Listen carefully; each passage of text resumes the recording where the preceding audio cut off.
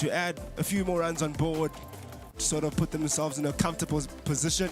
Madini Teko tried to start off with a positive action, but Imam got a good start and sends him off. Passionate Imam that he was late yesterday. And then a few flying from Daniel Smith, got to his 50. Nice shots, and also Mohammed Mana got into the runs as well. Looked very comfortable. Unfortunately, couldn't get to his 50 due to time. South Africa had to declare.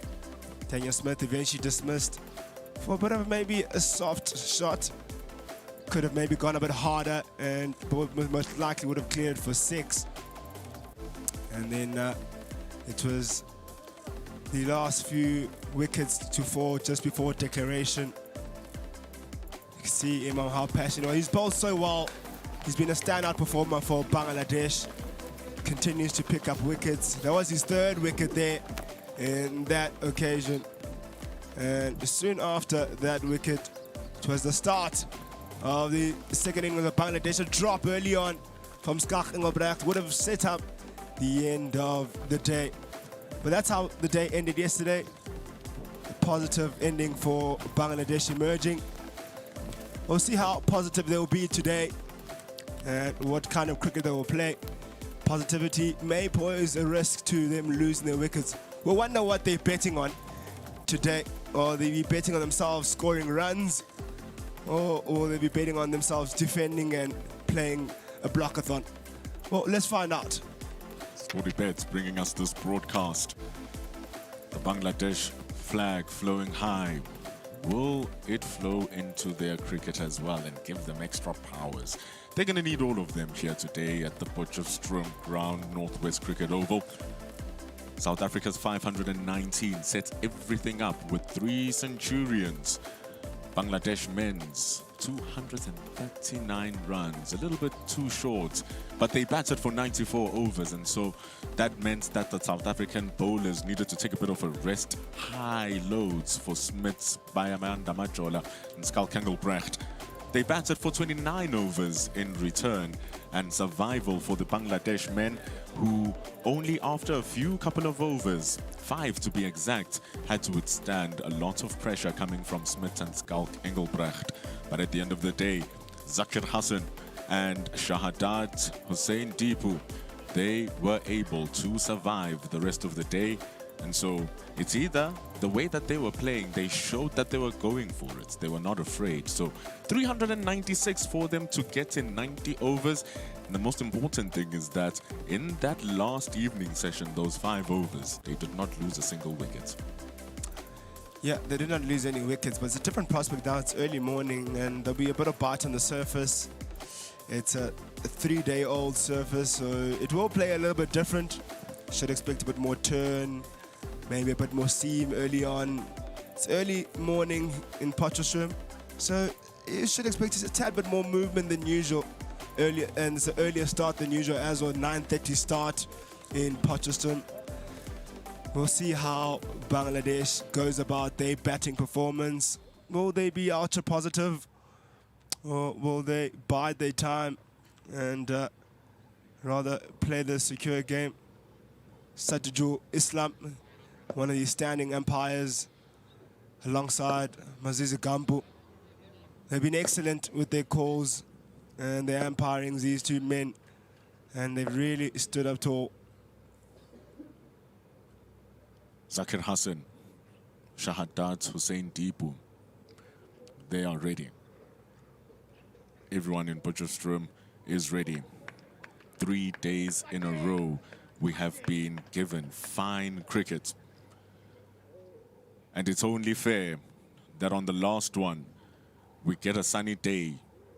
A complete juxtaposition from the first 50-over competition, where on the final day, South Africa had won 1 game. Bangladesh emerging had won 1 game. And that final match on Wednesday was the deciding game, which was unfortunately not played due to a wet outfield.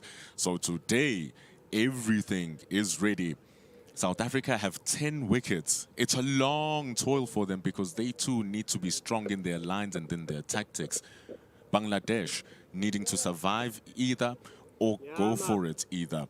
And so any result is possible in any form of way. And so both teams still have a lot to play for, especially looking to set up the rest of the series going into the last game next week, Sunday. Well put, Bindula, and it makes it for an interesting day. We spoke about it in length yesterday, but how Bangladesh's positivity may cause them trouble, or may actually help them play a better form of cricket today and get them to a good position of closing out the day on a positive note and going into the next game. Because that's also an important element that we may be missing. Yes, this importance of this game. Shahadat Dipu will be one of the two batters that is responsible in terms of getting a good start for Bangladesh emerging. And he'll have to be on top of his game. South Africa emerging will be hunting those stumps, and as well as those at outside edge, especially this man on screen, Janko Smith. 2 overs, 1 maiden yesterday. And he'll be looking to do more of the same of what he did in that first innings, pick up those early wickets. Got the wicket of Zakir Hassan trapped in front. And you'll definitely want to do the same here and get his team to a start. He's been the leader of the attack here. And you'll want to lead them to victory. Janko Smith begins the final day. And just like he has been since the start of the match, he attacks those stumps. They still keep Mudiri Ditego, who's going to be tight on the pitch, standing at that silly mid-on. Skalk Engelbrecht, being his partner, can say a silly mid-wicket. It's such an interesting field setup, and Bangladesh didn't have the answers in their first innings.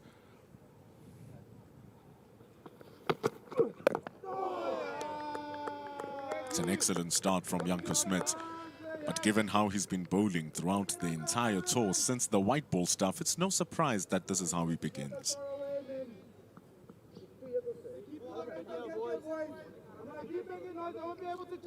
Mudiri Ditego having a bit fun with the boys. Is going to keep making the noise the whole day.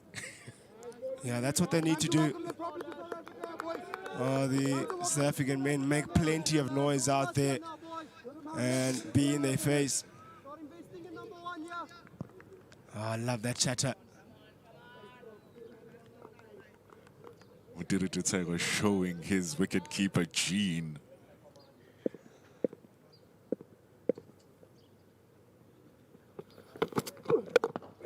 Catch it is the call. But the only thing the ball is going to catch are the ropes of the boundary.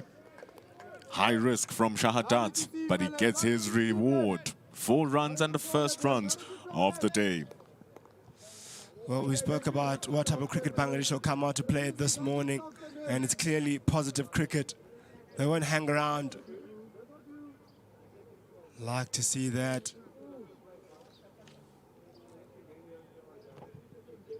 Shahadat Dipu making an early statement.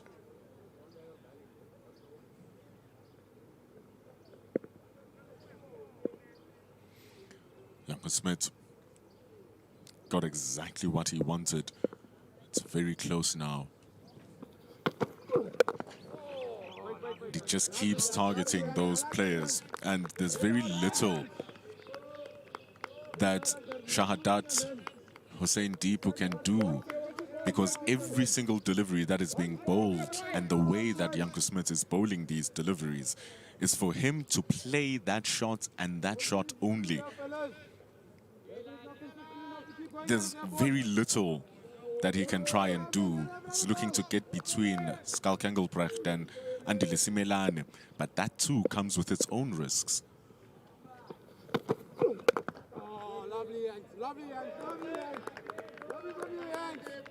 Gets him to the cover drive as well, so there's protection on either side of the wicket here for South Africa emerging.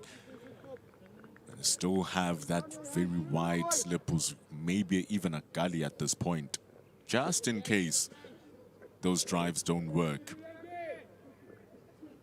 And his work has been impeccable, Janko Smith. 3 wickets in that first. He's just starting off his second. Chances are he might add on those wicket columns. Trickles down to the leg side. It's going to be a long chase. An excellent stop from Bayanda Majola, using his legs to stop the ball. That is commitment. They run 2. 21 for no loss. Oh, what an effort on the boundary there by Bayanda Majola. Using all his body to get right behind that. Quick outfield here in Potchefstroom. And there's the batting card for the second innings for the Bangladesh men emerging. Shahadat Tipu and Zakir Hassan, who've opened up the batting. Was batted really well in the first 6 overs, the end of last night and into this morning. Started positively. 21 for no loss. Shahadat Tipu on 15 of just 24 deliveries. Zakir Hassan on 6 of 12 balls. Bayanda Majola. Boy, was he sensational yesterday morning. Bowled 5 maidens in a row. And after that 4th maiden, then he got his purchase, got 2 wickets in 2 consecutive overs. He barely made mistakes. And here he is now, the magical Majola. It's quite something when he's in full groove. So they're going to have Mandiri Teko standing at the silly mid-on and a very, very tight short extra cover. I like the field. Very aggressive. Exactly what we expected early morning.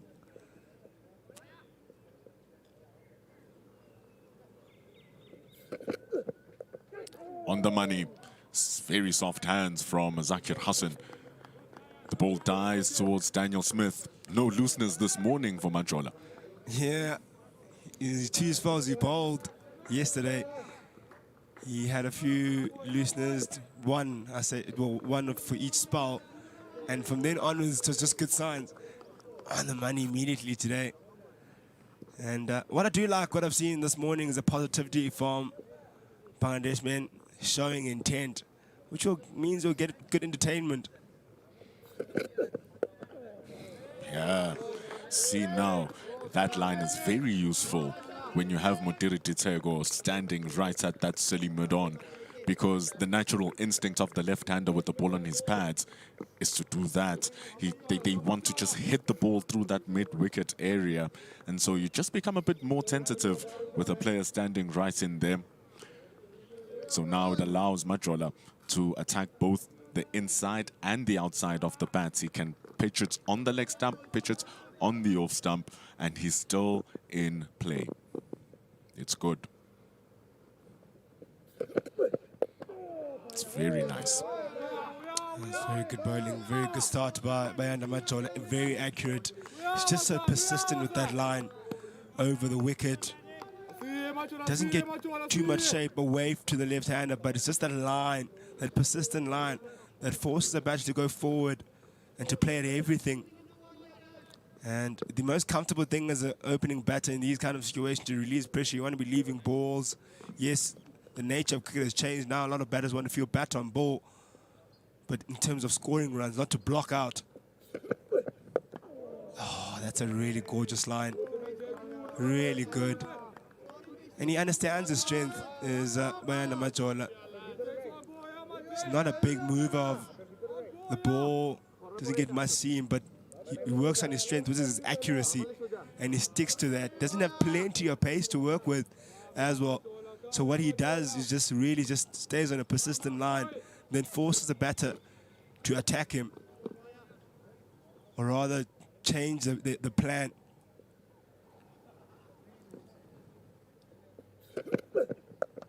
Slapped away from Zakir Hassan. It's a bit wide from Majola. And lovely timing from the captain of Bangladesh emerging. But of worth shown by Bayanda Majola. Zakir Hassan picks up the length pretty quickly in the width and jumped onto it. Already seen Bangladesh men will not hold back when the boundary ball presents itself, which is nice to see. They're in a positive mindset. It's going to just be important to note the height difference of both Deepu and Zakir Hassan. Slides down the legs to end over number 7. It's 25 for no loss. Zakir Hassan is a little bit shorter, so that means that balls which you'd be hitting back of a length, the splice of the batter, become short lengths to him. So then he's able to cut the ball away, which was very well played. And so you have to just be wary when you are bowling to Zakir Hassan, because he can hit that ball. 25 for no loss after 7. That's very interesting that you say that. I mean, it's actually quite right, because shout out Deepu, but taller. So when you do have to slightly adjust your length and line, your fuller length will be different to what it is to shout out Deepu. Wide slip in place.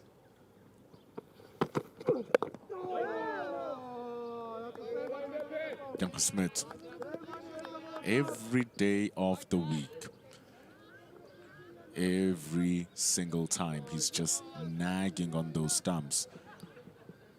Talk about understanding your strength and understanding what you need to do. Normally, bowlers of this height, it's very tall, Yanko Smith. It's almost 2 meters tall. It's not over 2 meters tall. With that height, you normally bang the ball shorter.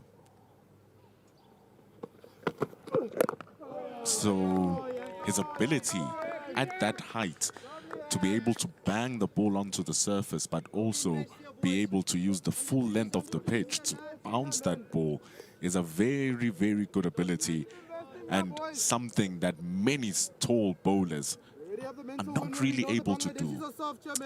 Yeah, look, I think where I'd love to see him bowl like this is at the high field, where there's a bit more extra bounce on the surface and then a bit more carry. And if he can stick to that kind of length on those surfaces, he'll be a real handful. Oh, got him! Yanko Smith on fire! He hasn't made a mistake. And now he gets his reward. The first wicket. South Africa need 9 more. And a little send-off here from Yanko Smith. It's really good. We'll be watching that pretty closely. He has a message from the umpires. They didn't like that. I imagine the umpire would have come in there to intervene for exact that.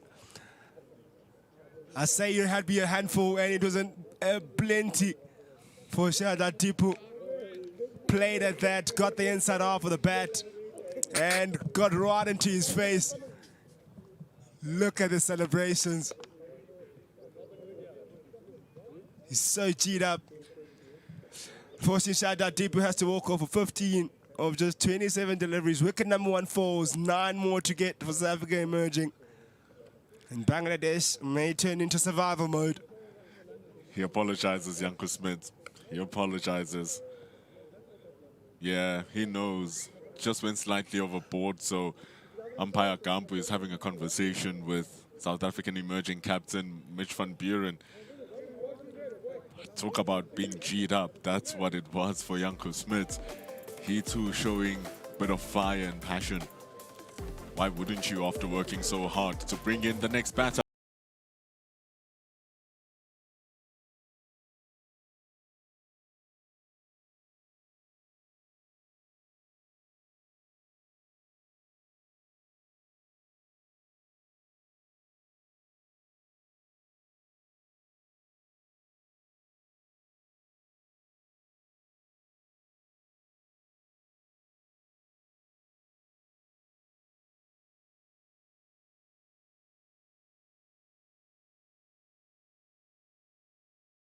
Stick to those lanes, especially going to other conditions are more favorable for seam and movement.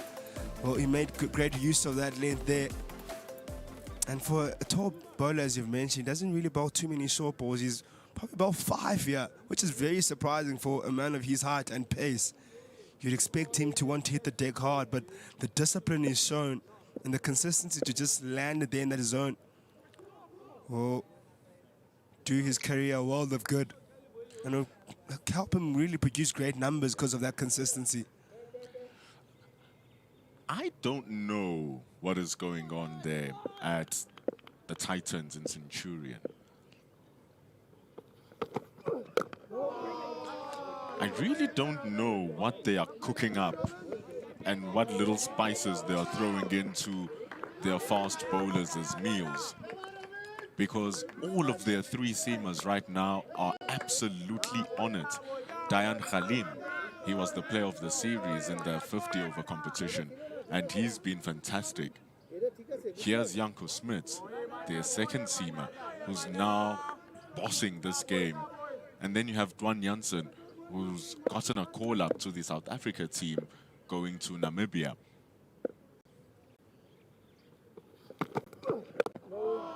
So all of their three seamers seem to have gotten something working for them. Hitting hard lengths, hitting good lengths, adjusting and reading the wicket, and thus getting their reward. Because look at this type of bowling. Yeah, very rewarding bowling that. Any bowler that can hit those lengths consistently, targeting the stump, peppering that outside edge, you will get rewards.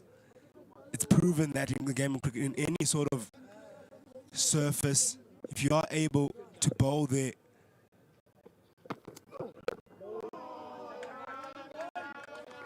the noise levels are getting louder and louder. The saxophones are getting louder and louder. It's 8 overs gone. 25 for 1. Why wouldn't they get louder? Smith gets the breakthrough. 1 for 12. An inside edge from Shahadat Hussain Deepu. After peppering his stumps, he got a little bit wider and he fetched it Deepu. Fetched it right back to the top of his off stump. So now it's Zakir Hassan and Mafishul Islam Robin. They still have good batting options down there.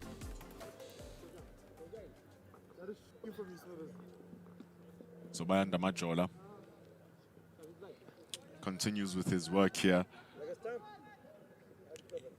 Can bowl to a new batter. Yeah, he's a perfect guy to bowl to a new batter because you won't give him any breathing space, any room to free his arms. He'll hit that length. Exactly what Janko Smith was doing on the other end. Just being so consistent and so relentless in that line and length that forces the new batter to play and to push at deliveries they shouldn't be pushing at, just like that wicket-taking delivery. Ooh, take that and put it in the bank. Bindulu, you spoke about Bangladesh men's emerging yesterday with this relentless bowling. At some point, they'll have no choice but to actually play at deliveries they're not supposed to play because of such consistency. And I said to you, maybe they'll be able to come out in a different mindset with a little less pressure to play for deliveries. Seems like that pressure is still there to want to play at deliveries and not leave the balls outside of off stump. Ooh, it's just hallmark of good bowling. Because when you're hitting those lengths, the batters start fishing. That came back in and then straightened after it pitched. So the angle that Majola released it at told Robin that this is going for your stumps, and then it just moved away. So he had to play at it. So what will happen when he gets a half volley? It's just that it's such a natural thing. Just like a human who loves good food, smelling good food. It's tight. It's just lovely. It's delicious bowling. And then when it's dangled in front of you, and then they send it to your mouth with the spoon, all you need to do is open and take a bite. You don't realize the poison in the food.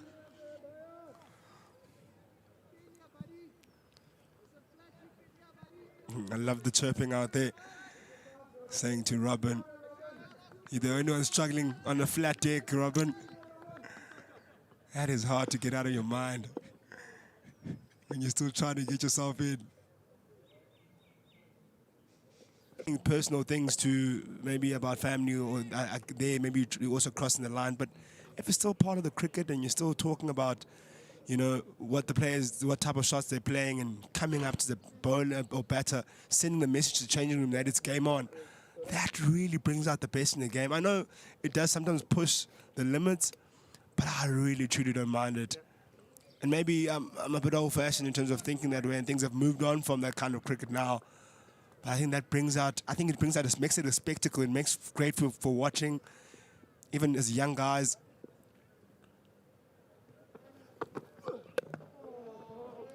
Growing up watching the likes of Dale Steyn, passionate, absolutely pumped, going right up into the bowler, chirping.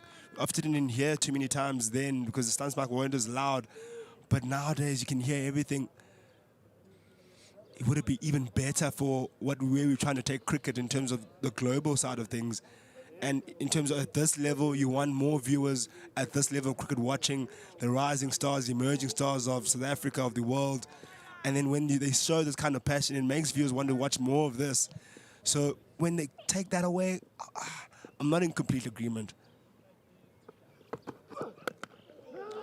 It's probably one of the reasons everyone liked Gerald Coetzee. It's a good stomp from Richard Seletswane as well. But remember, it's the reason why everyone loved Gerald Coetzee when he came in. Called him the Karate Kid, his feistiness, his hunger, his fight. Nandre Burger coming in, he's also feisty, bowls a bullet delivery as well. It's probably why I'm a big fan of Iqbal Hussein Iman, because he too has that fierceness when he comes in and bowl. That's what Janko Smith is starting to show. If you remember the great Aussie side of old, before the sandpaper gate situation, they were very, very tough to be around. They'll let you know they're in the field. And then you have Mitchell Johnson steaming in, coming in vigorously, bowling vicious bounces. And tell you what's vicious, those lines in length. So consistent. There's Janko Smith. It's so hard to deal with.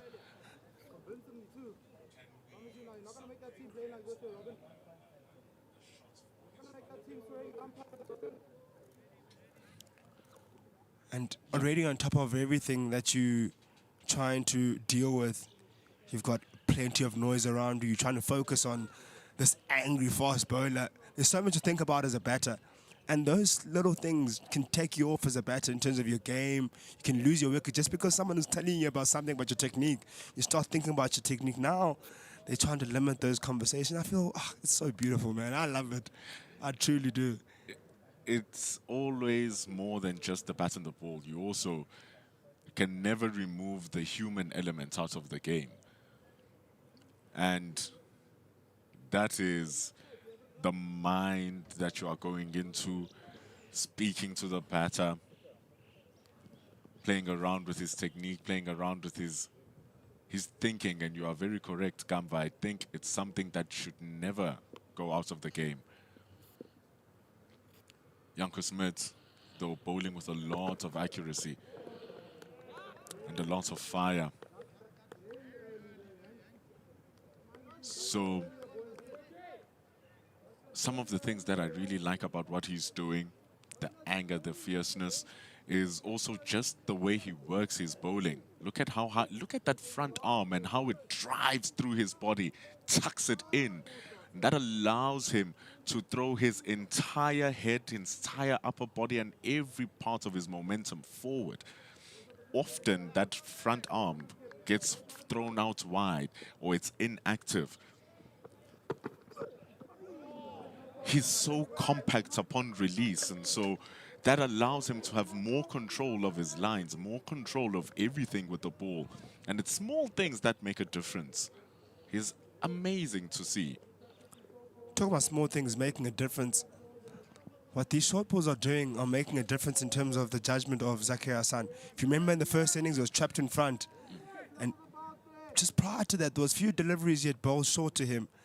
And he couldn't get to the pitcher's delivery. He couldn't get his bat down in time to negate that in swing. And I feel like he's setting him up here for something that will come back in. I hope he can be accurate when he does then bring it back in towards those pads. And it is indeed. It is indeed. It's lovely bowling. Good observations as well, Gamva. Gets an outside edge, though just bounces short of Mohammed Manak standing at gully. Zakir Hassan survives. It's 28 for 1 after 10.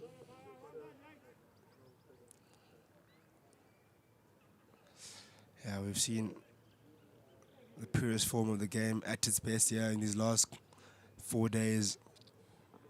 Patience, batters being worked over, patience in batting.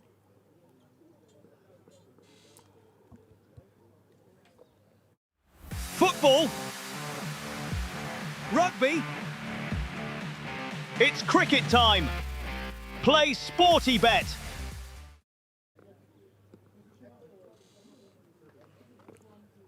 Majola.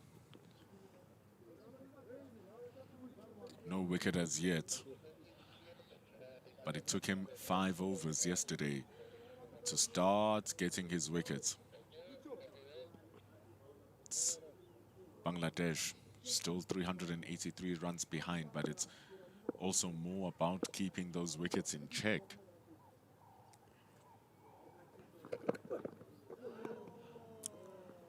So a line that troubled the outside edge of Robin the previous over. This time around, Robin lets it go.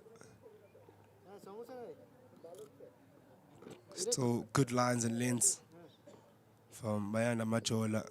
Still persisting in that area. You can see Robin is thinking about it, making him think. We speak about the magic that's happening at the Titans. What's also happening at the Dolphins is quite amazing too. It's very good watching Bayanda Majola. He bowls with a lot of ease, just has natural athletical ability that he's of course worked on to enhance to this level. Then they have Ngobani Mukwena, who was amazing for South Africa A versus England A back in June. He's also there. Another young gun for South Africa. Then Tristan Lees. That is coupled with a really lovely punch down the ground from Robin. It has slowed down a little bit. It's going to be a long chase for Mitchell van Buren to get there, and he gets there.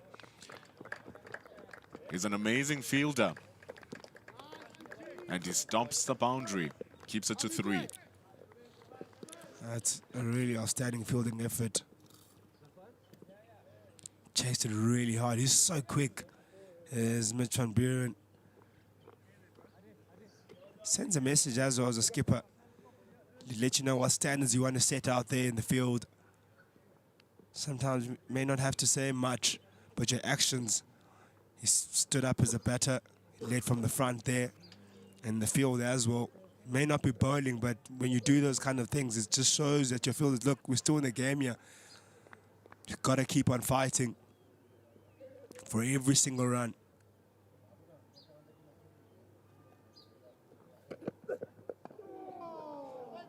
And it also lets the batters know that there's no complacency out there for anything.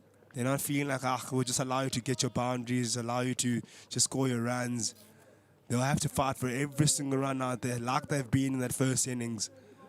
So it's all the part of the game. Sending messages and signals to the batters, to your teammates. And that delivery sends a message to Zakir Hassan that he has to watch his pads and stumps.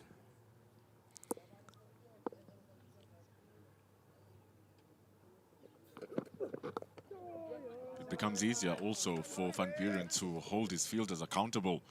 And they also now trying to throw themselves around. Caleb Slega, with all that he could. Can't stop it though. Goes for 4. Yeah, Caleb Slega there, putting a massive dive and a massive effort. 2 efforts in quick succession. This one doesn't get the desired result. But unfortunately, it will go away for a boundary. Still really loud out there. South Africa emerging, man. Was a little bit too straight on that delivery as well, Machola. That's more like it. For a game where the Bangladeshis are not holding back as well, he knows that he can't make too many of those mistakes. This is more like it.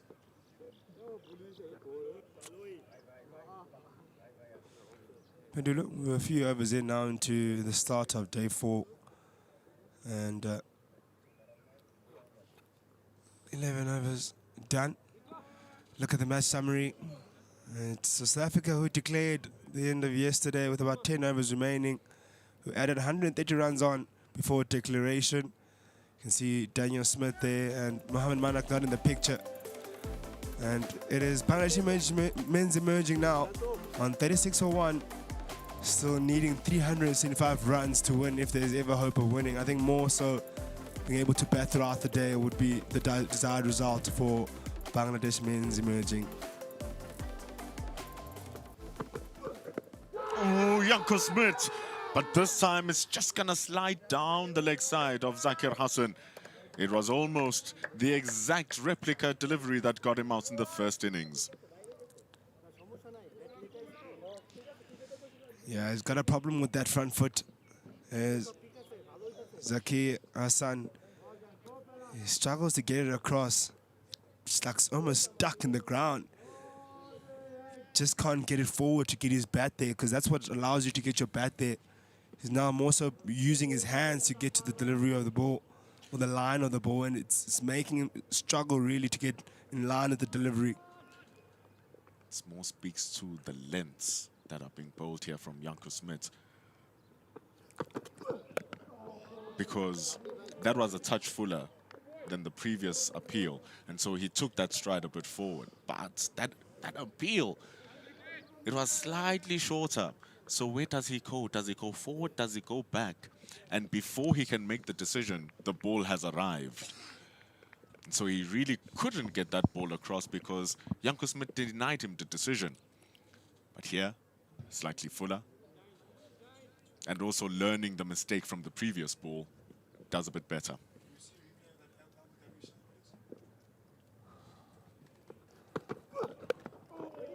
Now he goes a bit too full.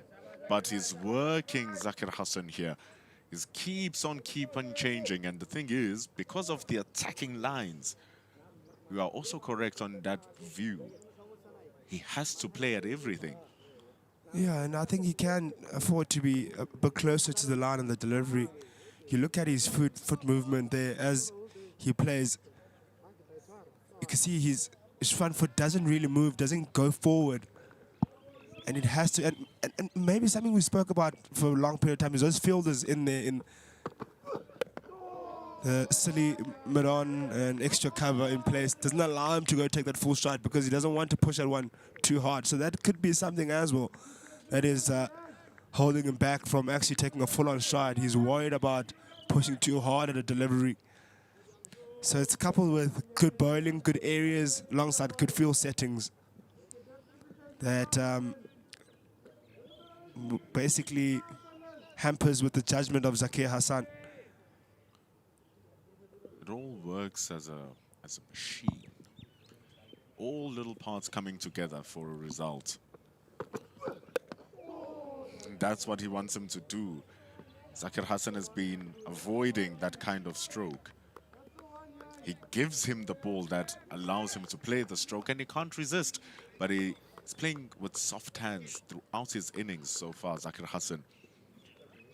And also remember, even in his first innings, it took a very good ball to get him out. But that 29 from 39 that he played, he looked good. He looked like he was in control. And so it takes high-level performance of the ball to get the wicket of the Bangladesh emerging captain. Oh! It takes amazing bowling to get the Bangladesh captain out.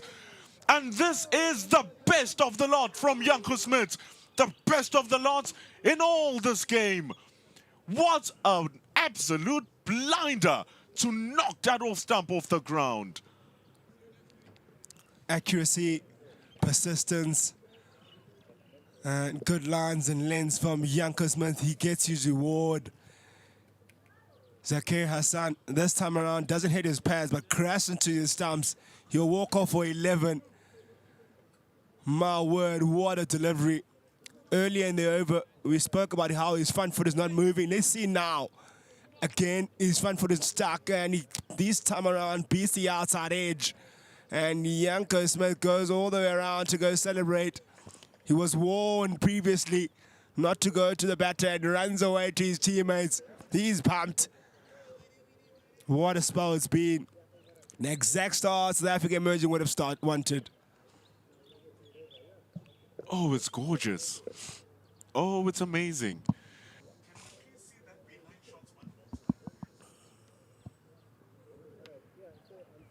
It's incredible. It just straightened ever so slightly to beat the outside edge. Take a look at that from Yanko Smith. Oh, it's sensational. The angle is coming in, attacking the stumps. It just nips away ever so bit because the initial angle was attacking the top of middle stump. But the movement away takes the top of off. It's perfect. Oh, it's perfect. It brings in Iftikhar Ifti. Well, he'll need to be perfect, Iftikhar Ifti, because he'll be peppered with the same line as lens. 23-year-old will be under a lot of pressure. Averaging 34, good average. And 1,409 runs. And that base of 128 will not matter much. What will matter is how long he can be there for. Is Iftikhar Ifti.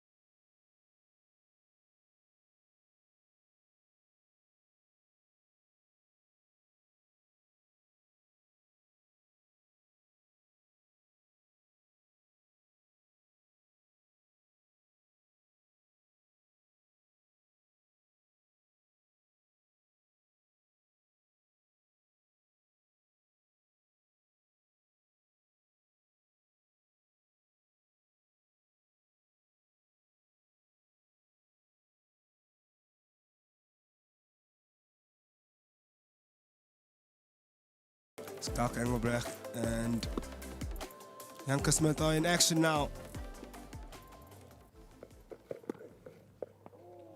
And Engelbrecht continues with his gorgeous work. He'll be loving bowling to the left-handed Iftikhar Ifti. It's an outstanding ball, that. So,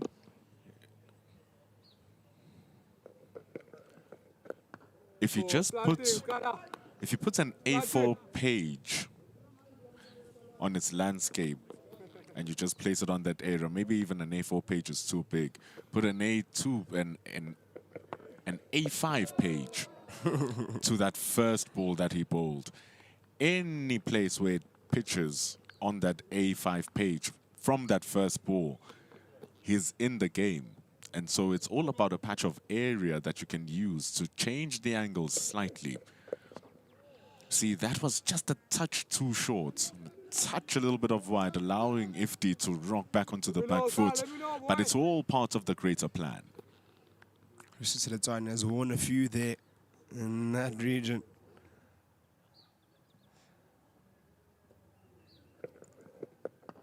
But you're absolutely right, Bindula. If he sticks around that area to his first delivery he bowled, to be hard to deal with.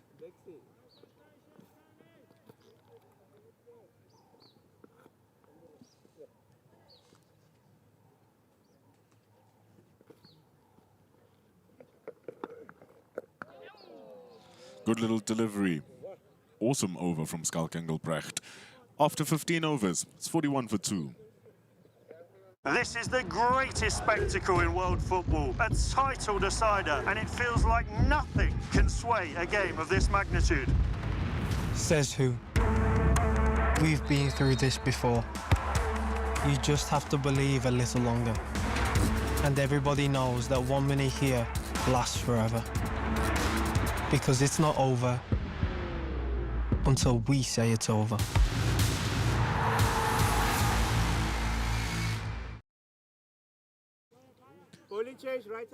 We return.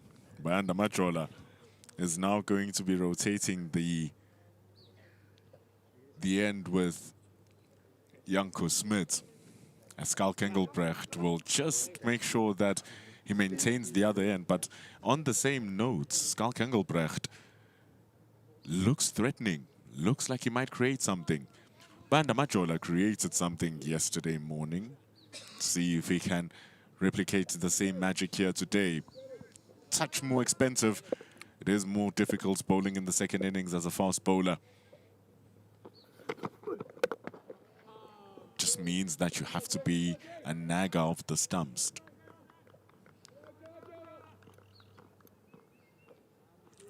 Change of ends from Bayanda Majola. Maybe he just wants to feel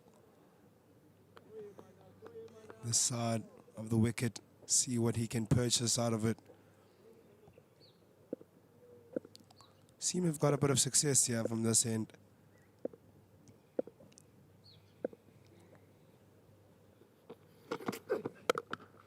A little bit wide from Majola, and he gets the punishment he deserves for that delivery. Slightly short as well.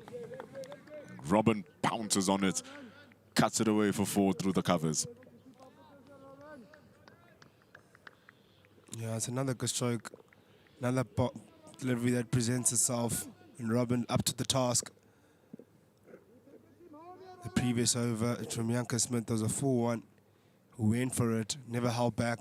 That's what you're trying to see. When the boundary presents itself, you want to go for it. That's why the South African team need to be disciplined in their areas as well. They just need to be there as often as possible. Because Bayanda Majola does rush you without you noticing. And so if he just remains there, it's harder for Robin to free his arms and score. It's a good ball. Yeah, he's there more often than not as Bayanda Majola. Have to deal with that over and over again. Does not allow you to breathe. bit too short on that occasion and a bit leg side-ish as well. Still not there to score or to get runs off.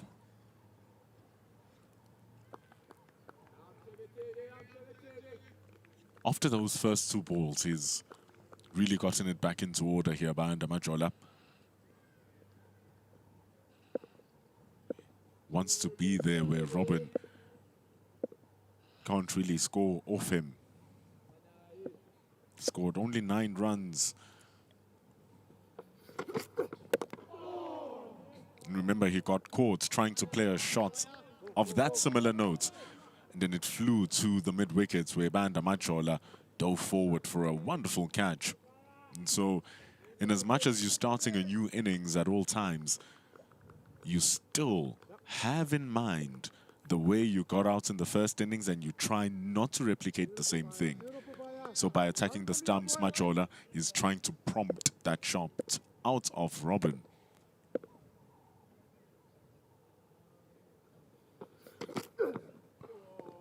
Here's the little wide one. Well left from Robin. It's the end of over number 16. 45 for 2. South Africa need 8 wickets.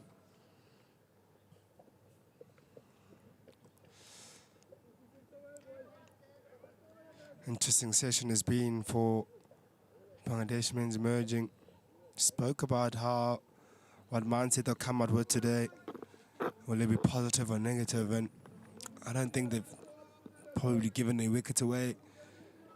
You may argue Tipu may have pushed at one, but it was a delivery that had to be played at. It was coming towards him, and you can't really blame him. I think it's just been pure good bowling that has picked up their wickets. And we would have thought they would have gone into their shell and looked to block out, but it doesn't seem like nothing is working at the moment. I need to find a way, though, to build a partnership between these two. FT and Robin will need to come together and absorb this pressure that is being exerted on them, because there's plenty of pressure right now. They've lost wickets.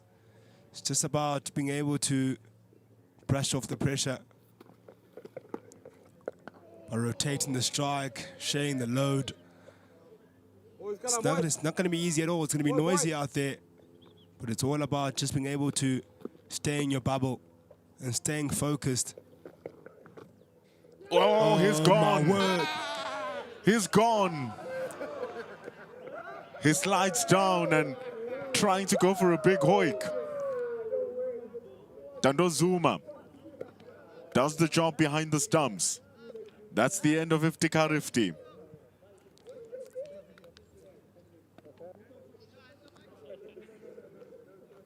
Runs right past it. Spoke about showing fight. Not too sure what was that shot about. Iftikhar Ifti looking to dance down the wicket. Missed it all, ends up. Yeah, that's not the mindset you want to have. Lack of patience shown again by Ifti. Oh, really didn't get to the pitch of the delivery. And look at the celebrations for Skalk Engelbrecht. Big turn from Engelbrecht. That was the undoing of Ifti. He thought he was going to reach the pitch of the ball because he's been sussing out the turn. And it hasn't been turning too prodigiously, but that one really bit the surface. And wonderful work from Dando Zuma behind the stumps to reach out and anticipate it. Brings out Maidul Angkon, so close to his 5th first-class century. But chopped it back in on 97 versus the same man. He's 3 runs away from 2,500 first-class runs. And a decent average of 32. Oh, we're going to need all of that strike rate at 47, meaning that it does absorb pressure. It's going to need all the absorption that he can get here today. South Africa have taken 3. They need 7 more. Yeah, it's a poor shot from Ifti. Lost his shape. Ran down the wrong line. Yeah, that's not the shot you want to play. He didn't need to go for that stroke. We spoke about the mindset of Bangladesh, what they would do. And yes, we don't want them to be too defensive, but not those kind of strokes.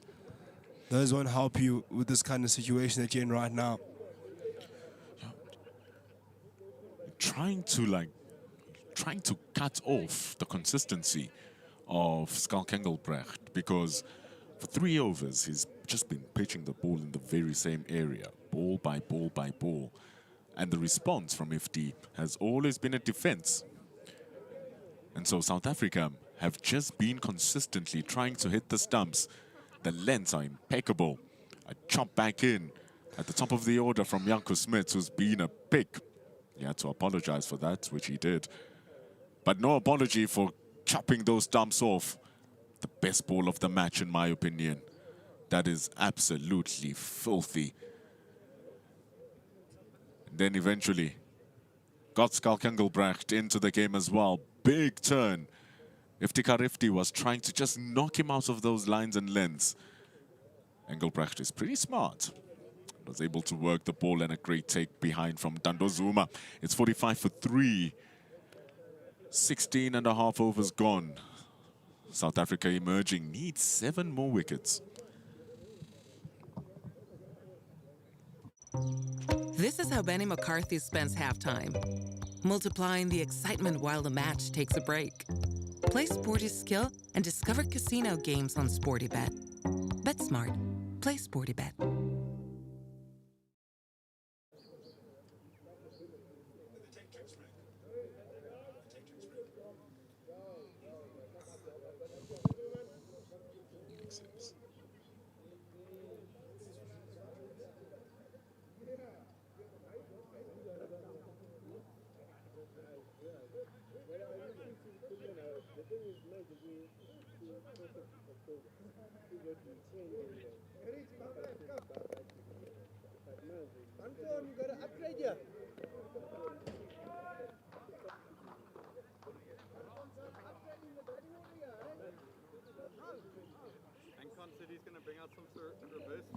We come back.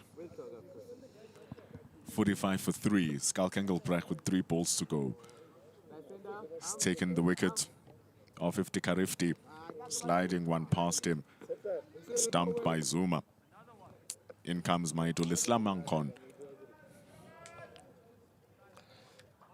Well, the big question is, can Ankon show the same hunger and fight he showed in the first innings?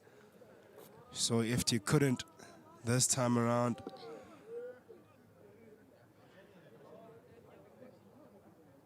Struggled.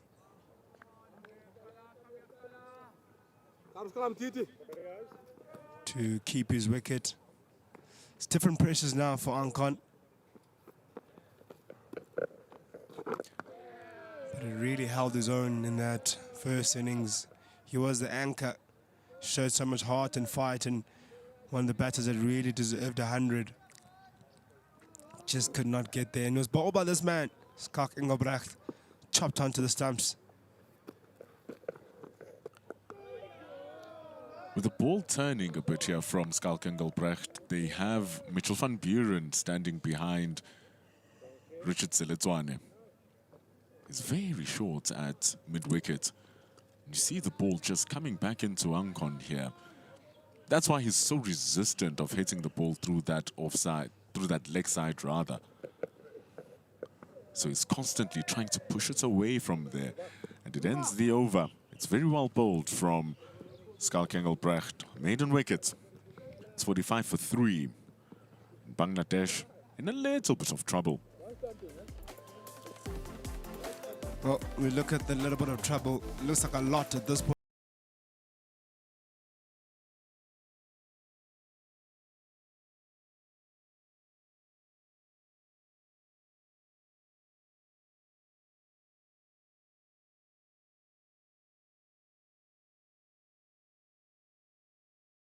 But it's been some tough going when 17 overs done.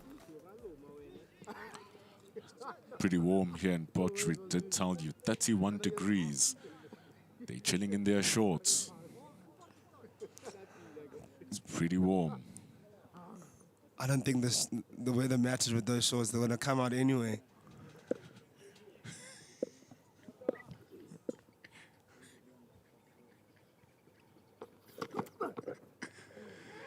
We're in Potchefstroom after all. It's good work from Dando Zuma behind the stumps. Little dive. A stumping like that can give you confidence behind the wickets as well for Zuma. Want to have that breeze hitting them shins. Maybe they had leg day like me yesterday.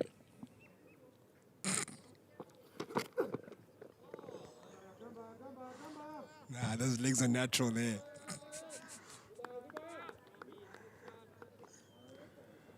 Manda Machola.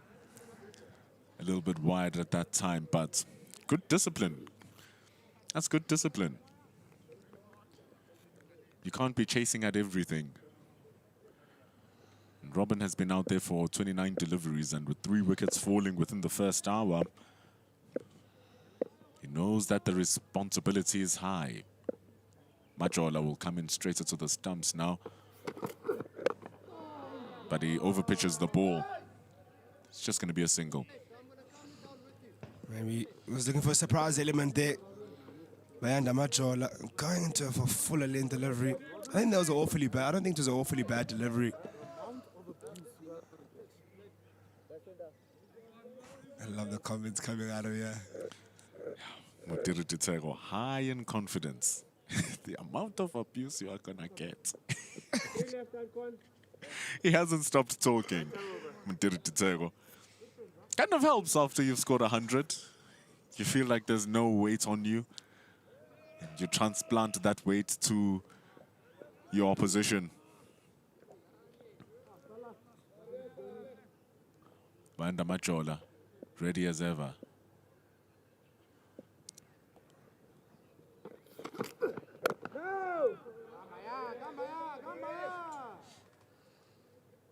Looks to get some away swing there. Is Bayanda Majola.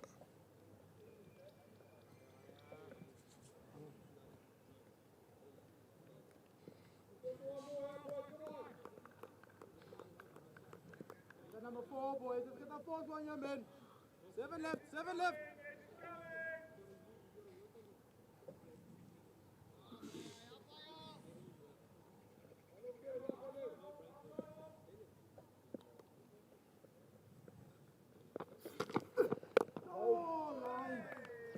It's very tight on the lines here, Banda Majola. Getting the seam to do a lot of the work.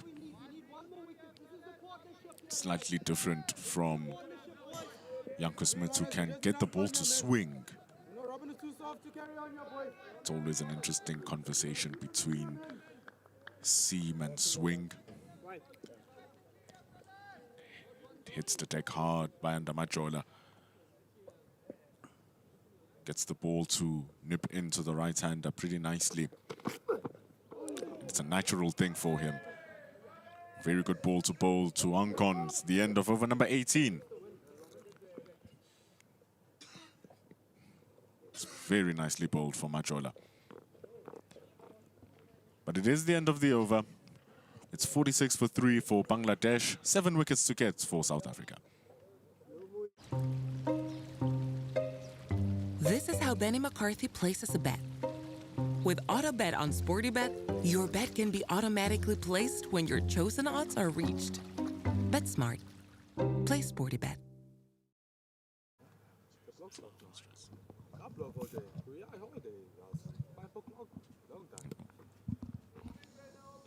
$18 overs done. 46 for 3.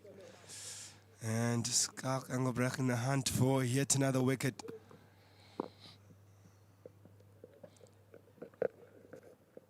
Oh, sounds like an outside edge. Was it more of an appeal for a stumping? A lot happening there at once. Just a good ball from Engelbrecht. Draws the front foot shots. Just hits the ground a little bit there. Mafijul Robin has that back foot planted on his ground. Good ball.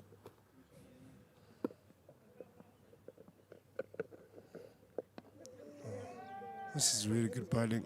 Maybe not that delivery, but too short there. Allowed Robin to go into the back foot. I wonder how Ankan and Robin can construct a partnership here. In desperate need of a partnership to save the situation and take them to lunch. We've got about an hour until lunch. And they need a partnership right now, and these two need to come off.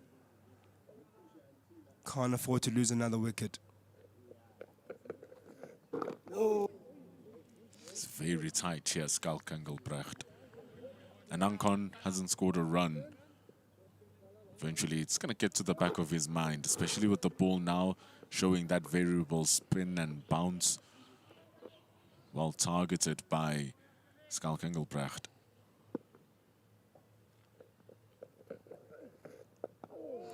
Ankan seemed really unfazed when runs didn't come his way in that first innings, and he's one of the batters that showed some real heart. And even the way it was dismissed, it was a bit unfortunate. One of the balls that kept low, I just felt would have probably just got there comfortably to his 100 eventually. Just fortunately that he chopped it back on, but never showed any signs of lack of patience. He's keeping lower now. You'll see he's playing the ball deliberately, much lower. Right up until playing the ball, which is why he was able to keep that previous one away. See, so he's keeping extra low rather than going onto the back foot. Even when he's on the back foot, he's going low, simply to negate his first wickets in the first innings. However, after 19 overs, 47 for 3.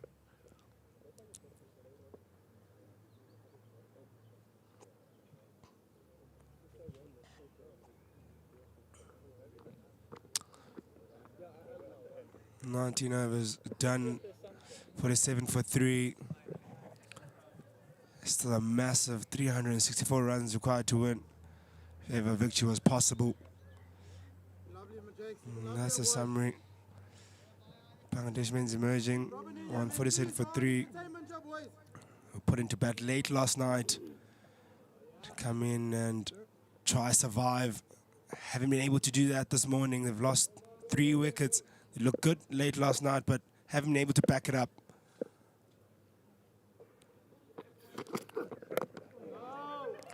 More good bowling from Bayanda Machola. Ken so consistent with his areas and lines and lengths. Another wicket here for South Africa is going to brew big trouble for Bangladesh. So they've lost their top 3. And if, importantly, South Africa capture the wicket of Robin, that'll be the top 4 gone. Still, tons of overs, loads of cricket to survive through.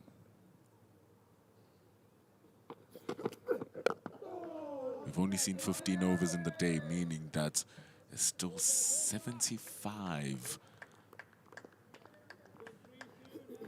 75 runs to deal with. Well, overs, that's plenty of time. It's a lot of pressure to deal with for 75 overs and 7 wickets you only have in hand. I think the big wicket is Ankon. I think pick up your wicket of Ankon, you know you're in for a shorter day because he's really strong mentally.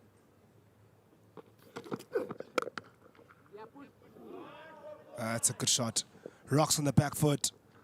Does Robin, picks up the length so quickly, hits it away to the gap in front of point, gets 4. Another one where it's just slightly wide and short. The relationship between line and length is a very sensitive one. It wasn't the worst line, but just the length allows Robin to just hang back a little bit. It's a good punch through for 4. It's 50 runs up for Bangladesh men as well. Good shot from Mafichul Islam Robin.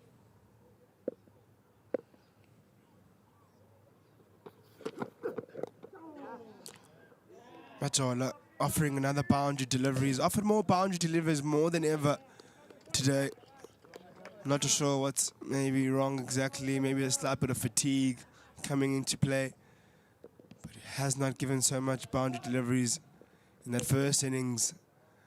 Maybe slightly searching for wickets here this time around, different role, wanting to get into the game. Still got the same responsibility, holding up an end, and his reward will come the way he did the first innings. Patience got him his wickets in the first inning. I think he's lost a bit of patience here. He's got a few deliveries that have been dropped in the wrong areas, a bit too full, allowing the bat to drive a bit too wide, to cut away. And also on the legs. It's been spraying it everywhere. Just the groove needs to be found here from Majola.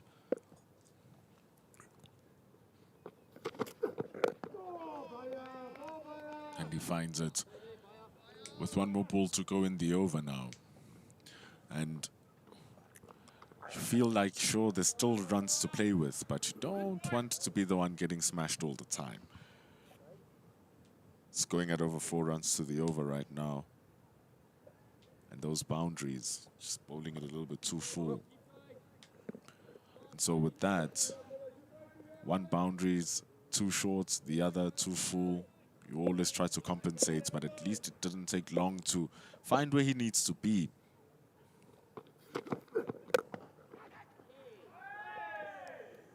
Again, a bit too full, but gets away with that. Brings us to the end of the 20th over. 55 for 3. Not a really good over from Wana Majola. Good one for Bangladesh men's emerging. 15 over session so far. Still 75 overs left in the day. 450 balls is the way to look at it. 40 runs so far. But the key thing is the 3 wickets for South Africa emerging. That's the key thing, the 3 wickets. If they can get one more here, they will feel heavily confident. They might even feel like they can get 2 more if they get 1 more. And keep Bangladesh restricted on 5 wickets. Bit more extra bounce there. That one could have popped up to that short leg in place easily. Luckily, he kept it down, Ankon.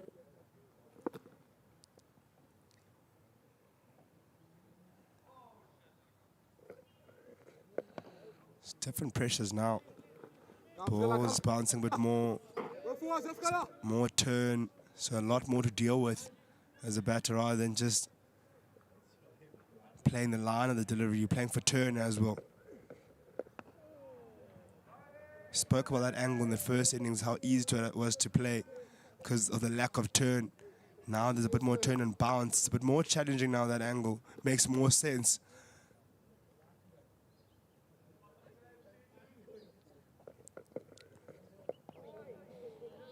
Plus, field is properly set up for it.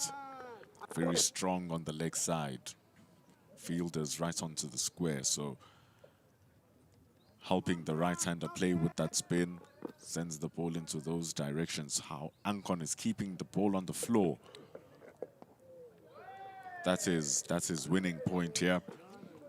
And like you said earlier, doesn't really have to worry about patience because it's a thing that is ingrained in his game and still hasn't scored in 15 deliveries.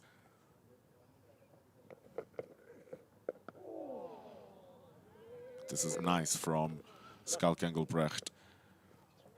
Playing up with his areas to remove the comforts of Ankon after 21 overs. It's 55 for 3.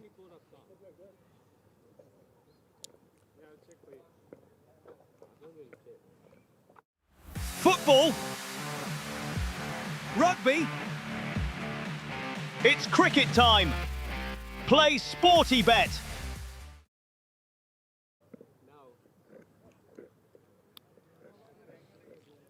Bowling change, right arm over. There'll be a bowling change. Andile Similani will be bringing confidence in the way he finished in that first innings, picking up 2 very good wickets. Yes, you may argue it's the tail-end batters, but regardless, it's wickets. Look at his numbers, 14 matches, 13 wickets, average of 60. Yeah, you want to get those numbers that average a lot further down. Best of 2 for 17. He'll take confidence that his first innings wickets cost him 14 runs apiece. So his match average is at 14. You'll hope he can continue that. Just target the stumps, Andile. Target the stumps. Yeah, starts off well. There's Andile Similani. Does struggle a bit in all his bowls, in fact, with that no ball, that front foot no ball. And yeah, want to put that behind him. Last thing you want to pick up a wicket and then being called a no ball. It was lucky enough not to happen to him in the first innings, but you don't want to run the risk of doing that, of creating opportunity and missing out on one because of just that front foot. Started really well, has Andile Similani. Goes quite full into the block hole. 4 out of the 5 no balls in the first innings were delivered by Similani. And so there's a problem that he'll want to cure very quickly. But still, like the fact that when he's starting off, he's just attacking the stumps here. He's not doing much complicated. Last thing you want to do is target the leg stump, so make sure that if you target off and middle, you are in the game.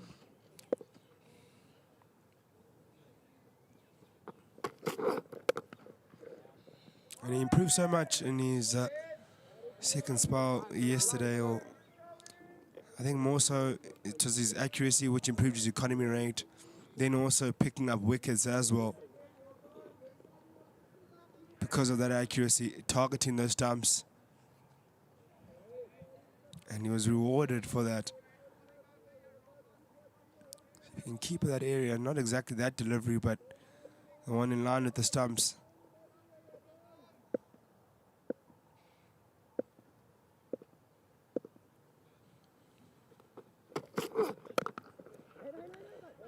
The one a bit wide, picks the gap again, does Robin.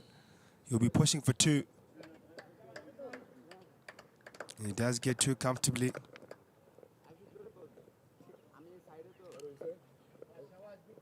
It's good from Similani, the first couple of deliveries. Those just going a tad wider than where he'd ideally want to be bowling the ball. He did do well in the second innings. But it's more than that now. When he recovered it, he needs to start off in that vein.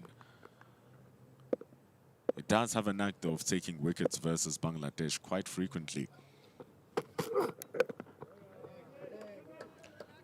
Last year in the tour versus Bangladesh, got his best results.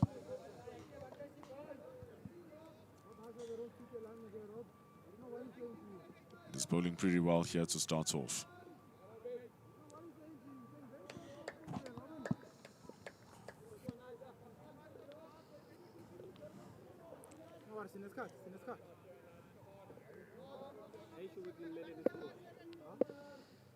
One more ball remains in the over.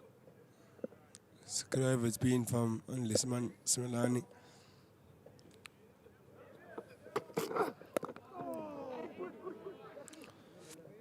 Again, Robin, this time around, guides it down to the third man region. He's thinking 3. That's good running. Hard running between the wickets. Robin is looking so good this morning. Batting so well and positive. Responsible cricket from Robin. That's the end of the 22nd over. 60 for 3. That's the kind of fight you're looking for alongside Ankan, who desperately needed a partner in that first innings. Got one in FT, but didn't last for long after scoring his 50. And we look at the session, how it's gone. 17 overs done. 45 run score, 7 fours. And the concern for Bangladesh will be that wickets column, the 3 wickets that have fallen this morning. Economy won't be, or the run rate won't be too much of an issue. It's all about limiting the damage And that wickets column. They want to close out the session, only the 3 wickets lost. Keep his partnership bowling. Skalk Engelbrecht, though, has been looking problematic this morning. Has given nothing away and has taken one for himself.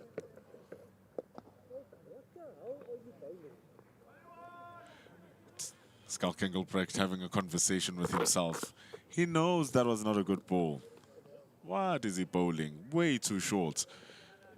Needs to be much fuller than that. Probably slow the ball down a little bit. It's good mindset from Engelbrecht.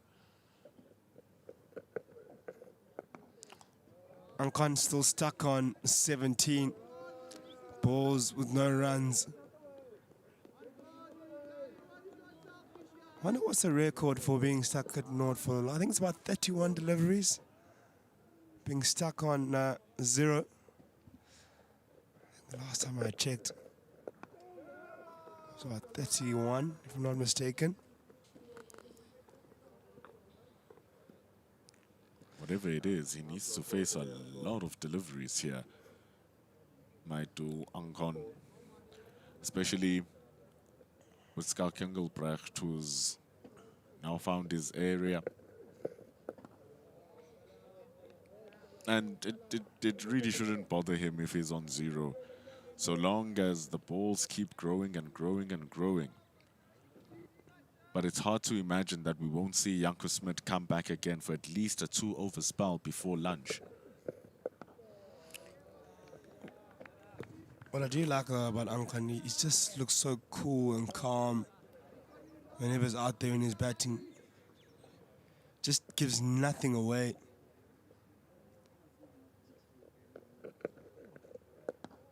That's a good sign of a test batter.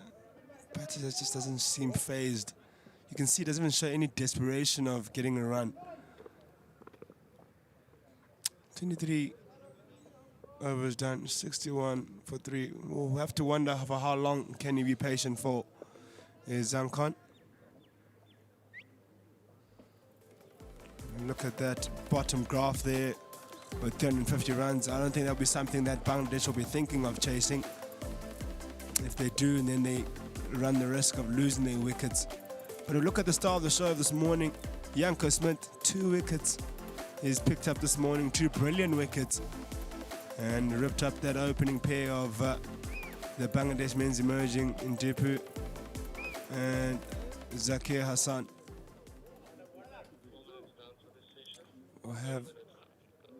We'll have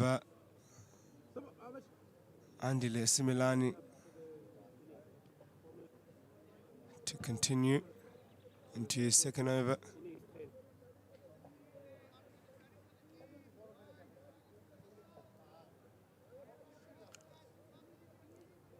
Robin has a task and he's been keeping it pretty well, 34 from 45 deliveries. And he keeps doing the work here, Robin. Wicketkeeper. He's taken a walk. He's come up to the stumps against Andile Simelane. Something that you wanted in the first innings, to change it up a little bit. Here it is happening now for Dando Zuma.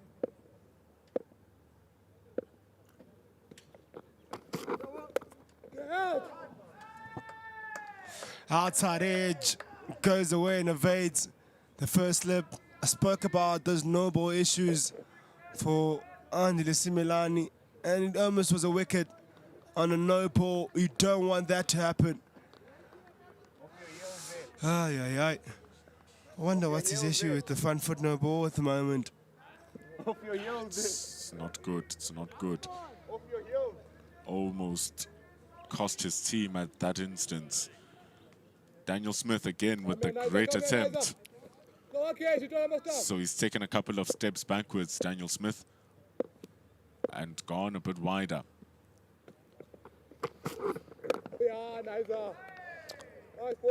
I'm not too sure if him being stuck in the crease made him play that kind of stroke. Go boy. That could have been a massive, costly mistake there from Andile Similani. so close to Daniel Smith in the first lap, went to him so quickly. Robin threw his hands at it. That's only the reason that saved him really from it going through Daniel Smith's hands, was he went hard at it.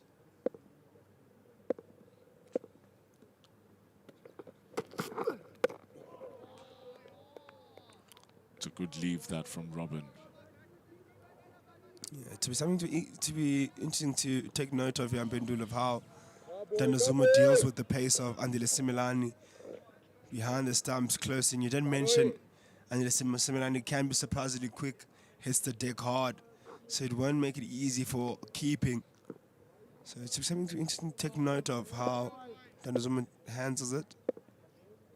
It's pretty good behind the stumps, Zuma. But it is a tough one. Similani needs to be accurate.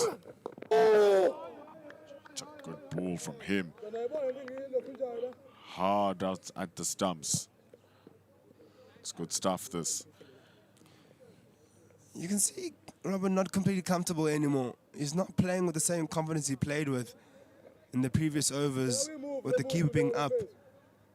It's kind of, the keeper being there kind of makes him feel like if he misses one and he's out of his crease, it's easy to kind of step out when you're facing seam because you want to get to the pitch of the delivery, you want to be positive. That gets you to play better strokes.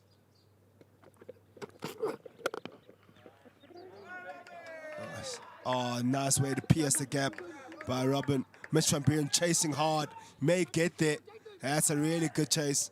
Outstanding effort from Mitch Van Buren, another fielding effort from him. That's very nice. Ball a bit too full from Similani as well. Pierced the gap. He knew he had a big chase on him, and he does pretty well. Surface has slowed down a little bit over the course of the match. Full commitment from Mitch. The thing is, when you have your wicketkeeper standing up, it changes the lengths.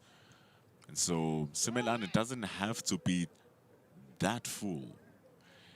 He can still attack the top of the stumps, knowing that Ankon or Robin can't step down the surface at all to make that length become half volleys. So the wicketkeeper just allows him to become boring. So when we go back to that conventional for South Africa, silly mid-on and the silly mid-wicket, Similani goes to the stumps. Into the block hole again. Still no runs on board for him. Surprise element again by Andile Similani into the block hole. And you'd love to close off strong, yeah. Well, Similani has had a no ball. It's been a good over outside of that no ball, and the one that bowled a bit too full that was punched away by Robin. Good bowling. Nice way to finish the 24th over. 69 for 3.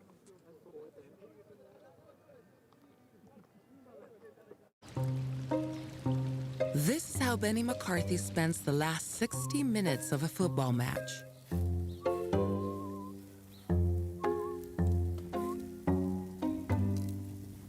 With early goals on SportyBet, selected win and goal predictions can be settled before full time. Be smart. Play SportyBet.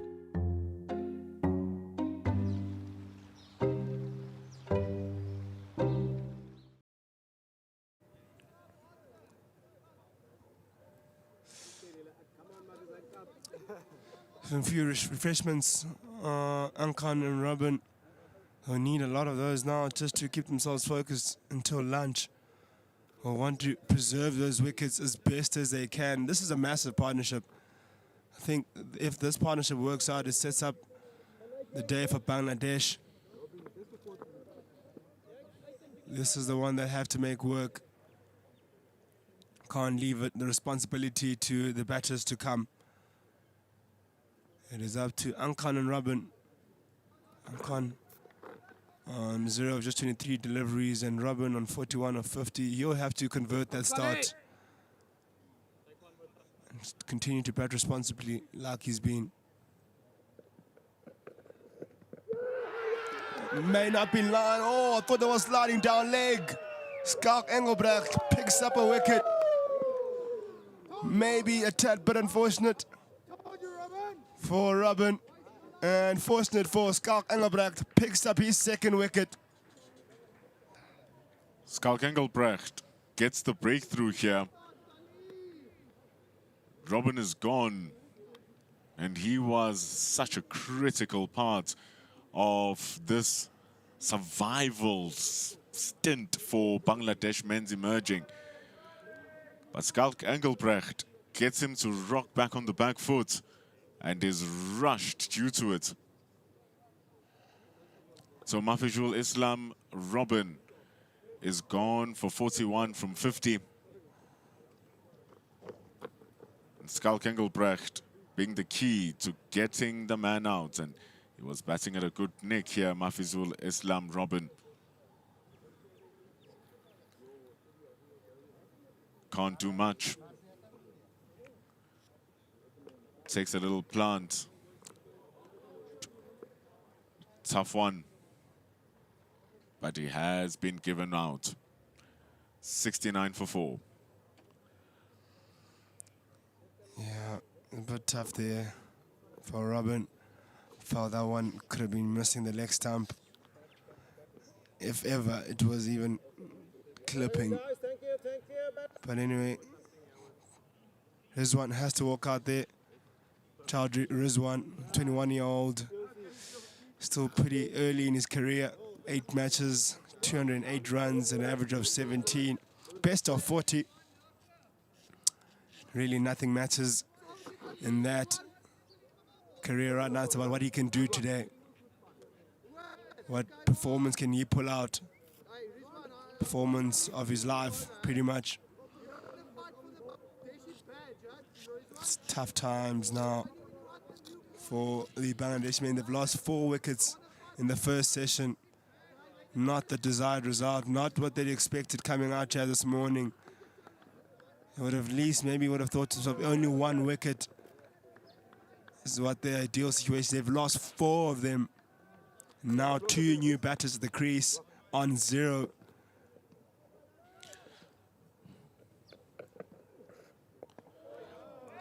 The day might be short here if this is the way things are going.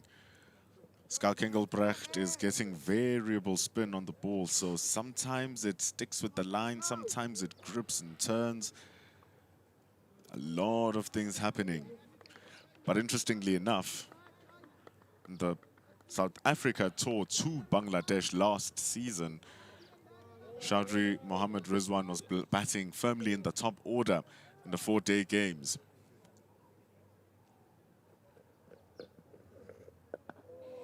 And so, means he can bat here, Chowdhury Mohammad Rizwan, but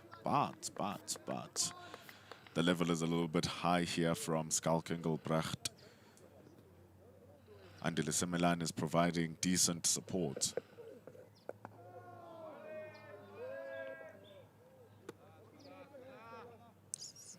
Working it around, bowling it full. Most likely going to just draw the length slightly back with this next delivery. Make him question if I must go forward or not after getting him used to going forward. That's exactly what he does with a bit more speed as well. Very nice from Engelbrecht. Yeah, the issue is that if you look at a lot of the wickets taken by Engelbrecht, Ankon was off the back foot. And that one from Robin also rocking on the back foot. You have to go forward. You really do. Oh, risky leave. If that bites and turns a bit more, you're in trouble. 25 overs done. 69 for 4. Speed is nothing without timing.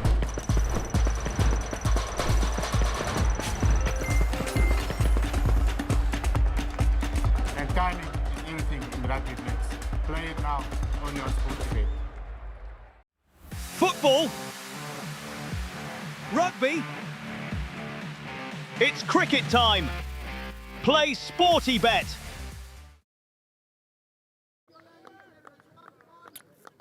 Four wickets have fallen in this first session. About 15 minutes away till lunch. And any more wickets that fall now, between now and lunch, could almost put South Africa in almost a guaranteed situation of getting victory, because it then will be so tough to block out the rest of the remaining overs in the day and survive.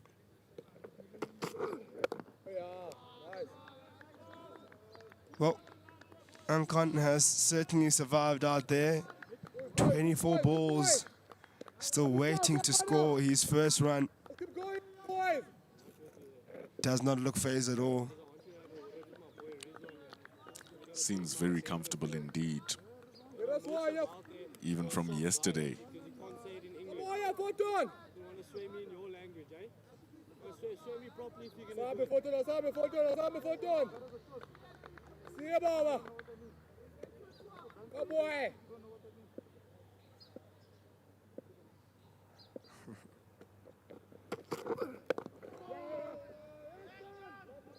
Eventually gets off the mark.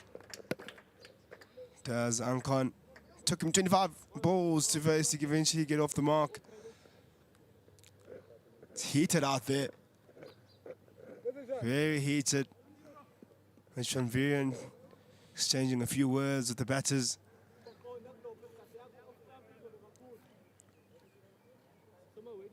Spoke about that man on screen right now, Janko Smith, possibly coming in just for one more spell.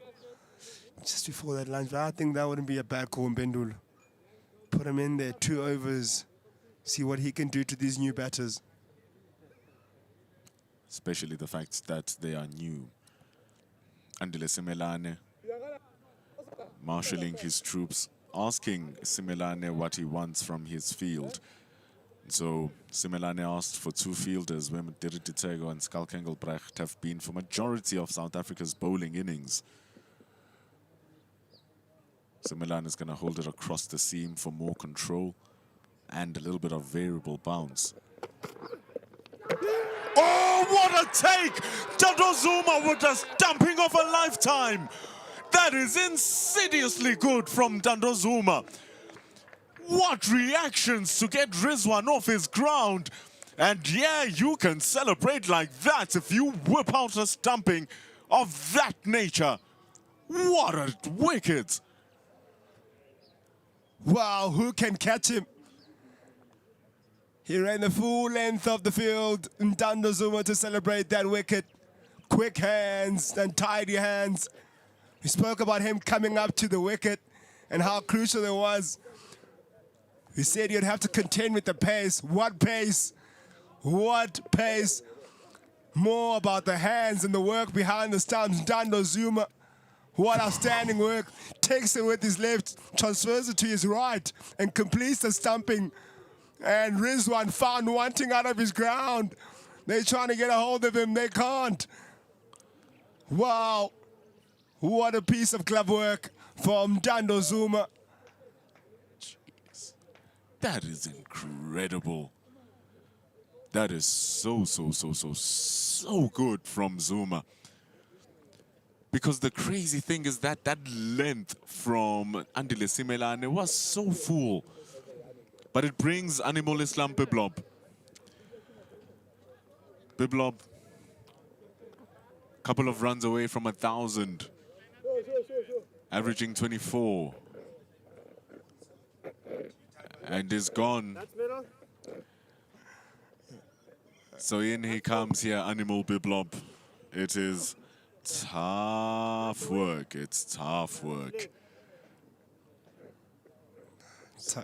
Tell you what's tough is that glove work behind the stumps from Dando Zuma. Jeez, the transfer from, because he took it from his left hand into his right, then completed the stumping. Just a presence of mind to be aware that Rizwan is out of his ground. Love to see that once again, how he went about doing that.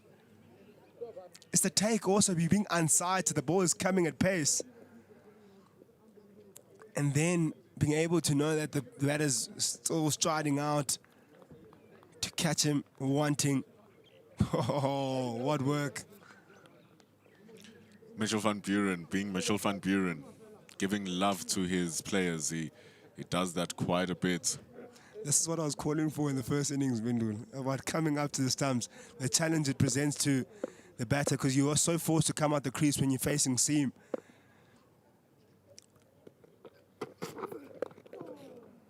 But Lexadis by Anelisi Milani. I feel like that's where the trend is going now. I think specialist keepers in cricket are becoming more and more important now. Guys that can do that kind of work, this kind of work, requires special moments, special players, and Dano Zuma certainly a special player. No one could catch him after that. South African emerging players, Seletswane, Mitchell van Buren saying, hey man, don't overrun. You're making us chase you throughout the length of the field, but yeah, that was insanely good. South Africa have probably gotten more than what they've bargained for with these 5 wickets in the first session. What work. Yeah, but speak about now the trend of the game going into this direction.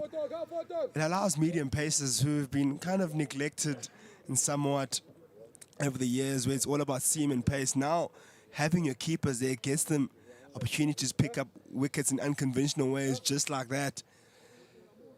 Guys that were like wicket-to-wicket bowlers that maybe not be effective in some conditions. Now you go to some continent, you take a guy that's a medium pace that can go hit a length for you consistently. He can cause you that kind of trouble.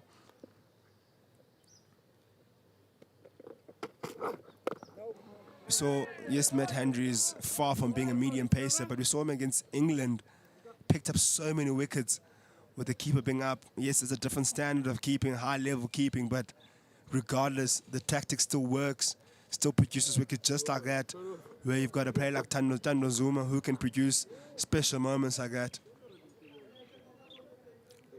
26 overs gone. 71 for 5. Sporty Bets bringing us this broadcast. Don't think anyone could have betted on a stumping of that high quality, but that is what caused 5 wickets. Don't think anyone could have betted on wickets falling this quickly. 2 wickets per hour, and the thing is, these last 2 wickets separated by only 8 minutes. Is this the start of yet another collapse? Always trying to bat for at least an hour before any other wickets, especially if you're trying to save a game. You know, at least 8 wickets, you can survive for 8 hours, but if you're losing 5 wickets within 2 hours, most likely going to end up playing 3 to 4 hours of the day. Here's Karl Engelbrecht, who's been bowling fine piece of finger spin.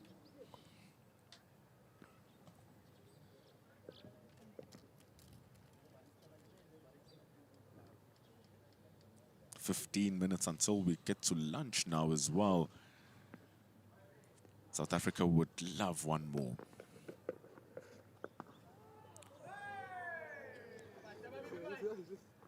Biplop not holding back. Sure.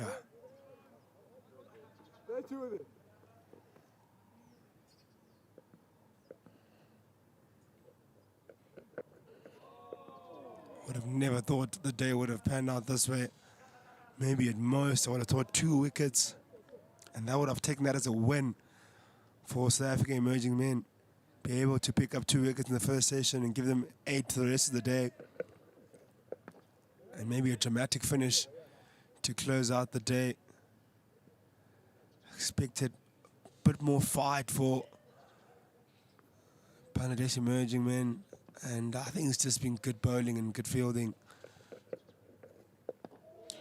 It's not easy to bat and not score runs. It's very difficult. It's very difficult to have bats on ball and be okay with the fact that this bat is hitting this ball and I'm not scoring. Because batters want to do that. It's in their nature. They hit it over the top, a couple of bounces, and it goes for 4. Fight back from Biblop.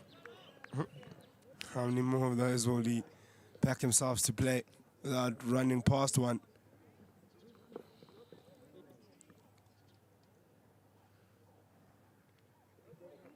Interesting shot selection.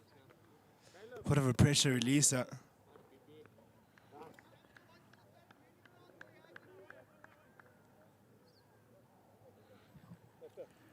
Came down the wicket pretty quickly. Good shot by Biblop.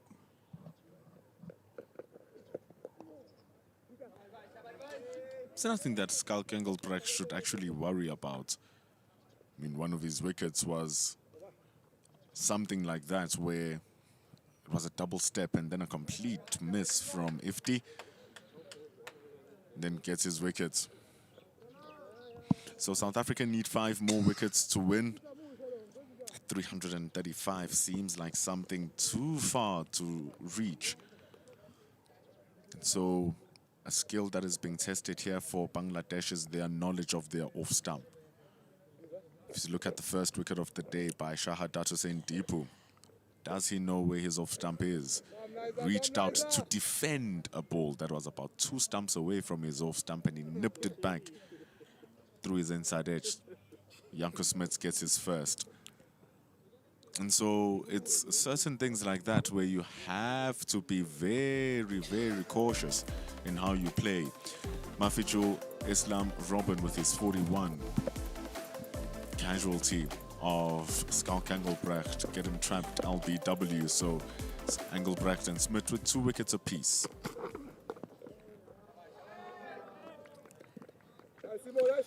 Yeah, they've been challenged throughout this game.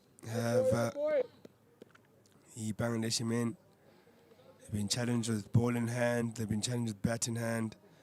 All their disciplines have been put to the test, and they'll learn a lot from this. They really truly will learn from a lot from this, and I do believe they'll come out a better side in the second game.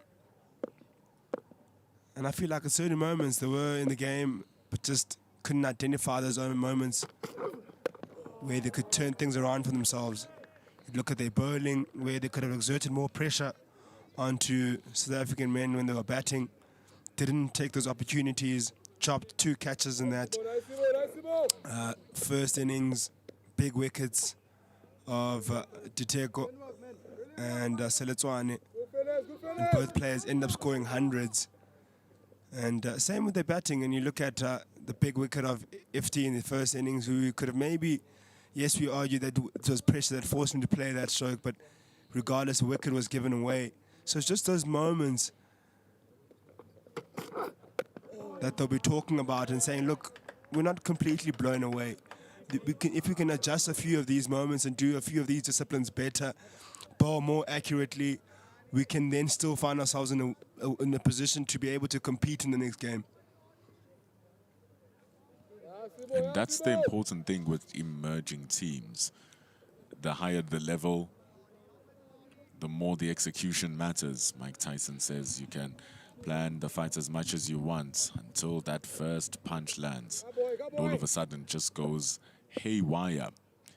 So it must be the same thing here for Bangladesh. The appeal coming from Simelane, not really appeased the umpire Gampum. But they're going to have to look at what their actual plans were here, Bangladesh, in this game, and maybe rework them with the knowledge that they've acquired in this game about how certain batters score their runs. They have this entire match live to go watch again and see where they can plug down the holes and where they can intensify their bowling and their fielding. Because you think of the wickets that South Africa took.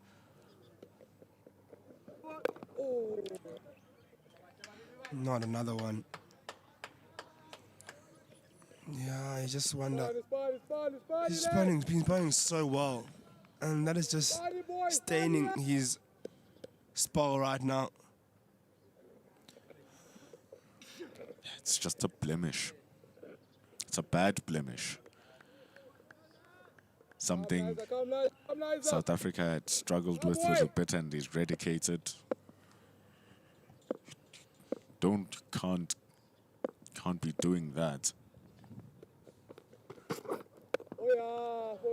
I've always wondered, does half a length of your foot really make that much of a difference?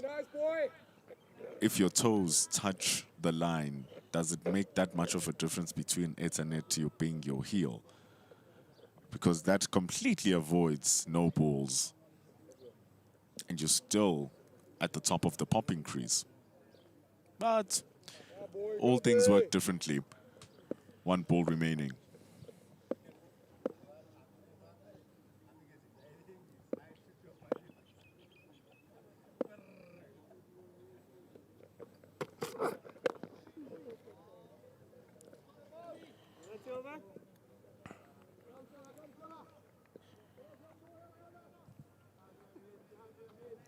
It's the end of the over.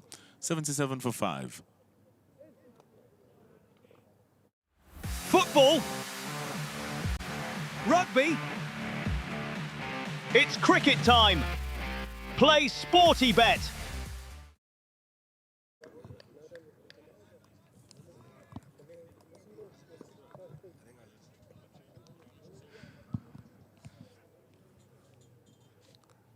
$77 for 5. With 28 overs gone. 5 wickets remaining for Bangladesh men's emerging. Skalkangelbrecht with huge loads. But it doesn't matter, he's gotten 2 wickets. 39 overs. He gets a wicket every 10 overs. That's pretty good for bowlers bowling this while he's bowled 50 match overs for his 5 wickets. Hasn't even conceded 100. That's quite impressive. He continues with his job here.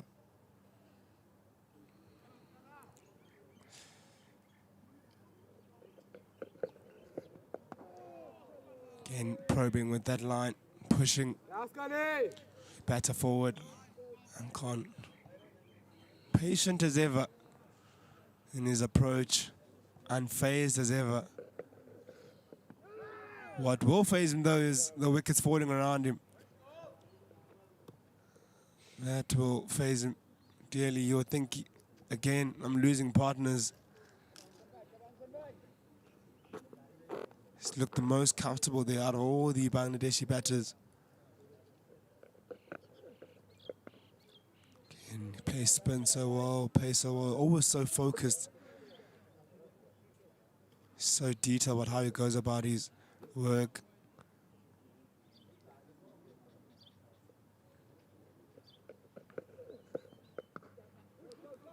Just rocks on the back foot there, picks the gap in the covers.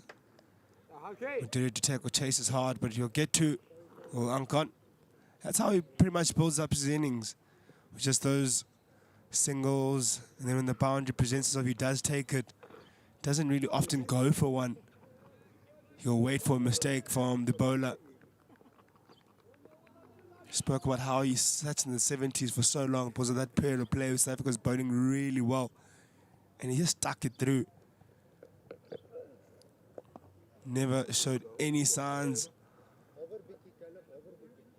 of losing patience. Didn't push at any delivery. Didn't give South Africa a sniff in that time.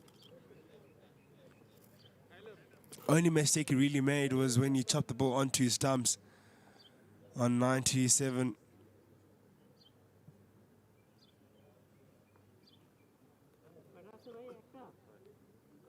Piplop, who missed out in the first innings, got out of the duck. Ball was LBW'd.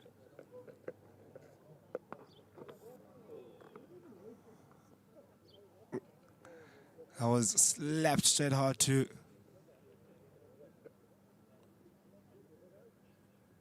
Did Jiteko saying to Skalk Engelbrecht, didn't even wait for me. I'm assuming he was still setting himself. Yeah, he really was. He still was. He still was. Big slap from Biblop. It's 80 for 5 after 29. Football. Rugby. It's cricket time. Play Sporty Bet.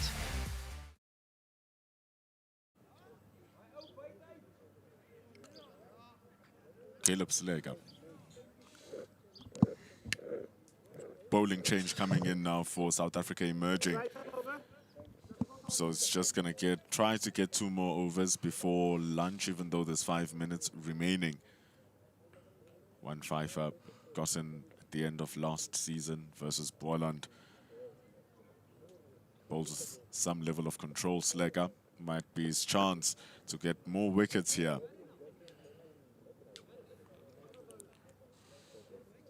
Still a pretty tight field still for Caleb Seleka. Extra cover in place. It's a big side of the ground.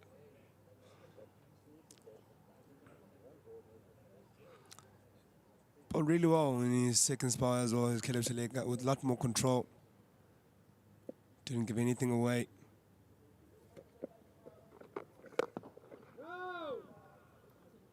First ball is overpitched though from Seleka, a little loosener to get himself into the innings.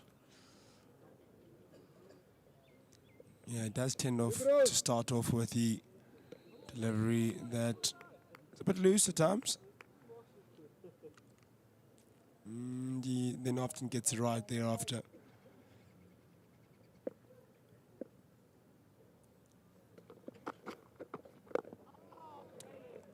It's getting a little bit better, that. Good second ball.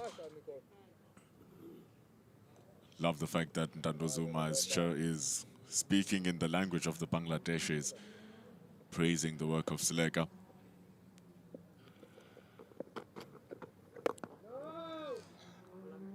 Still a bit too full from Caleb Seleka. He has to pull his length a little bit back. He's trying to just give it a little bit more loop and slowing it down. So what happens when you do try slow the ball down and give it more loop, you're going to release the ball a little bit earlier. So when you release it earlier, it flies a longer distance of the pitch and thus becomes full. So it's not easy to control. That's why when you bowl it a little bit quicker, it goes the opposite direction. You release it later and then you're going to bounce it short. So that's also the relationship between the speed and the pitching of the length. So it's a tough skill. That's what he was trying to do. That's more of his natural trajectory, though, not the flighted delivery that he hasn't gotten right. But it's a good ball, that from Seleka. Yeah, what's interesting with Seleka is doesn't get that much bounce, so usually everything is, if it's going in line with the stumps, so rarely ever bounce over the stumps.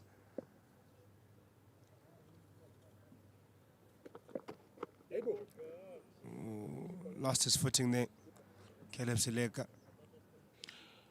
Wants to go to lunch, wants this to be the last over till lunch.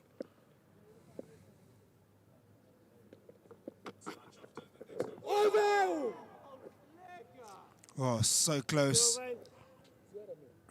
So close. And the bells come off from umpire Mzizi Gambu, who calls lunch. Interesting way to get to lunch.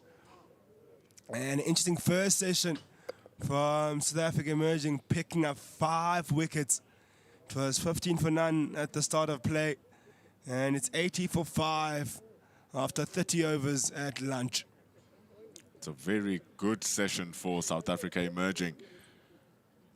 A lot of fighting in the field, but chirps and laughs out of the play. 5 wickets. That is the biggest issue here for Bangladesh emerging. They lose a wicket every 5 overs. It's an impressive strike rate for the South Africans. They can't score runs, but at least they still go for it when it's there.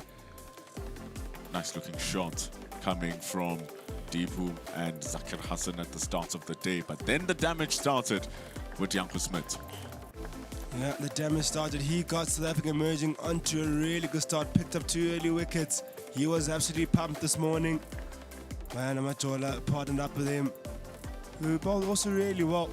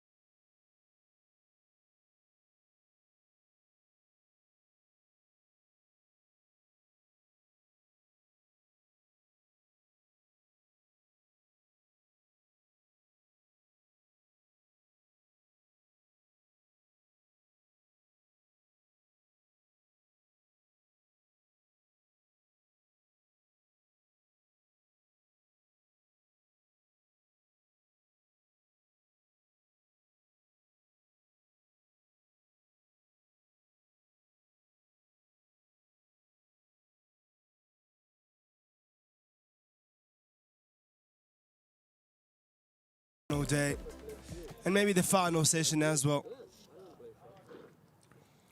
Slight bit of a fight there from Bangladesh men emerging just before the end of that session. No one would have expected, no one would have bet on South Africa emerging, butting them out and getting 5 wickets early this morning. Maybe last night, would have thought they would have maybe bowled for longer and get more wickets then to make their work a bit easier. But they made the easy work of this morning. 30 overs done, 80 for 5. Session number 2 on day number 4. We'll see Skalk and go back there. Good boy! 12 overs, 4 maidens. He's gone for 20 runs and picked up 2 big wickets. An economy of 1.6 per over. Starts us off. Bublop and Ankon have tons and tons of work ahead of them. Must not get bored out there. They must focus each and every single delivery. Ankon has been looking very good for his 4 from 38. It's not about how good he's looked in scoring the 4. It's about how good he's looked in staying out there for those 38 deliveries, which is the key for this innings. Love the fact that now they're keeping 3 fielders around him in the bat, regardless of the fact that it's Ankon. Yeah, South Africa emerging can sense now and sniff an opportunity here after this lunch period. Ankon has to almost restart and refocus, and don't know what mindset he has going into this session. If there's any slight bit of doubt, you want to exploit that doubt as early as possible before he gets comfortable again into thinking it's possible. So as soon as you put those 2 fielders there around, it creates a bit of doubt, and he'll be thinking this could be the end. 330 runs are way too far for right now for Bangladesh.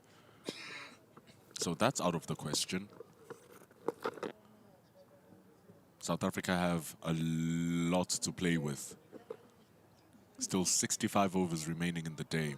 So that means that they have 330 balls. Now 326 balls to get 5 perfect ones. It's a tall order for Bangladesh, who've already lost 5 wickets from the first 150 balls.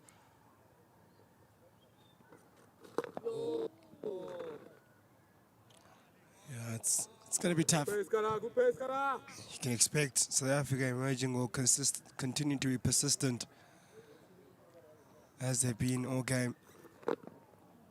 It's going to be challenging to deal with so many overs and to stay focused for so long. The more wickets they get, the easier it gets for South Africa. 31 overs done. 82 for 5. You look at that bottom column there, 329 runs required to win, and probably that won't even matter right now. It's be the wickets needed for South Africa emerging. I think for Bangladesh, it's how many of the overs remaining they were able to deal with, in particular these 2 batters at the crease. They have to deal with Janko Smit now. Or rather, it might be Janko Smit who deals with them. That's what he's been doing here, Janko Smit. 7 innings, 7 overs in the innings. Look at those maidens. He's giving nothing away. Going at less than 2 runs to the over. If you just watch every single delivery he's bowled this morning, you will understand why he's bowling so well, Janko Smit. He's hitting those lengths incredibly well. And he still doesn't stop. There's a very high chance he might even walk away with a fifer if he continues bowling like this. Why would he stop? Why should he stop when he gets so much purchase and reward from bowling that line and length? There's no need for him to go away from that, especially his 2 wickets have come from him persisting in that line. Tipu jabbed that one, got into his stumps, and got Zakir Hassan with the Jaffa targeting those stumps. And he continues targeting those stumps. Look at how tight point and cover are. Even mid-off, Mitchell van Buren is right there sniffing under him. He's going to open up the face there. There's no one, but he's trying to avoid Mudiri Titego standing on his waist. You can see as soon as the ball hits the bat, almost a handle, the ball kind of hits the bat so hard that the batter loses control of his bat somewhat. So when you do try to play with soft hands, it doesn't completely feel comfortable. Then it translates to you playing with hard hands. It's a nice coverage of the ball that from Ankon. Gets nicely on top of it. Kills all of its energy. He didn't have much issues yesterday. Maitulans Ankon. No issues today either after 44 deliveries. He's looking real good. He's looking real good, Ankon. That is a superb shot. Glanced away from the pads, too full from Janko Smith, and it's sent away for 4 runs. Yeah, you shouldn't be concerned about the fielders around the bat if you can play shots like that all along the ground. Lent onto it, the balance in playing that stroke. No risk in that whatsoever. When you have that kind of balance. The timing was exquisite as well. Well-earned boundary. Just a little bit straight from Janko Smith. When I say little, I mean very littlely straight.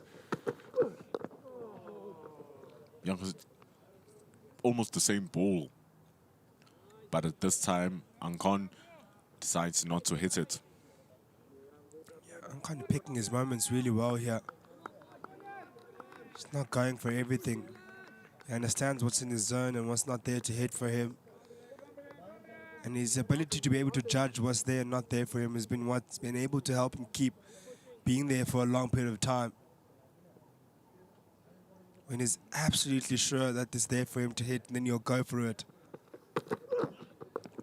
Oh, it's a nice slow ball that from Smith, but just miscontrols the length. Wondering what type of slow ball that was. There's so many variations nowadays. Yeah, it looked like back of the hand. It and the knuckleball will react like that. They just die down. Very hard to bowl that. It's 86 for 5. Speed is nothing without timing.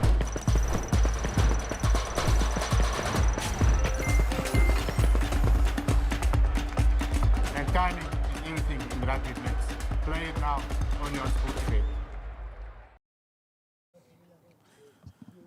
It takes high levels of dexteric hands to release the ball with the back of the hand. It takes tons of training and volumes and volume to get it right. Here's Karl Engelbrecht, who hasn't done little wrong. He's done very little wrong. That's a quicker one. You can see he pushed that one through a lot quicker. Almost trapping him in front. Biblop got his bat down in time.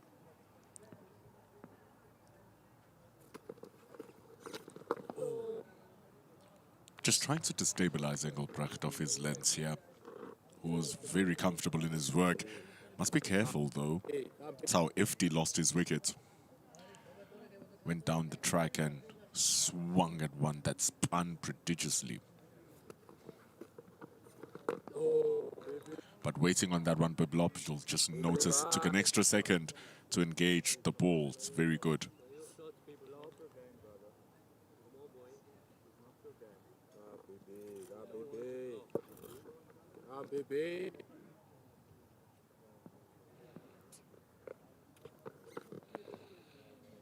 See, there he does it again. He engages, transfers his weight, and really waits for it. And it's the waiting that makes such a huge difference for Biblop. So Engelbrecht will change his angle of attack.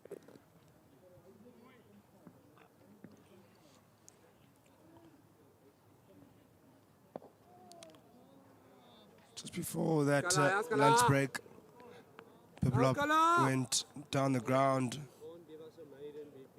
and hit it over mid-on.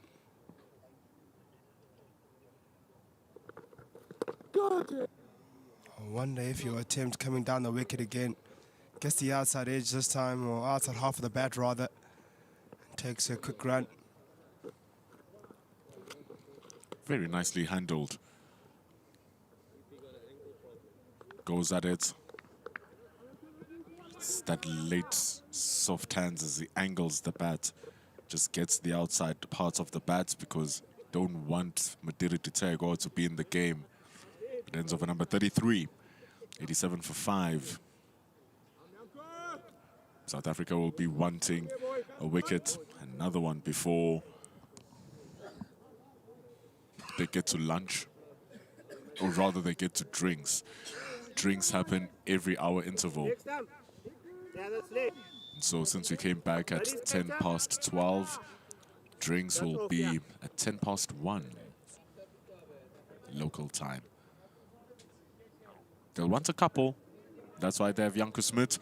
Those two fielders, Andile Simelane and Madiri Ditego, right next to the pitch. As always, the stumps are the target. And as always, he hits his target. Yeah, it's so accurate. His Janko.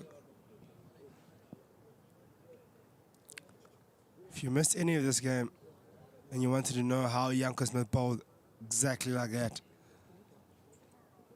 he's been there all game long. Has not missed his mark. Biblop, 25 deliveries. It's a good start from him.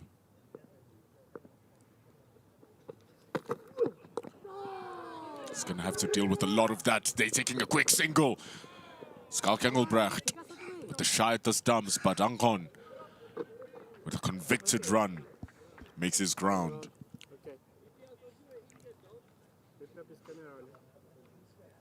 That was a tight single that maybe made his ground. Argue good running. That's what you need to still do. Can't just sit there and block away to the end of the day. Still need to run hard between the wickets. Slight bit of a hammy issue for Janko Smith.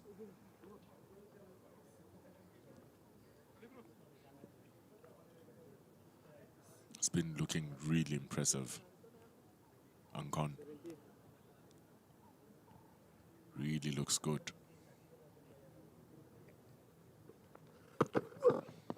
Change of angle now for Janko Smith. That's an interesting change.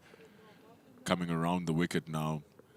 He's going to have to target those stumps, and it's all in the efforts to get Ankon to play the ball to those two fielders. And that's what has been different about South Africa emerging throughout.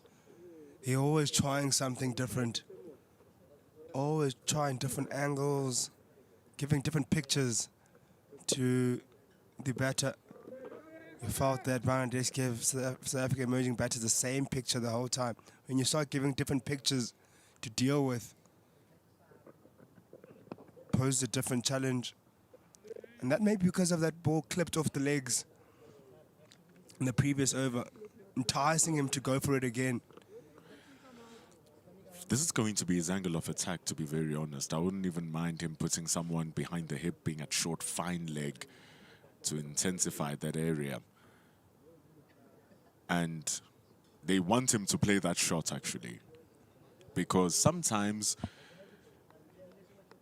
in a game of cricket, in order to get what you want, you give the opposition what they want. You bait them with it.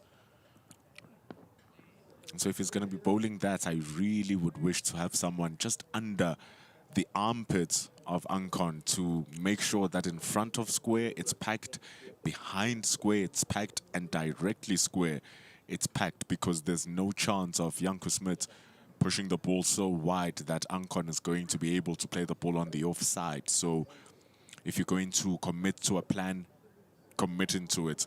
So if you look at behind the shoulder of the batter, behind his back, that big gap, that fine leg down deep can come in closer, or put another man there. It's the end of over number 34, 88 for 5. Yeah, you're exactly right, Bindula. I think they can afford to apply more pressure on Ankon, who they know won't play a shot in anger. But if you test him with different angles and different approaches, make sure that you plug all the areas and give yourself the best chance of picking up a wicket from that angle that you're using.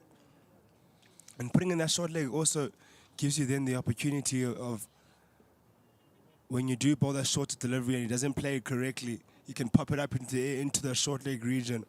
Now, if you don't have that short leg, when you bowl a short one, it's up to Ankon if he wants to pull it or get underneath it.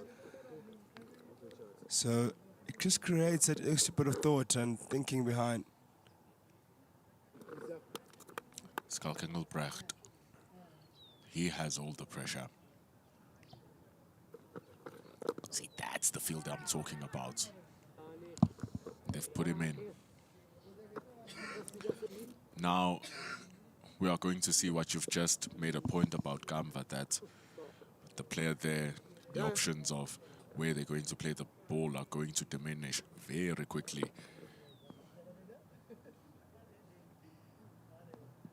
Again, play to that short leg. One of these ones will carry. Fiddling with that short leg fielder. There's Biblop. For now, he's playing it really well.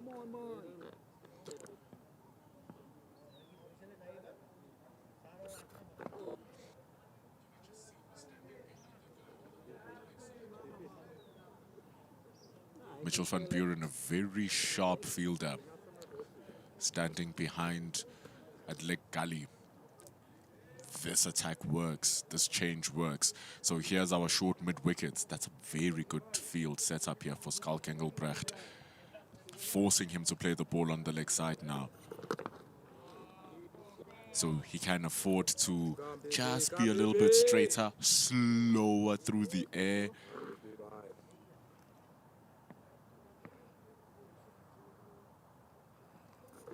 That's it. That's wonderful from Engelbrecht. That's the stuff. I wonder what that hit.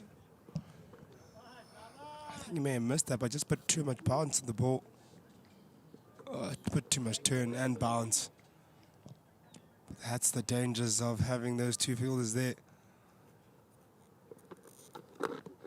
It's very good bowling from Engelbrecht. It's very good bowling. He's activating all of his fielders around, and if it takes a single to activate them, it's okay. It's very nice. It's the end of over number 35, 89 for 5. You say it's okay.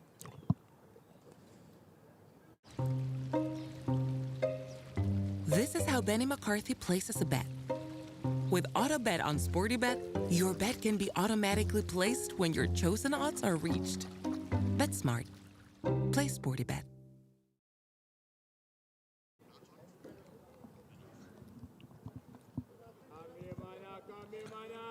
Janko Smith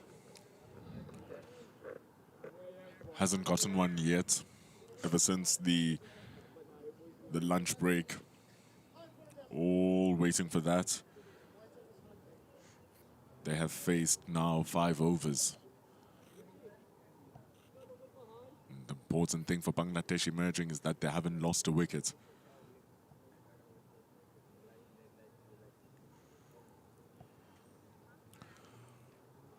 Yanko struggling with that hamstring, that left hamstring there. He's been stretching it for the last over, so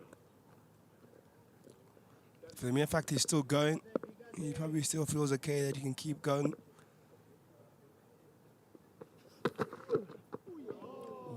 That's a tight leave. That's a really tight leave.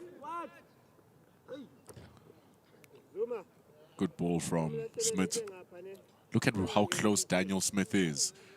Now even a little push onto the covers is a danger, simply because of how tight Daniel Smith is. It's a bit unfair. You have a wicket keeper in Zuma who's taken so many good stumpings. You have Daniel Smith standing extremely close, who's taken an incredible catch. You have Mudiri Ditego, who's standing incredibly close as well. He too has taken a stunning catch, and all of these three are wicket keepers.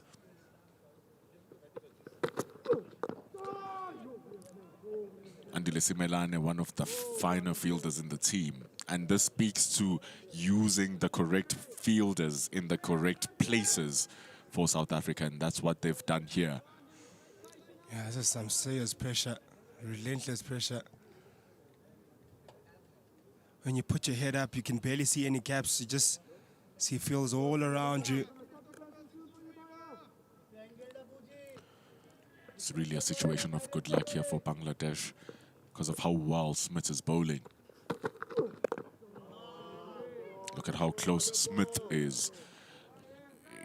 I think he can even afford to slow one up. It was a great idea with the back of a hand, slower ball the over before. One of those every 2 overs wouldn't be a bad idea. Not just because it's a great idea, it's well executed and perfectly landed. Easily you can lose your line there, but just so straight into the stumps. Tell you if Ankan had missed that, that's definitely crashing to the stumps. Ooh, that is close. That's very close. Biblop was unsure whether to go forward or go backwards. Hung a bat out and almost chopped it back onto the stumps. Oof, that's a good one. Because now even that back of the length delivery is not bouncing so much, you're so forced to play it. You initially react on the back foot, but it requires a front foot stroke. But because you can't play forward with those fields around you, you have to be so sure when you're going in the front foot. Otherwise you can chip it up in the air.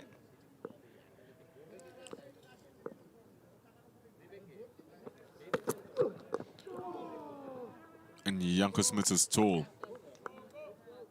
Yanko Smith is tall, so he also gets unconventionally big bounds, even from a good length. And so you have to commit very committedly when you're going to go onto the front foot against him. So his last ball remaining in the over. And he's constructed this one pretty well, Yanko Smith.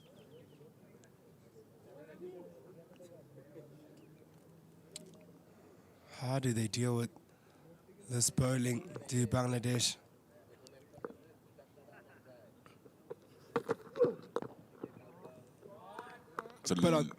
Put on the legs and clipped away by Biblop.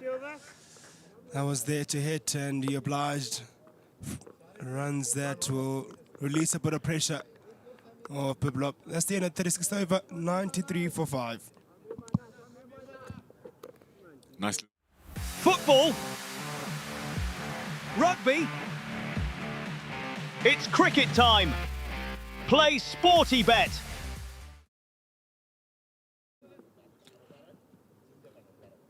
It's nicely done from Ankon. More pressure going to be applied.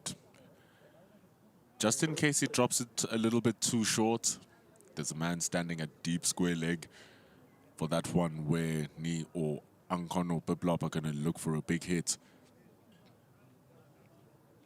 But fielder at slip, fielder at silly point, Richard Seletoane at short leg.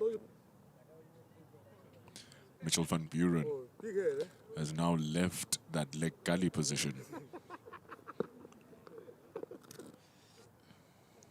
I actually like that leg gully position. The reason I like it is because there's a ball in that overweight got a bit of extra bounce.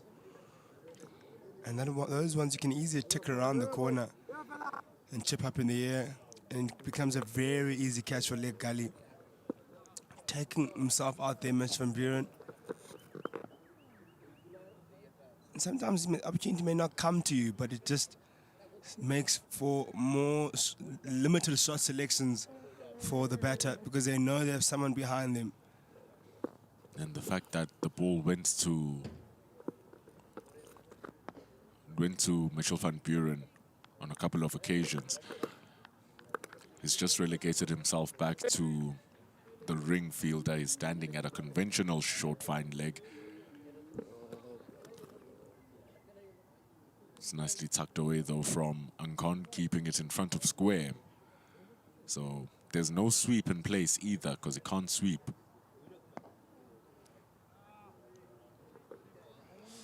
Yeah, I'm not too sure if him saving a one is the best option right now for Mitch van Buren.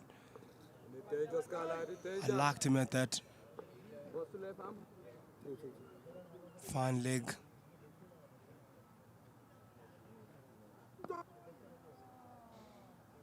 Really trying to rip it. It's amazing. He gets good spin when coming over the wicket. He gets it to work. When he's coming around the wicket, it slides more often than not.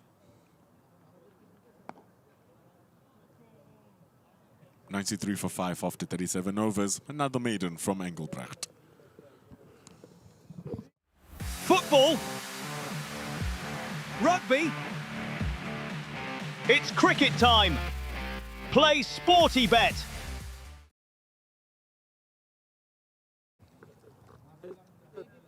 Sporty Bet's bringing you this broadcast. 93 for 5. Bangladesh are slowly fighting back 7 overs without a wicket. Bayanda Majola is going to come back. Is this going to be him becoming a phoenix? He was burnt earlier on this morning, went for a couple of boundaries. But can he rise now, Bayanda Majola, and do what he did yesterday morning with some perfect fast bowling? Look at his numbers from this morning. 6 overs, 27 runs, and that's unlike him. 4 runs per over he went for. In comparison to his first innings, only went for 1.8. Needs to go back to where he was. He's done just that by Bayanda Majola. He has natural movement off the surface, just getting the ball into the right-hander, and it's still doing so now. In that spell of 6 overs, he did have those deliveries. I think he just was damaged by those few deliveries, those boundary deliveries that he gave the batters. If you can eliminate those, it becomes a really good spell for him.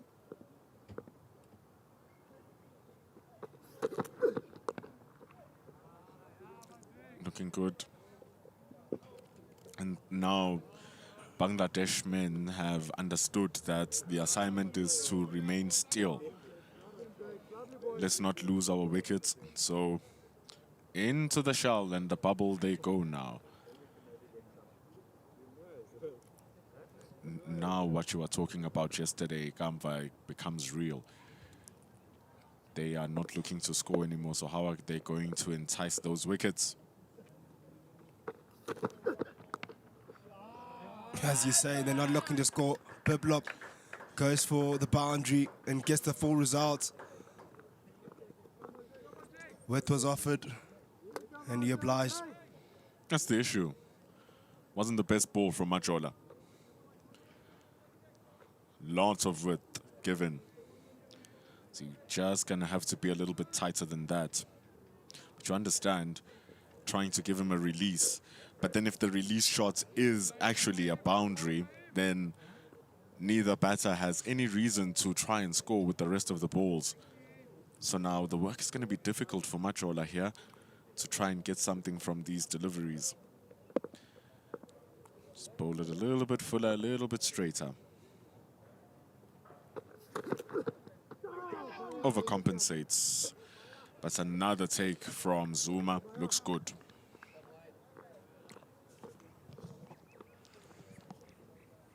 People up. Oh, we're breathing a sigh of relief there. They didn't get any bat on that. Followed the delivery. But luckily, doesn't get any bat on it. Not a good delivery from Bayanda Majola once again.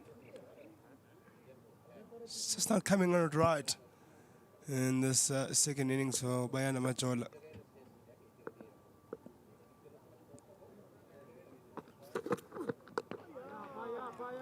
Much better. Much better. Actually, he looked in better rhythm with that particular ball. Just had more energy through the crease, it feels. Gets to hit the deck nice and hard.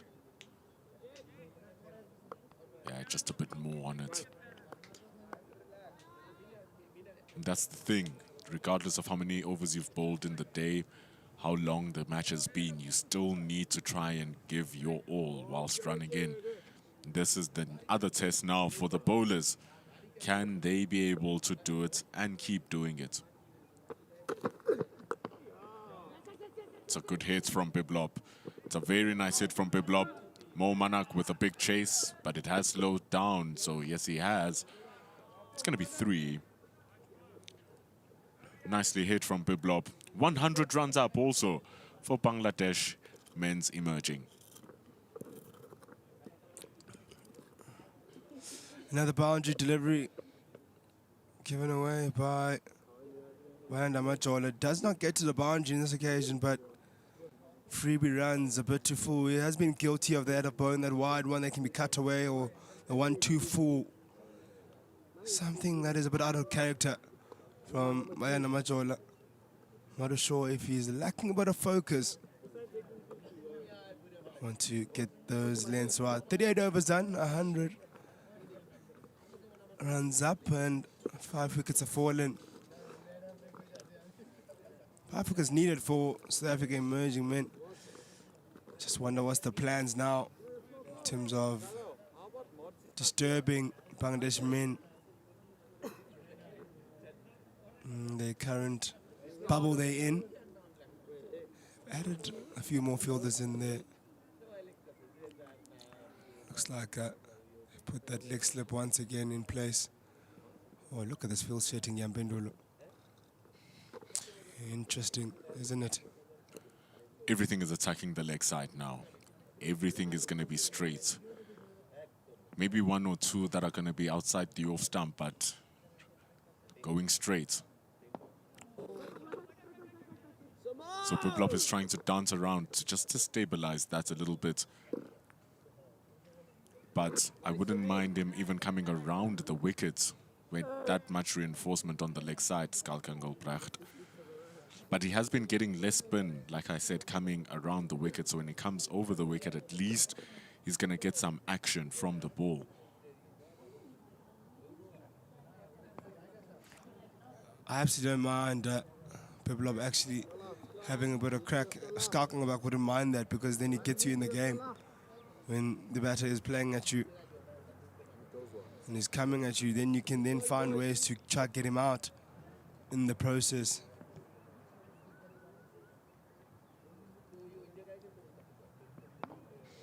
The argument is South Africa have about 100 to 150 runs to give.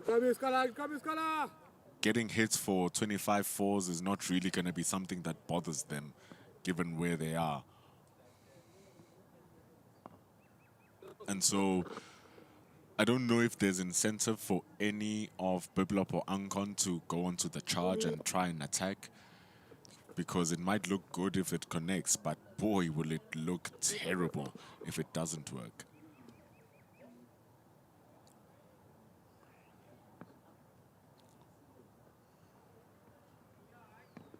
Pulls it away. They're going to go for 1. As they turn back for 2. Mo Manak, that's why he's there. That deep square leg. It's a good fielding here for South Africa. Might have caught a bit of Richard Silitswana on the way to deep square. Had to get out of the way pretty quickly. The rest of that is that if it ever hits that body and then ricochets up, and Madeira would be there waiting to regather that ricochet on Mitch van Buren. Yeah, Richard Sillet's on is saying that if it was his choice, he wouldn't be standing at short leg. That's what he gets for being the youngest in the team. Gotta be brave to be there. Really brave.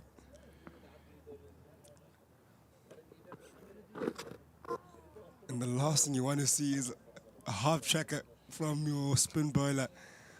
You just duck immediately. It's 102 for 5 after 39 overs.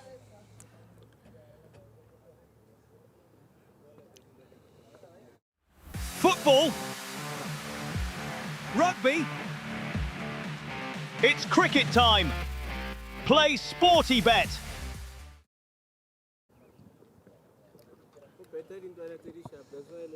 Open spaces in the offside. That's going to be covered by Daniel Smith eventually. On the leg side, Andile Semelane still remains next to Madiri Ditego. Two fielders standing at conventional mid-wicket and conventional square leg. Down at the back, we had a deep backward square. Just in case they're able to just squeeze it away through their hips. But Ankon has been looking pretty strong. 57 deliveries faced. Now he's gotten that energy through the crease. Majola needs to keep it up for 5 more balls. To be fair, for me, I haven't had an issue with him, how he's gone in 3. It's about that delivery, the one that he gives away in the over, the boundary one. I still think he's bowling really well with some good energy, but I think the accuracy hasn't been there as you'd have liked. Not too sure why, because he made it look so easy in that first innings.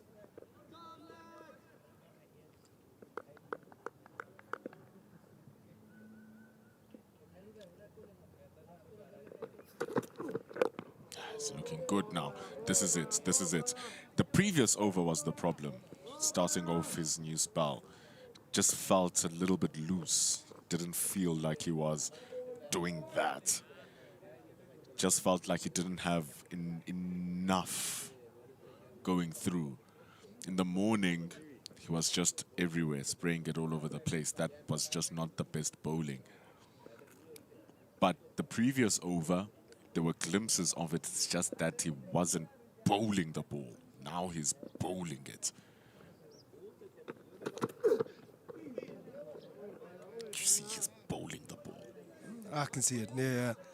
There's a bit more energy, certainly. I can see what you're exactly talking about.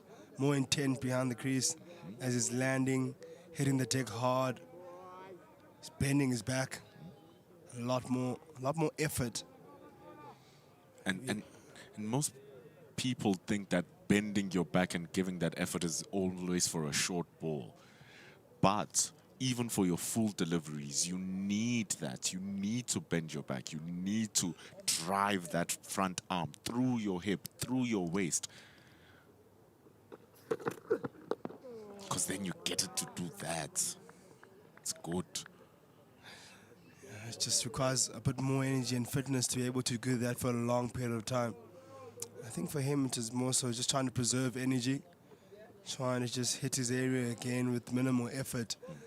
But when you do that, you do lose a bit of elements to yourself. Then you lose your accuracy. And now you look at the transition from him showing energy, the accuracy is there. But when he was just trying to place it there and somewhat powder puffs of deliveries just landing it there, then it became awfully easy for the batter to get through it.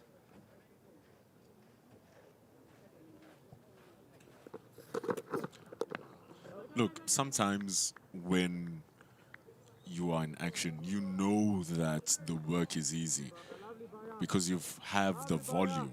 So you know how your body's supposed to feel when you're bowling. And you tell yourself, don't overthink. It's easy. Do it easy. Take it easy. And sometimes you forget that the ease comes with the tons of effort being put behind it for it to look easy, to come out as easy. Bowling in the mid 130s is not easy. It's tough. It requires a lot of energy. And so I think he's just reconciled that now. He's definitely reconciled it.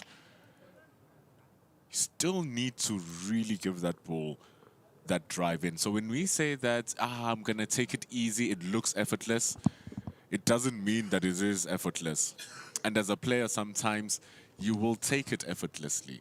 And that's when you get it wrong. So you just need to remind yourself that effortlessness takes a lot of effort. Well, effort is required from the Bangladeshi men emerging now because they got that first session wrong. Lost 5 wickets just for 102 runs in that 30 overs in that first session. So a lot of fight is required now with those 2 men at the crease. Would have changed. It's now or never for Bangladesh men emerging. It is the partnership that will require them to get them over the line. Any more sniffs for South Africa men's emerging may lead them to victory. 5 wickets is all they need. That's a lot of wickets to take. Therefore, they put in tons of reinforcements for it. Sure. Biblop is being hounded. Madrid Titego did say the abuse you're gonna get. The abuse. Look, even yeah, it's a bit too much. This is actually fine. Let's see how he's going to work around it here at Skalkengelbrecht. Yeah, maybe coming around the wicket for a couple of balls won't be a bad idea for Engelbrecht. But he can get out in any direction. Oh, that is trapped, but they say no, it's not out. He looked like he was going to be in trouble, but umpire Sajidul Islam does not agree with the appeal. Jeez, that's awfully close. The only reason here could be bounce. Oh, that looks tight. Maybe bounce, extra bounce there. Oh, that's a good call, actually.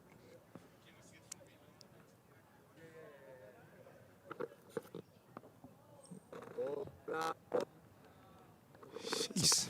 Very good ball from Skalkengelbrecht. Pitched it perfectly. Wonderful speed.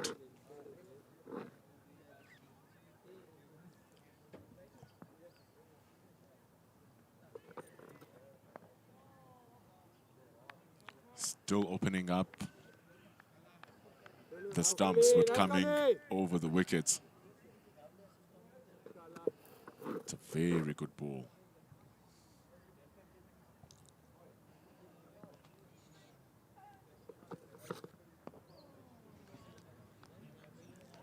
It's the end of the over. One that brought a shout for Skalkengelbrecht. It's 102 for 5 after 41.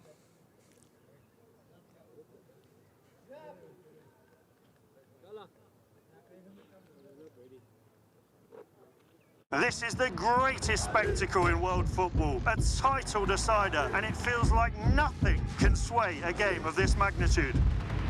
Says who? We've been through this before. You just have to believe a little longer. And everybody knows that 1 minute here lasts forever.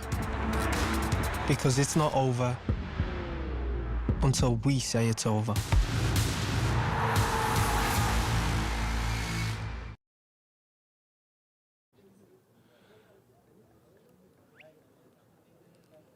We're coming back. Love some chats coming in from the YouTube chats.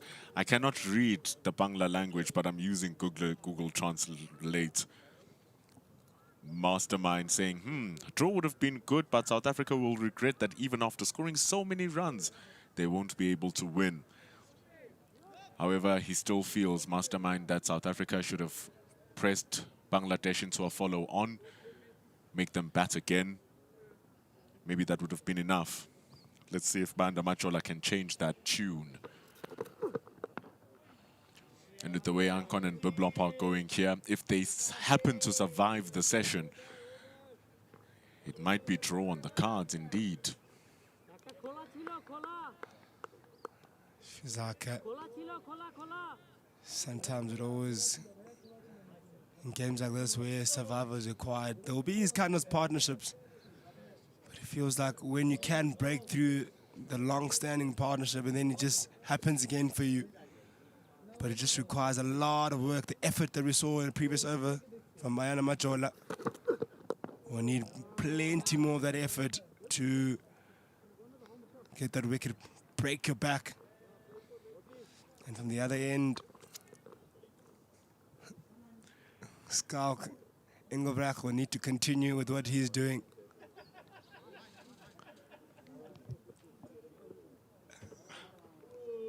Banda Machola bowling very well. Brings straight. It's bowling dizzying lines and lengths.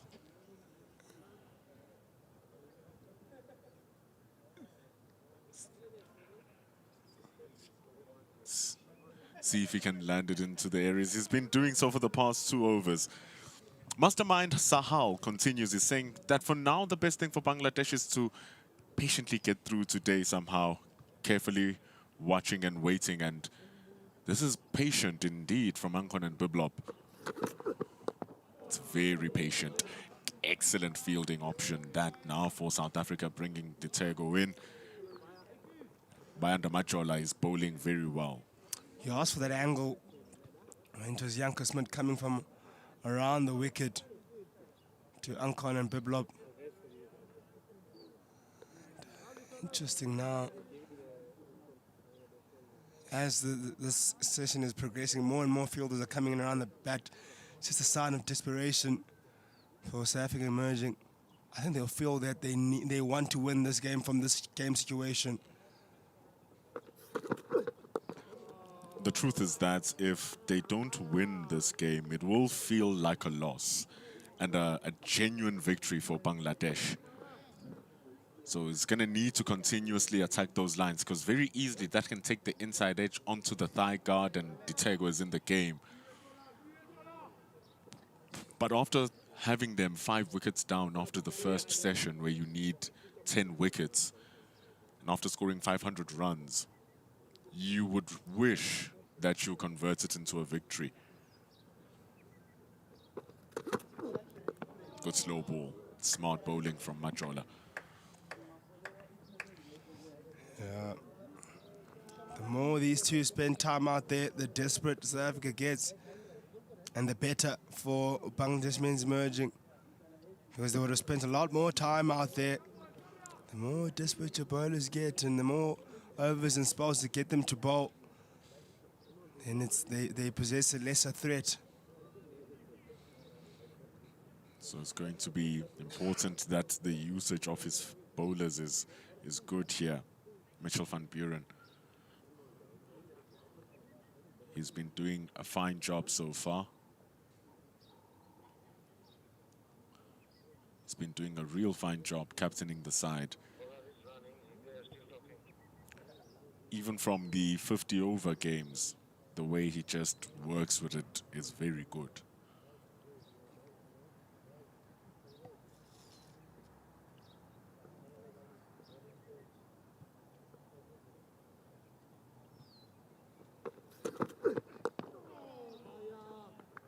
Nice and tight from Machola to win the over. 102 for 5 after 42.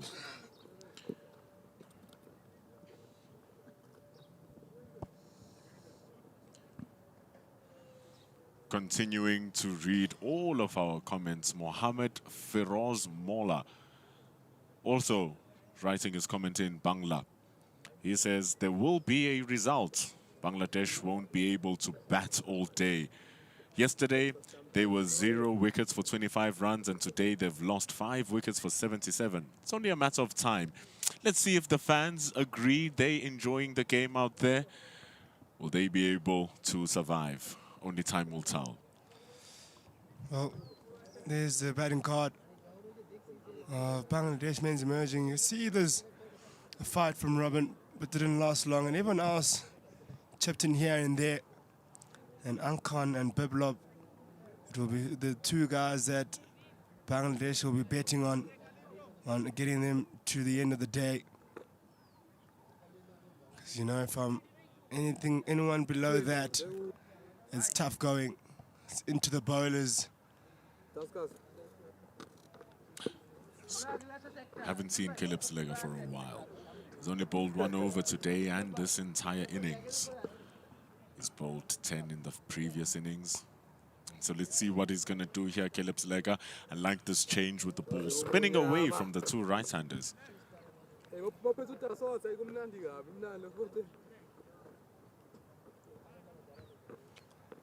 South Africa men's emerging. They're 1 wicket away from getting into that tail. They'll then feel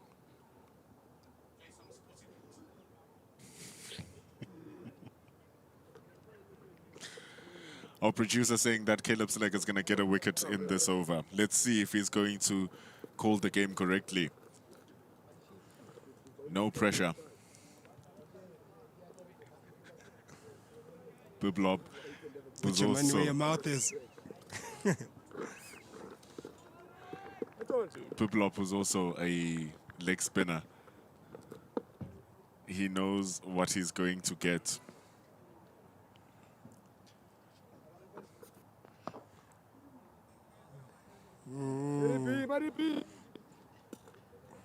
Looked like a good shot that from Biblop, because he really can't bat. He's moved to 23 now, Animal Islam Biblop. Oh, nice ball. He's bowling really good speed, Slegger. Just needs to get the length correct. Boy, will he be in it. First time seeing him from this end. Believe the university and Caleb Slegger. Haven't seen him come from this side.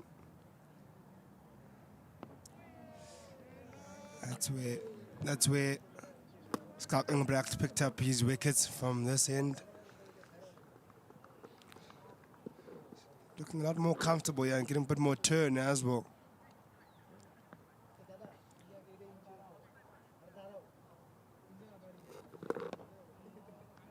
Getting the ball to work pretty nicely as well. Slegger. It's been a good start to his over. But an even better start will be a wicket. Any wicket between these two, really.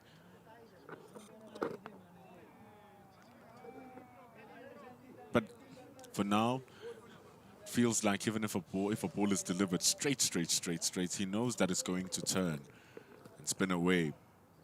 So he's able to just work it pretty easy here. Animal Islam Biblop. Just like that. It's a neat little over from Caleb Slegger. Very neat. It's 102 for 5 after 43. Football. Rugby. It's cricket time. Play Sporty Bet.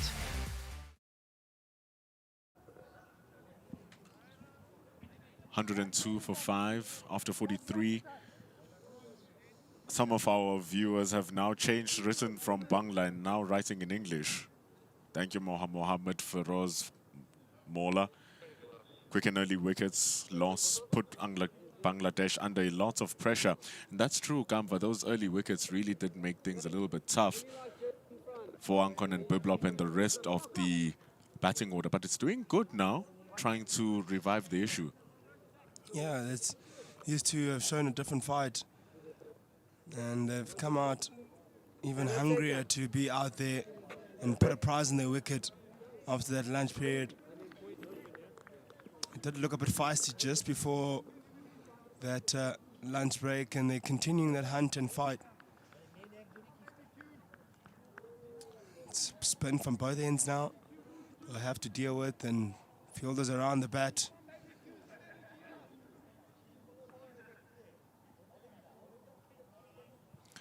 Here's Engelbrecht. Ball's a little bit wide, but they're not going to take the run.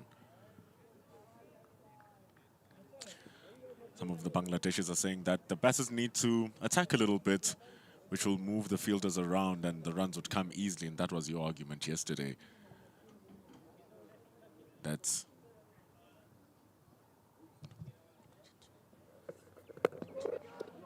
actually wasn't your argument, but they take a one here. It's very nicely done. And maybe it is things like these. Going for big hits, going for a little move, trying to move the fielders around, but that's not the main prerogative today. Today it's all about making it until the end of 90 overs. Yeah, I think I said something along the lines of the longer you spend out there and the longer you frustrate the birders, then you'll start seeing the fielders moving away because of the fact that manufacturing runs in other areas. Seems like it may be a boundary into a gap, and there's no fielder to stop that, and it's for Biblop into the boundaries once again. He's looking good. He's really looked good. Very compact as Biblop. Second session is always a tough session. Wide and full. And it goes for 4 because, I mean, after the first session, you have assessed what the day has to bring you. Then after this, the lunch break, you spend the whole of lunch just discussing what needs to be done, how you need to attack the innings. Now it's all about execution for Ankon and Biblop. Still, runs are not an issue here for South Africa emerging. This partnership is as important as the partnership of Ifti and Ankon in the first innings. If Ifti was never dismissed, wouldn't have the sort of collapse that took place or the bundle of wickets that came thereafter. And I feel like this one holds the result of the game. I don't see much fight beyond this partnership, to be fair. Not a lot of runs came, not a lot of fight and runs came at the end. Or the last couple of batters in the first innings, don't think they'll be able to withstand the pressure as these two have. Slapped away from Biblop. That's going to run away for 4. It's a bit too wide from Skalk Engelbrecht. 111 for 5 to end over number 44. Yeah, that one truly matter. It won't really change the result of the game. Boundaries won't matter. Players will take a slight bit of drinks break now just to catch a breather and chop and change a few tactics. Don't think much tactics will change for the Bangladesh men's merging. 44 overs done, 111 for 5. And we'll also on our side take a quick drinks break. And we'll be back with you shortly in a few minutes.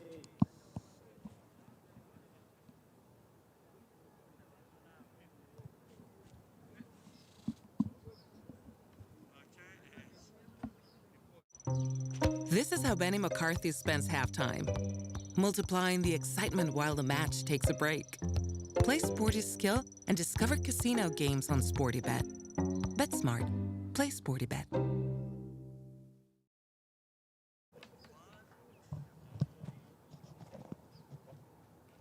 It's the perfect time for us to just run through some of your comments, because why not? Quick and early wickets were the reason Bangladesh were put under pressure. Mohammad Feroz Mola telling us that. Mohammad Eman Hussein is asking, no falling wickets, please. Still believe that there's going to be draw here for Bangladesh. Tariq Peterson, a South African in the chat, saying that South Africa needs more wickets. Isn't that the tale of the day, Tariq? They need 5 more, and as they bundle up over there, the number of Bayanda Machola's back, that's all the wickets they need. 10 of them. It's going to need to be an outstanding bowling performance because it seems like Ankon and Biblop are taking a liking to this. Earlier on, there was another comment saying that this Ankon kid deserves to be in the Bangladesh setup. He's only played one game, Ankon, in Test match cricket. That was the game. There was the game versus South Africa in Chittagong. So he's playing like a player who wants to get back into that national team. And he's doing pretty well. Sadman Nuhan saying that they will fall eventually. Where's the belief?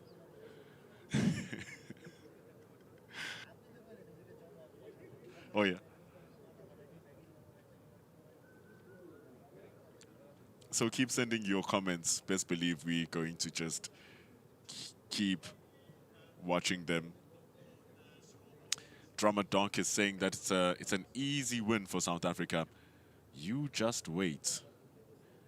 It is a game of heavy patience. Amran 5919 saying, please don't lose wickets, Bangladesh. It's 51 overs left. It's going to take a lot of work. Those are 306 deliveries. 51 overs left. For those asking, famous building design saying that South Africa's going to win. Are they? Or are Bangladesh going to draw this game? Ex-Junior, X-15, supporting the Bangladeshis. I like this last comment coming in from Ex-Junior, X-15. Even though Bangladesh might lose, they haven't lost. Even though they might lose, they played the game beautifully, session from session. I think my standout is definitely that Ankon 97. He's played extremely well for that 97 in the first innings.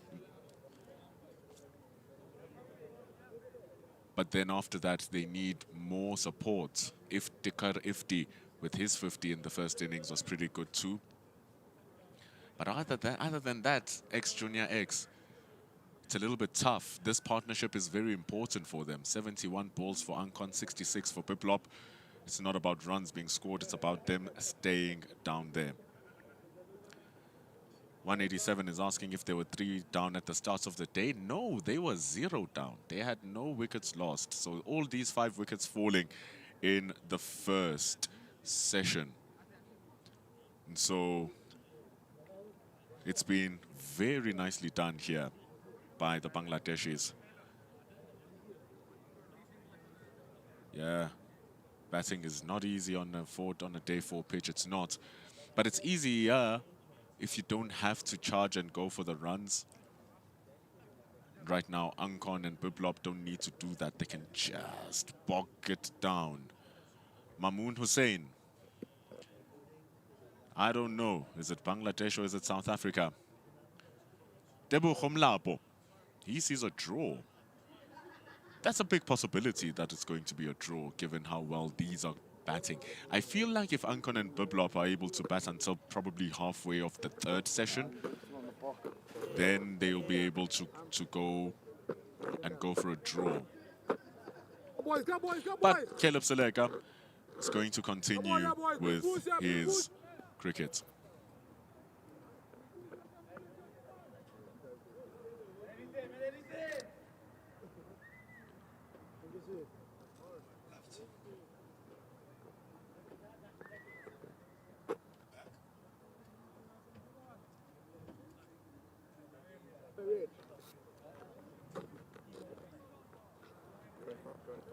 $111 here for Bangladesh men. 5 wickets remaining for South Africa to grab. Caleb Seleka is going to have a huge role to cover up Skalk Engelbrecht, because Skalk Engelbrecht with his right arm off spin has been really good. Yeah, he's going to have a critical role in breaking this partnership and edging South Africa closer to an opportunity to win this game. Love to hear the engagement from the comments. A lot of glued in viewers and anticipating many results, a draw when wickets falling. Ankon Biblob batting it out through to the next 51 overs. Different opinions, different perspectives. But we have the opportunity to see that unfold right now.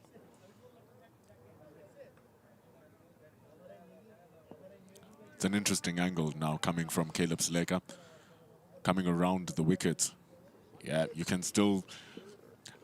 I don't know why they didn't put so many options for Caleb Sleka. I like Daniel Smith. He's speaking to Mitch van Buren saying put someone under the helmet in front of the batter as well. Because now it's not going to allow Ankon to play whether on the leg or on the offside. So something to look forward to here for Mitch van Buren.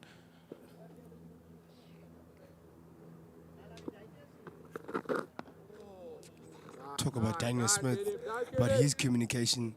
He's been quietly giving out instruction there at first slip about who must come in, not come in to Mitch van Buren. As soon as he feels there's a slight bit of opportunity, you ask for a fielder to come in. Like to see that some players assisting the captain in terms of making decisions alongside the keeper.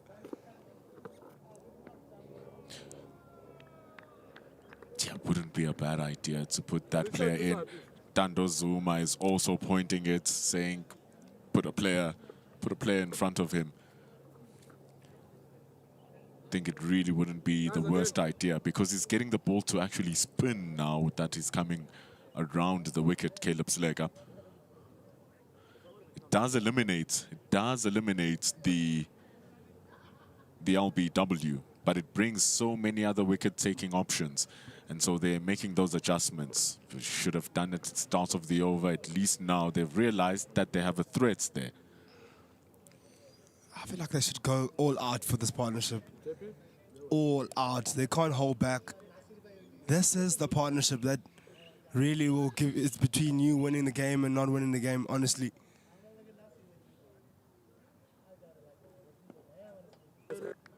Get your fielders in. Pack the fielders around the bat. Put the pressure on the batters. Make every single shot be a requirement of focus.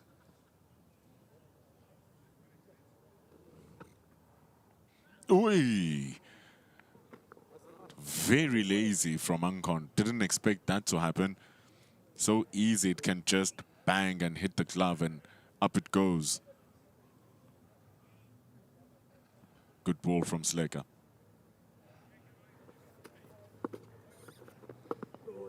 This is good. This is good.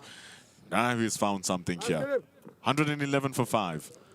Yeah, now he has to be forced to play with softer hands and play underneath the bat, which poses that risk of the one just rolling onto the stumps. 111 for 5 here. Now Skalk Engelbrecht and Caleb Sleka are working as spinning twins. And this session has been really good here for Bangladesh, simply because they haven't lost a wicket. They've spent 15 overs. And remember, 25 overs in the first session to lose 5. And so you're saying that this is a good response from Ankon and Biblop. Yeah, excellent. Good is a bit of an understatement. They've shown a different level of fight here. It's a wickets column. It was so crucial. Good delivery from Engelbrecht. The longer these two can stay out there, the longer they can frustrate the South African. That's middle. You have to try to get those seamers back into the attack again. So by the time it comes to the end of the day, they're a bit more fatigued to have those last bursts. They're not as effective.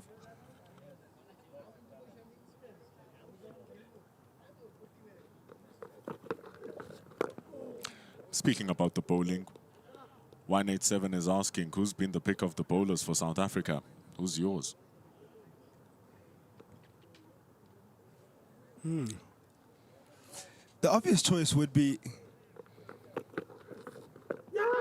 Ooh, just dropping short. Here comes the action. Skalk Engelbrecht is part of those picks, 187. He's been good.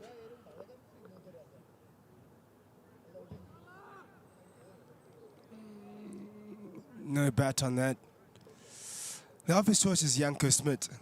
But for me, the most important bowler for this game and who made that possible for Janko Smit to have a good day out there is this man on screen right here. Skalk Engelbrecht bowled really well. Held up an end, bowled 39 overs with a really good economy and underrated performance from him. If he didn't hold up an end, wouldn't have allowed Janko Smit to be able to come for spell after spell. I feel he's the one that also changed the game for South Africa to be able to allow the pressure to be applied on both ends. So for my bowler, the game would be Skalk Engelbrecht.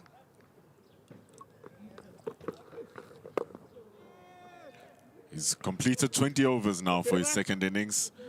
He's bowling loads. 113 for 5 after 46. Football. Rugby. It's cricket time. Play Sporty Bet.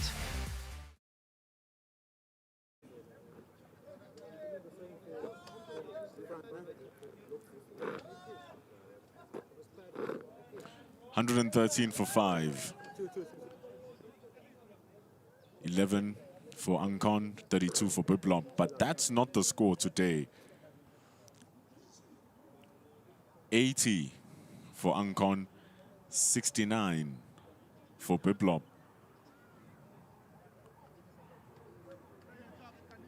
So they need more of those.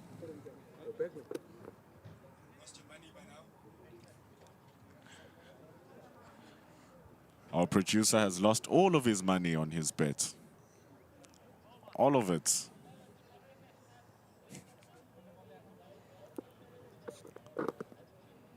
This is good from Caleb Select. It's such an awkward line for both Ankon and Biblop to deal with. It's something that haven't experienced so far. Because of that extra bounce and extra turn, then those fielders around the bat requires extreme soft hands. You can't be reckless with your batting at this point in time. You can't just think you're gonna just drop it. Then there we go. Madrid to take on his knees. Wants to pout on anything that comes his way. Yes, I love that. I love that. And he's speaking, he's letting them know that he's eager, he's waiting for it. He can chirp today. He really does chirp. He hasn't kept quiet the whole day. And it's so interesting that this is what has made Caleb Seleka so threatening. He looked decent coming over the wicket. He looked okay. But now, every ball seems like something is happening.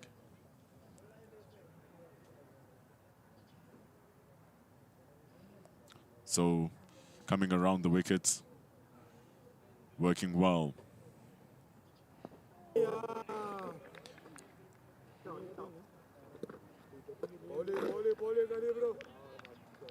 H. Binafuent, I hope I'm saying it right, is our #1 commenter so far, saying it's an interesting fielding style. It's been interesting throughout for South Africa. They've been just trying to block out the gaps around where the run scoring happens. Try to get wickets. Just notice now how Ankon is playing that ball. He's no longer sending it squarer. He's sending it more in front to get away from Mudiri Tetego. Why not put 2 players there? Got nothing to lose, really. You could pack as many players you want. The batter will be forced to make the change, not you. The rest lies with them. It's good bowling from Sleka. Good bowling. 113 for 5 after 47 overs. It's tough going now for South Africa all of a sudden. The pressure is being reverted by Ankon and Biblop, but you still have Majola and Smith under your wing. This is a perfect time to go on Sporty Bet and bet what's the result of this game, with two possible results: South Africa winning or Bangladesh men's emerging, finding a way to close out this game with a draw. So have your say on Sportybet and you could be a winner. Skalk Engelbrecht continues. Darts that one a little bit sharper in. It's becoming big issues here. Drinks has been taken. The hour has gone for the session and still no wickets. By this time in the first session, South Africa had taken 3. Oh, the outside edge from Biblob. No chance for Daniel Smith or Zuma. Ball just died awkwardly and it runs for 4.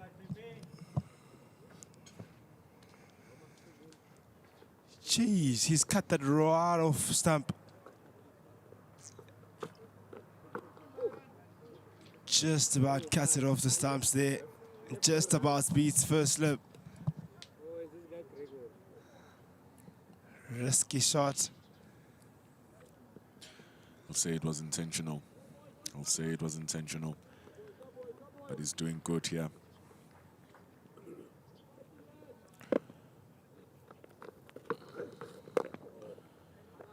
Esan Babu, or rather, H. Benafuente is saying, I want to see someone come down the wicket, not defending, just to unsettle Engelbrecht. Oh, that's something about unsettling him. Well, we saw FT attempting to do that earlier. Missed it all, ends up ran right past it. So I'm not sure the rewards you get from coming down the wicket. May not get much reward from doing that. Keep the plan as simple as possible.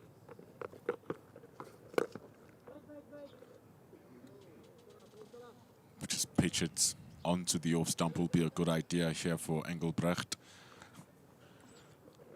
Just pull the length slightly back. Might see some magic. That's the ball. That's the ball. Can afford to pitch it a little bit wide on the off stump, but that's the length. After 48 overs, 117 for 5. Football. Rugby. It's cricket time. Play Sportybet.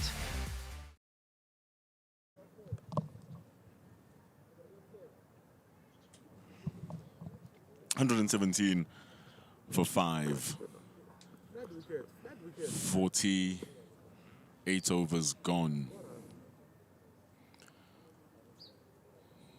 Then it's just a discussion on what's going to happen, or as Caleb Slaker was doing pretty well coming around the wicket, but Daniel Smith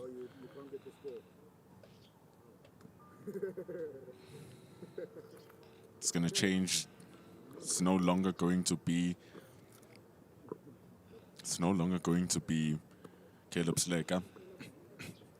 Esan Babu in the comments was also writing in Bangla. I'm using Google Translate. He's saying that if these two can last for another 40 overs, it's most likely going to be a draw. The key thing is to watch how the Bangladeshis are going to play after the session, especially those first 10 overs after the session. And that is a completely valid point, Esan Babu. Very true. Because if they're going to last for another 40 overs, there'll be a couple of overs left. So South Africa are doing something different to just destabilize it, bringing part-timer Mo Manak with his right arm off spin. Yeah, maybe the golden arm. It's usually these part-timers that can just break the game right open. It just finds a bit more revs in the ball, a bit more turn. Then you never know. And also the batters will have a new picture to deal with. Something they haven't seen before in the whole game. Now they have to deal with it in the press situation where you have to be a bit more defensive. Just interesting. Here comes Mo Manak.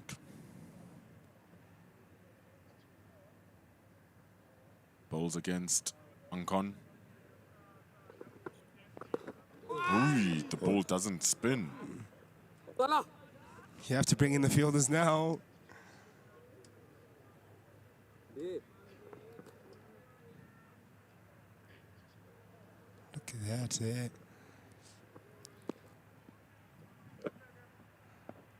Ooh, getting it to move. Excellent. Good, decent control from Manak. Interesting.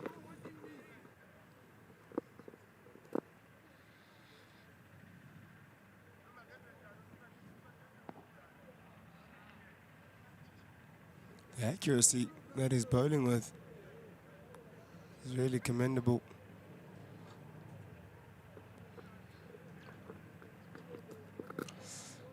Right arm off break.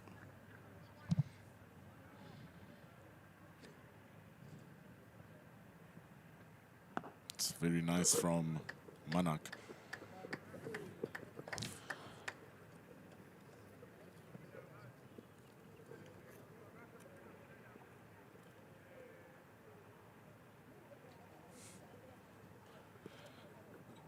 So an interesting change here. Swapping Caleb Seleka, your conventional leg break bowler, for Manak. It's getting some revs on it. And it's been decent control for part-timing the leg spin. So Devil Brevis took 4 wickets versus New Zealand A last year in a 50-over game. So stranger things can happen.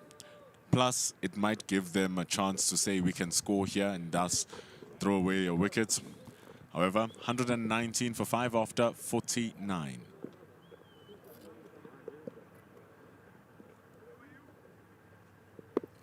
Biblomp has faced 77 deliveries.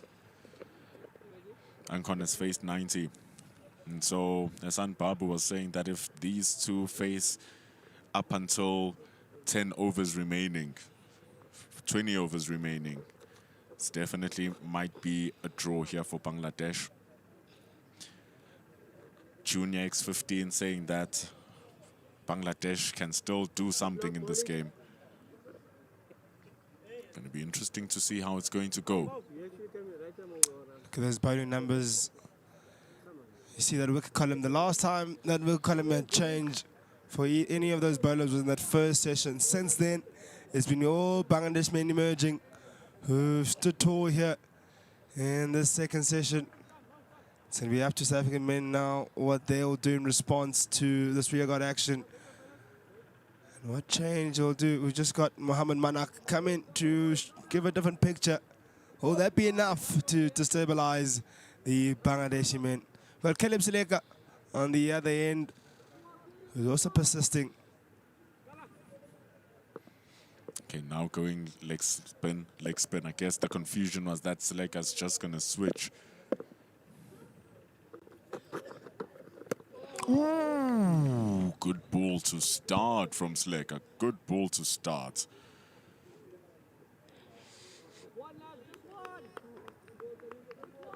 Good leave. I have to say, good leave.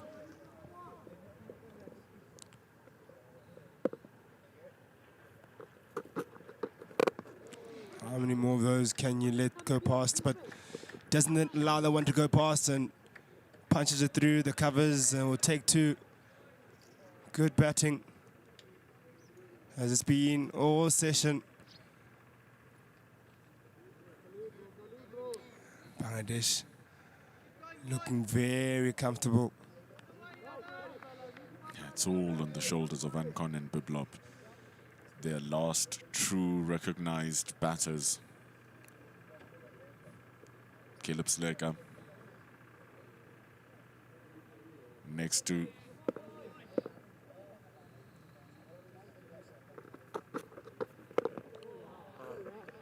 bowling it much straighter now, bowling much tighter. Still feel like whatever he was trying to do coming around the wicket was creating some good vibes and interest.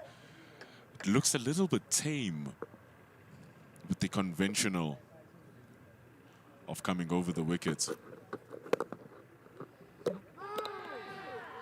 Good work from him, but Ankon is on his ground. Interesting, yeah. If Ankon had just slightly walked off there for a moment, he was comfortable. There's a slight moments of luck that can just turn things around for you. Maybe a bad luck is a better.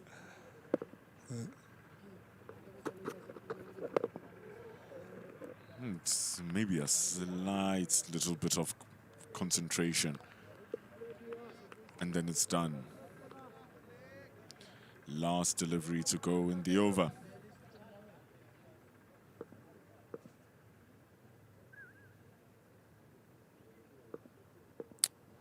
One ball remains. Short and cut away.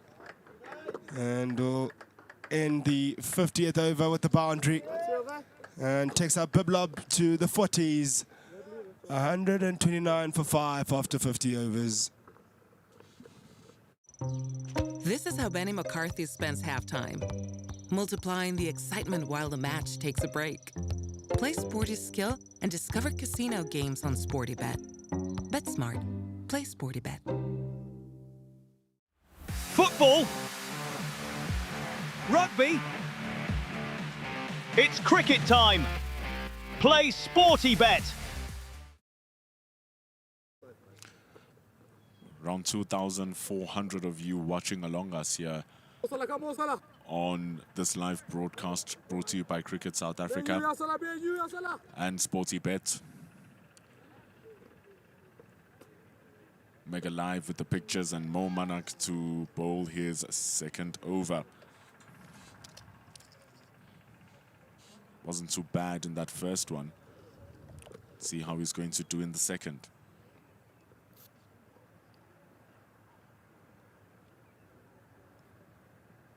Oh, drags it short. Does Momanak. That's an absolute shocker. Loose night it was. And Ankon latches onto that one. Not all of them are going to be smooth. Not all of them are going to be good. So it's a very loose ball that runs down for a boundary. It's going to be more than welcomed by Maidul Islam Ankon. Man, the patience this man has shown in this game has been really commendable.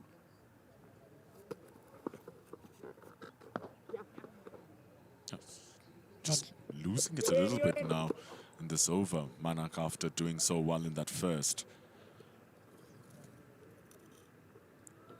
You take away that innings from Ankon in that first innings, probably this game would have been done by now. And again, here he's coming up with another performance to save the game for Bangladesh. Just how he's gone about his cricket, and he just pulled his team along with him. Just dragged them back in the game. He's been very much their best batter in this game. Runs or not, just the occupation of the crease is so good. Biblob, after not fielding all of day 2 because damaged his ankle, is batting just fine right now.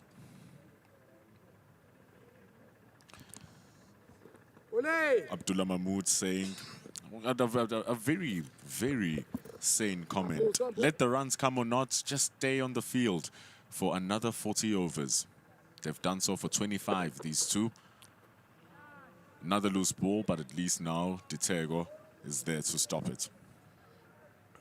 Yeah, another loose one that wasn't capitalized on.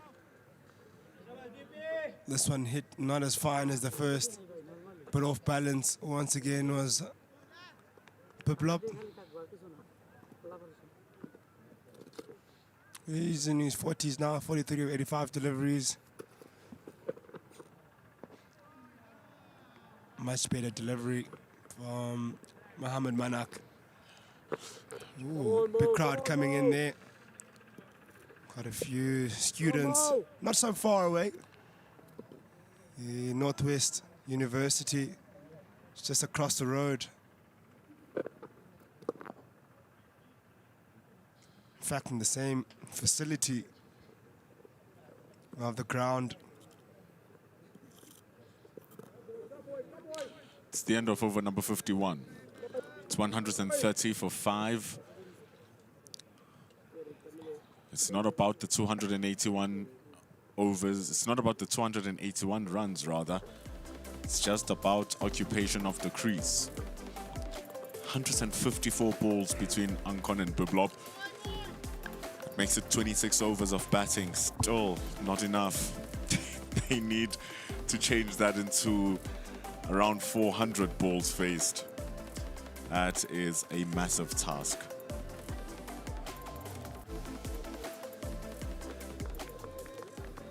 It's not about the runs that they're going to be scoring. The runs turn into balls. Abdullah Mahmood, that's what he said in our comments. Doesn't matter if the runs come or not, just stay out there.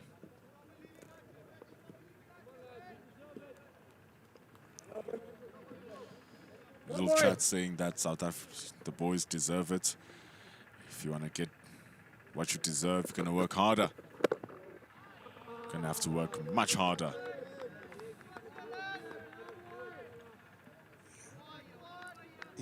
There's still plenty of work. Obviously, this game can turn around in the last hour of the day. Anything can happen. We've seen many games like this where you'll bat and bat and bat and bat, and then within hours, play left 4 wickets or 4, and everything will be over. We know here with this partnership, maybe the last recognized batters.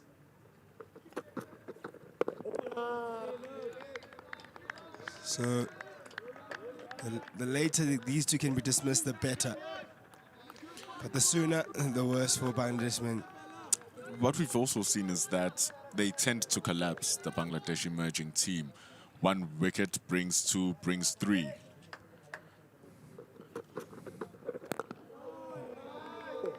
And Seleka, really still wish he continues around the wickets. It looked so good. Because right now it is feeling a little bit relaxed. And it's going through the overs, maybe resting the other bowlers who can become more threatening.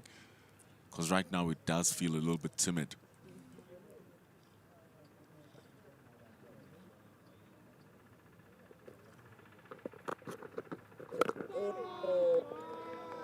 Still plenty of noise out there, though, which will be important still to let the Bangladeshi batters know that there's still a fight out there, there's still a game on. Can't afford to have them relax.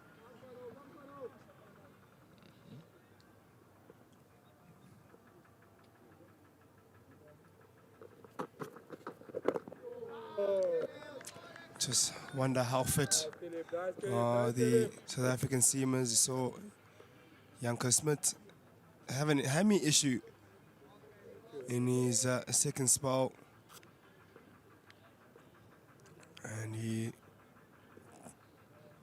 I'm not sure if he'll be fit to come back stronger again. Well, what we do know has been strong is this batting partnership. It's been very strong. 52 overs done, 130 for 5. Football. Rugby. It's cricket time. Play Sporty Bet.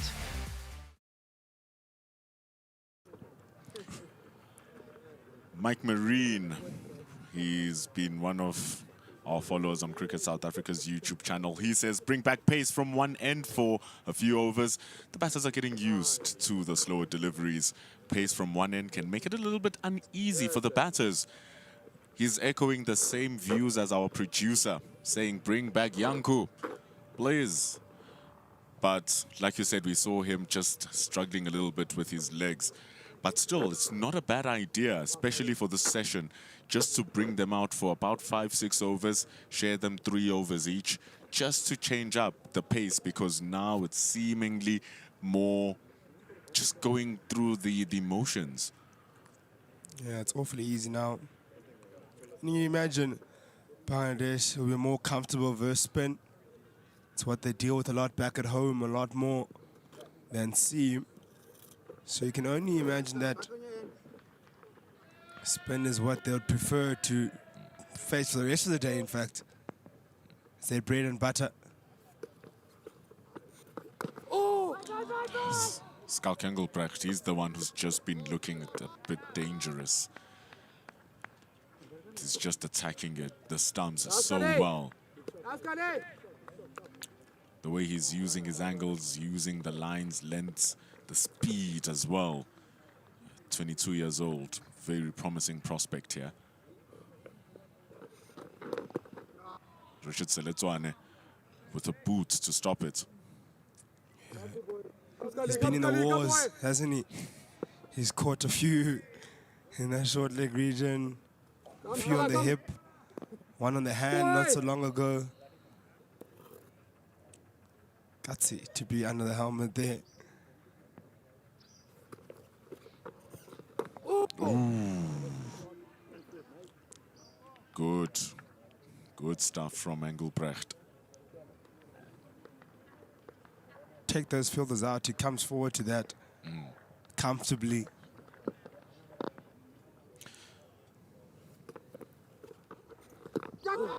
Ooh, that's the action they're looking for. That's the action that they are looking for. You see, we're speaking about those fielders right now. If they're not there, you go forward. That's why he's not going forward. So risky. That can actually even hit the foot of the batter and it bounces off to the fielder. Tight. Very good.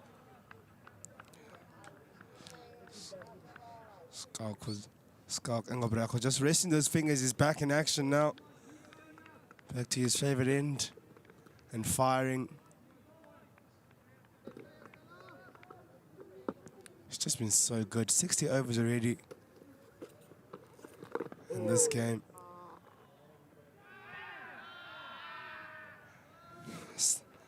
Light plea to the umpire in the square leg, or he's standing at point rather.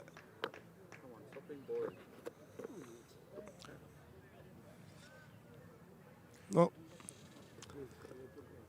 End of the over, 53 overs done, 130 for 5. Yeah, it's a tough one now. It's a long session because it's just defending, block it on, block it on, block it on, save a draw, play some sporty bets. What do you think is going to happen here? 2 sessions. It's never about the runs now. 5 wickets in that first session. Very important for South Africa to be in the game. And now they're recovering it, Biplop and Ankon, taking South Africa slowly out of the game. So that helps that Mitchell Van Buren just reminds the players that we are still in here.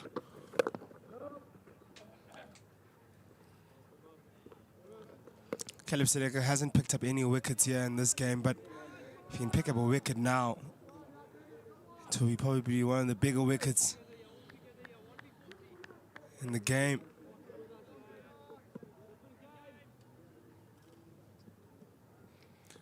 It's not easy. They need all the faith that they need.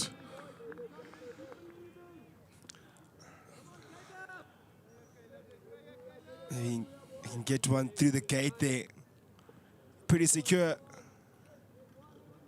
Here's Ankon. 100 balls he's faced, Ankon. She's 17 runs. Clay doesn't care about run scoring. Not phased at all. He's got one goal in mind, the draw. Getting his team over the line and having a much better conversation at the end of the day about how they can improve.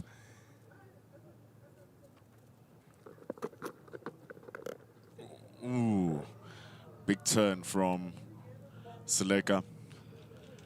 0 for 6 from 6. He needs that 0 to change into a 1. The dots mean nothing. Good revelations, good seam position. You can't run if you don't offer a shot. Maybe I would love to see a top spinner that just continues with the arm, gets extra bounce, or a googly that spins the other way. Something.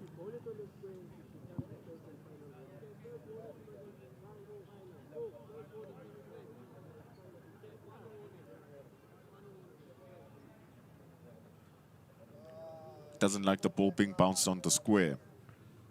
It roughens the ball up. Mazizi Kampu, pretty strict umpire.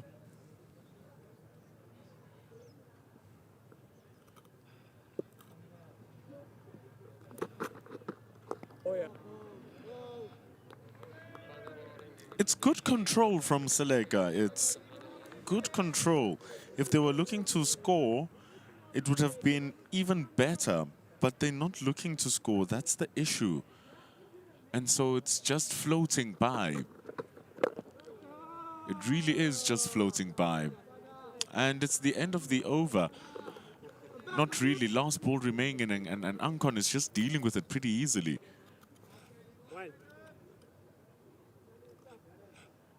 Yeah. Bangladesh are doing a great job at the moment, but they'll have one more storm to deal with if they can get through this period of the next about 25 or so overs. That new ball. It's about 10 overs that maybe you can squeeze in. South Africa emerging. That's the only storm that they'll have left in mind. Obviously, they still have to deal with this period. The next 25 overs, deal with that. I'm sure they're dealing with it over by over. That is how they're working it out. And we look at the match summary. South Africa batted first, scored 519. And then Bangladesh emerging came in second. We're all ball out for 239. South Africa declared in the second innings for just going 100 extra 30 runs on board to create a total that was probably never reachable in one day, rather than Bangladesh now coming in to save the day for the Bangladeshi men right now at 130 for 5. It is Ankon at the crease on 17 and Biplop on 43 of just 93 deliveries. Two men that are soldiering on. The Bangladesh army is dependent on these two men. Can they get them over the line is the question for the next overs remaining for the rest of the day.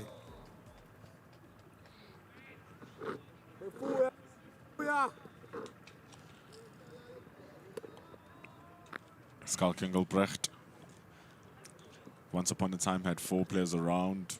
One more was just behind the hip. Ooh, he pulled in front of Seletswane, who cried, goodness me, but stretched to Mo Manak. There'll be 40 overs left after this.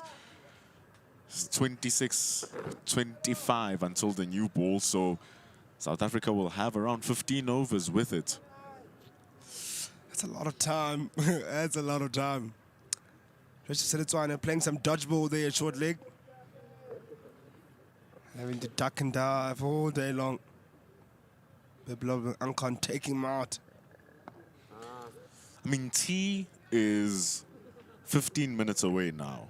And this is a definite win for Bangladesh in this session. They didn't lose a wicket. And so you kind of get the idea of letting Janko Smith and Bayanda Majola just rest a bit longer, bring Seleka. You can even bring back Simelane. And then, depending on how the next session begins, you give Smith and Majola,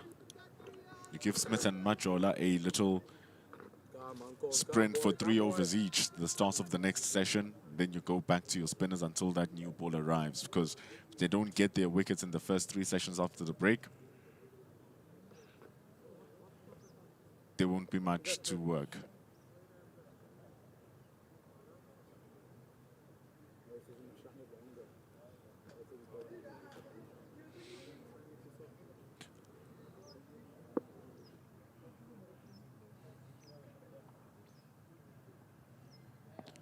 So South Africa are trying to work the ball as much as possible here. Remember, if once you'll see, look at Mudiri Ditego at that instant, he's rubbing it on his back, trying to get the shine going. You get the shine going in one side of the ball, you get the ball rougher on the other side. So umpire Islam saying, don't rub the rough side on the belt buckle or zipper. Trying to induce a little bit of reverse on the ball. It is dead. So that's what Mudiri is doing. You can't, he doesn't have sweat on his forehead, so he's... It's 130 for 5. This is the greatest spectacle in world football, a title decider, and it feels like nothing can sway a game of this magnitude. Says who? We've been through this before. You just have to believe a little longer. And everybody knows that 1 minute here lasts forever. Because it's not over until we say it's over.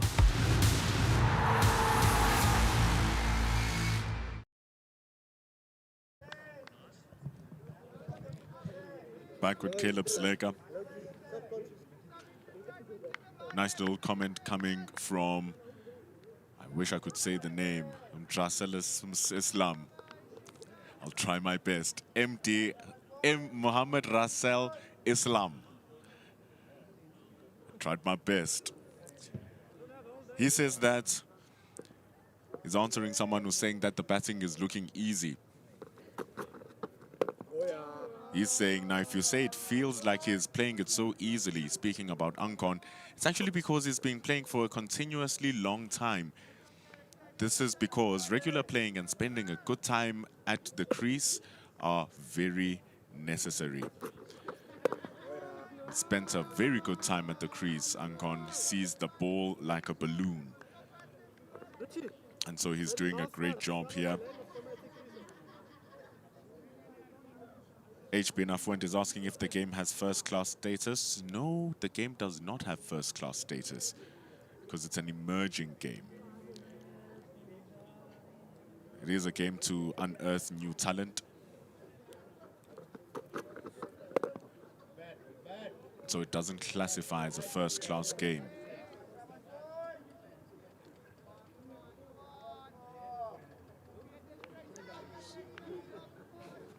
South Africa using as much as moisture as they can find to work that ball and keep it shiny, keep it alive.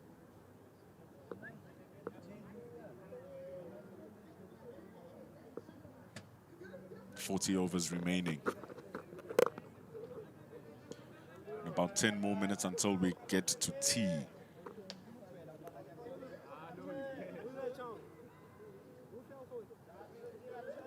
Going for a cut shot, Biblop must be careful not to chomp that back into the stumps.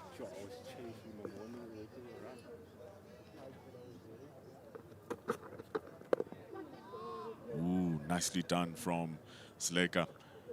Goes in a little bit straighter. Then Richard Seletswane was in play. But it's all about relaxation now for the Bangladeshis, ensure that they see off the session, because they've definitely won this one.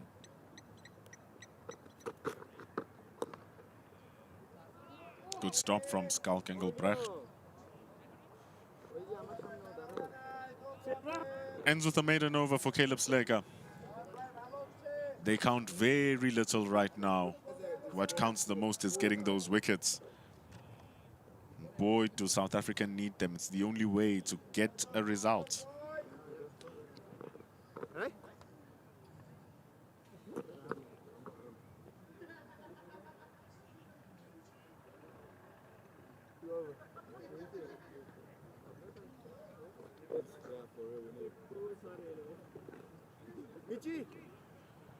Game brought to you by SportyBet.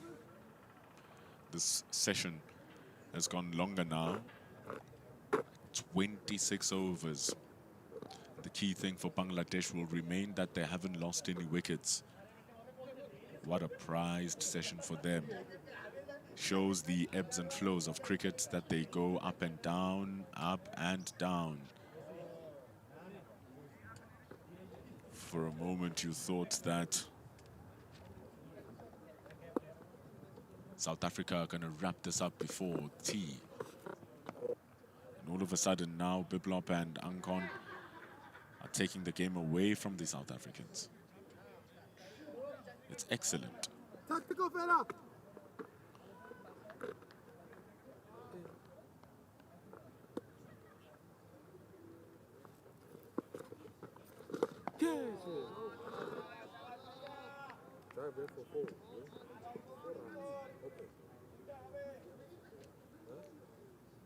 They've really lost interest in scoring. Look at Ankon, 17 from 110.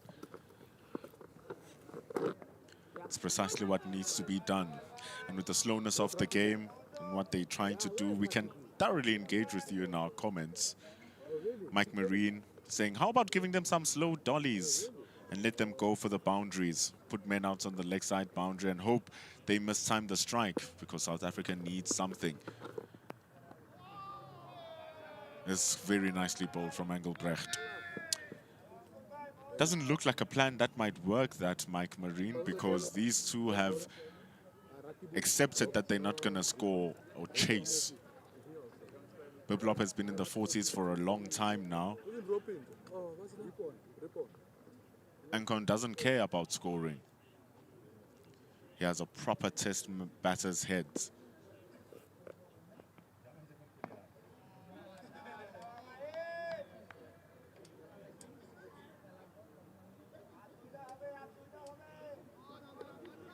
You are right on Ronnie Ahmed. Bangladeshis love their cricket.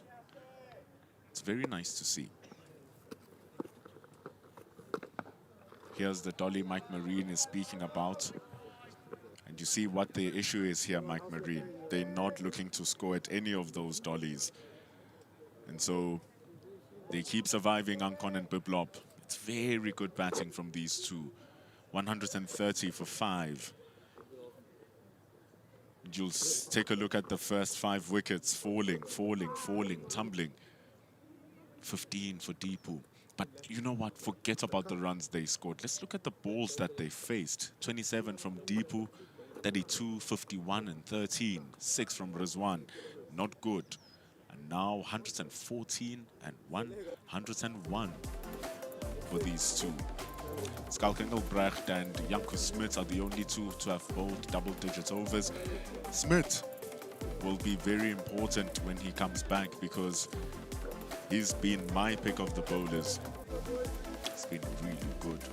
Bayanda Majola yet to get a wicket.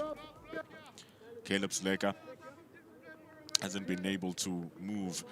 Debucho Malapo earlier on asked what my predictions will be.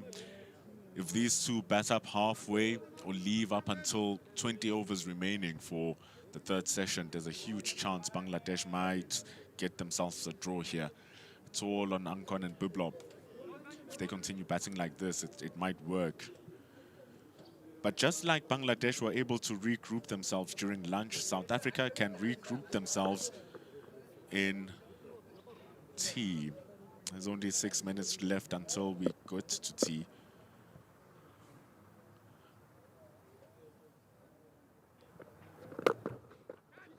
First shot of aggression from Biplop. His 50 is not far away as well, Biplop. His 50 is not far away. First time we've seen a real shot of aggression. Banda Majola's there, waiting for it though, should a mistake come by.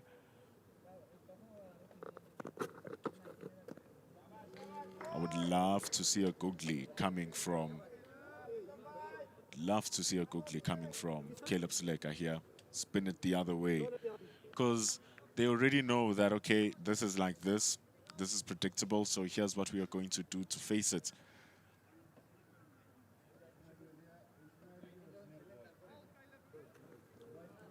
Just make them shake up a little bit.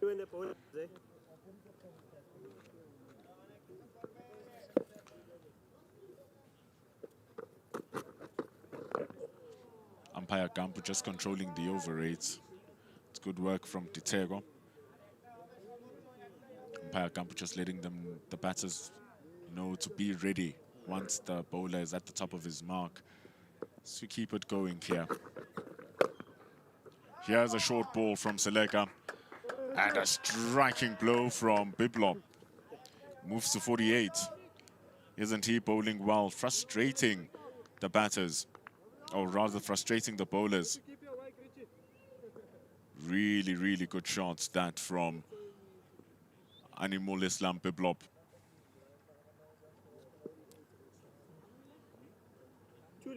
And so Naeem Hassan, he can also bat, says H. Bin Afwent. That's true. Because the thing is, the issue for South Africa here, as this single is taken, is that if we take a look at the rest of the players who are going to come in and bat, Naeem Hassan faced 26 deliveries. Ashraful Rohan faced 43 deliveries. Ankon batted for 5 hours. He faced 224 in the first innings. So he still has 100 balls in him, Mahidul Islaming Ankon. So yes, you are very correct, H. Bin Afwent. Many options for Bangladesh to survive. It's the end of over 58, 137 for 5.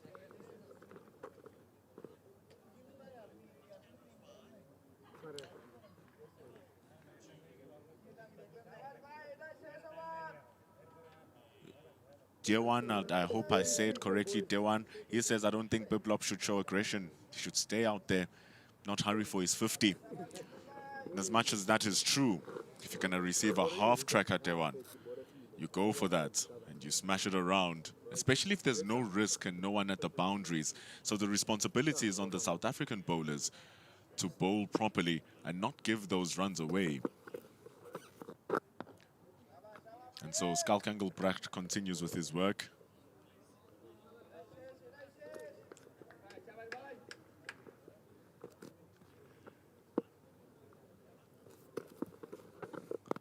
It's looking very good here for Bangladesh if these two stay together. Sleepy Forest Hills is asking, what's our opinion regarding a draw or SA win from this point? If Bangladesh draw this game, it will certainly feel like a victory for them. I mean, coming in this morning, they hadn't lost a wicket and they lost 5 of them in that first session. And you would have thought that right now at the back end of the second session, South Africa would have taken about 8 wickets. So a draw for Bangladesh will feel like a victory. And it will all because of that man, Mahidul Islam Ankon. Ankon's 97 in that first innings was so good. Unfortunate not to get his century. But a draw will be on these two shoulders. South Africa's win will be on Janko Smith.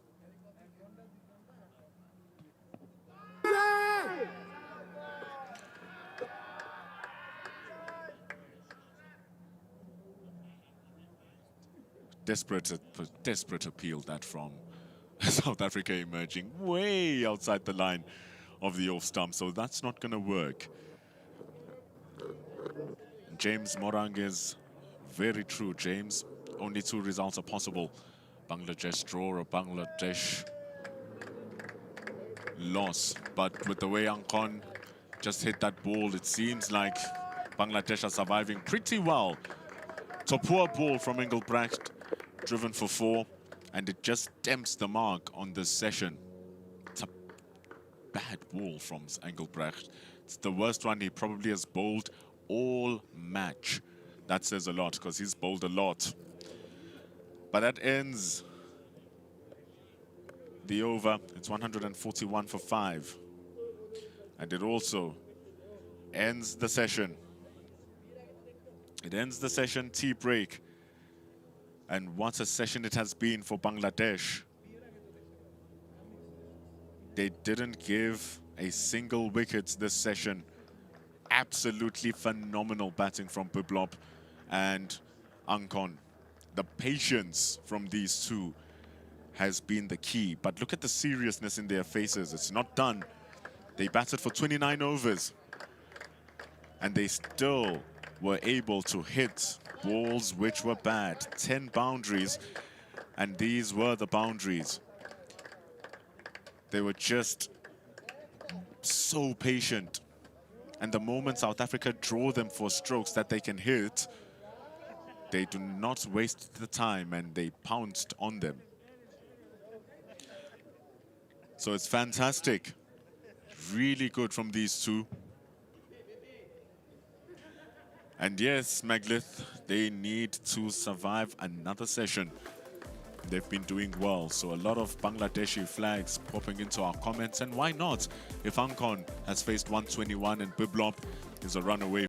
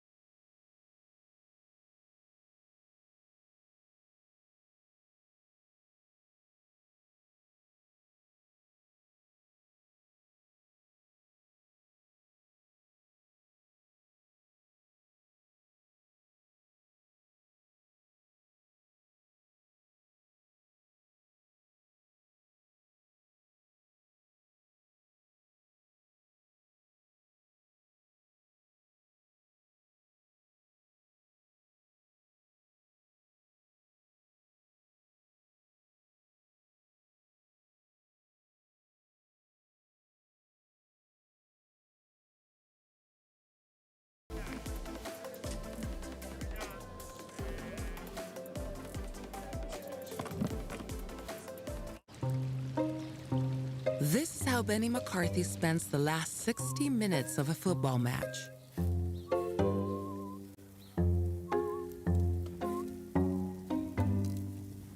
With early goals on SportyBet, selected win and goal predictions can be settled before full time. Be smart. Play SportyBet.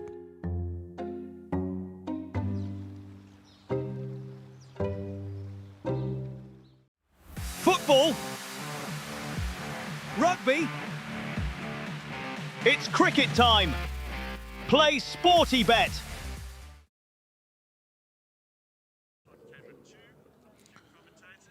Bangladesh Emerging are doing a phenomenal job in surviving.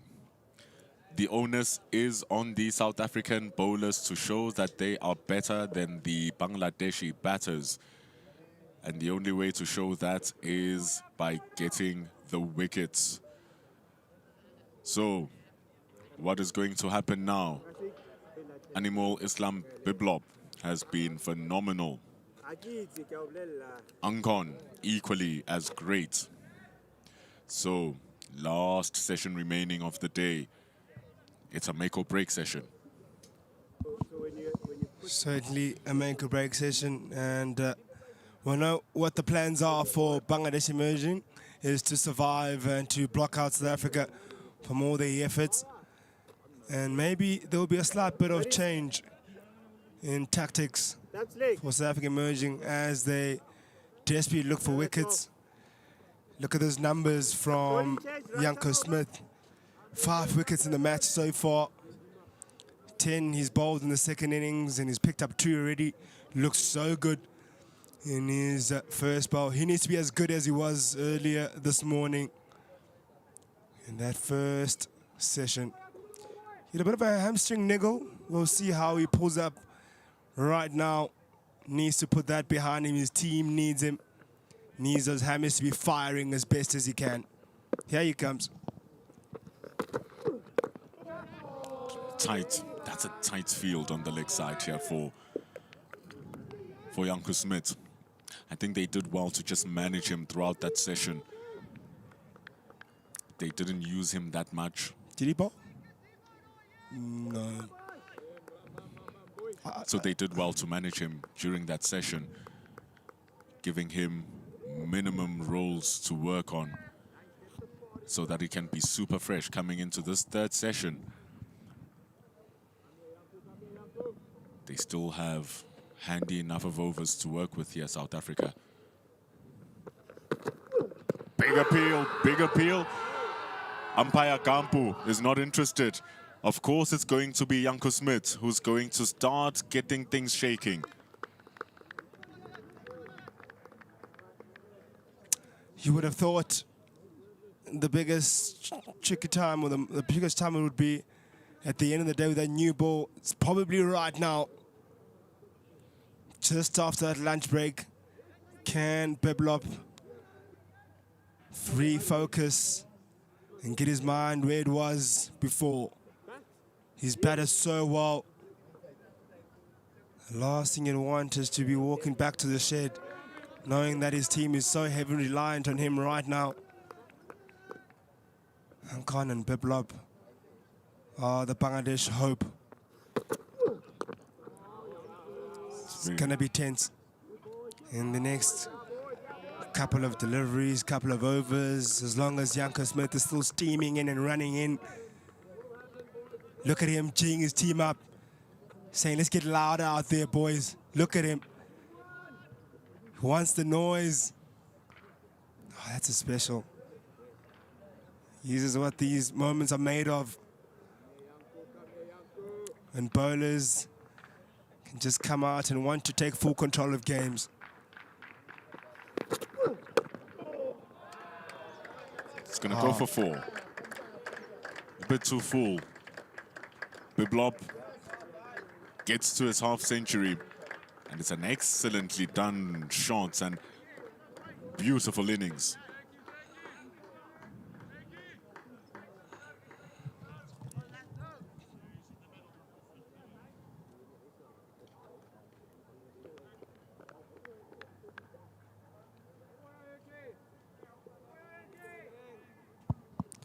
50 up for Animal Biplop. Oh, what a knock it's been. What a feisty knock it's been from Animal Biplop.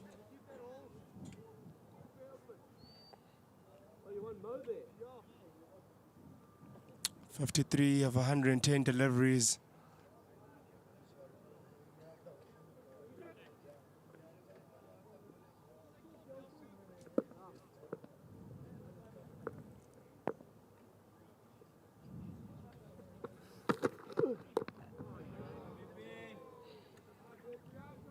I've seen a few short deliveries bowled in this game. Not many have climbed up or really been they've pushed through, have troubled any batters. They've been able to deal with them pretty nicely. Hasn't been rising as much, but when Majola and when Janko Smith bowls, they do.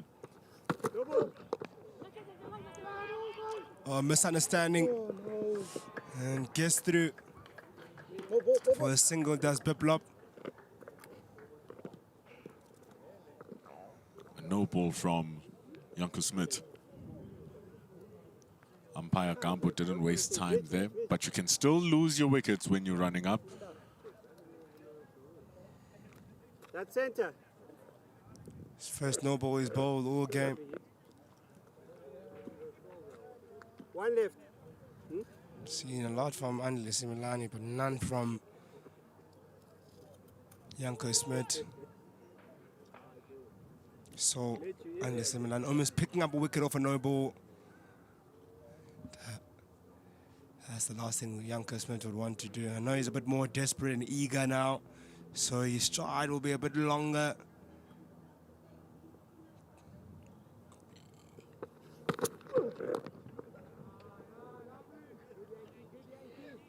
It's probably around about that time as well.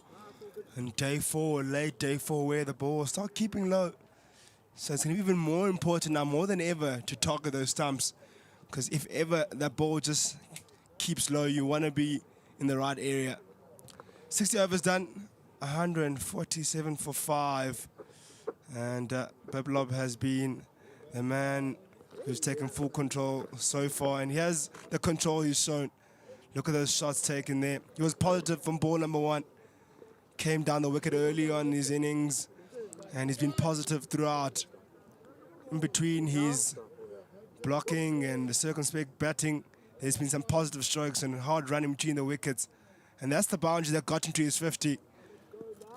He's been really good. He has been Biplop. And it's coming to the climax of the game now, where all those 54 runs don't really matter. It's what he does from here onwards. He's played very well. Animal Islam Biplop. These first 5 to 10 overs are going to be crucial for South Africa if they are any close to getting a result in this game.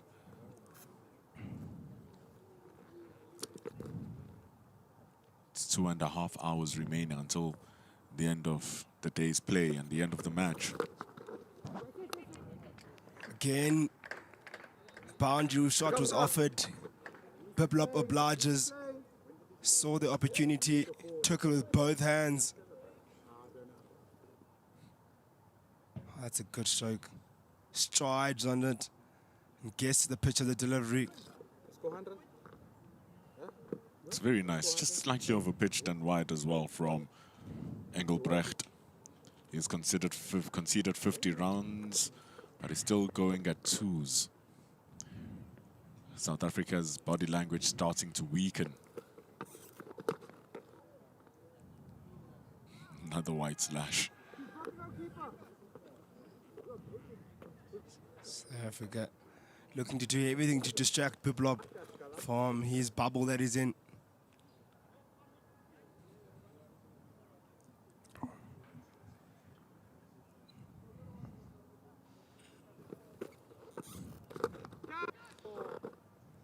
The tempter outside off stump wide, there to drive. Biplop again doesn't hold back. He hasn't held back really any boundary ball that's presented itself. He's taken it and taken it on. Still keeping them on their toes, Biblop. They're playing a very nice partnership, these two, because Ankon does not mind not scoring. It needs to be a very poor ball for him to hit you for fours, which is what we've seen.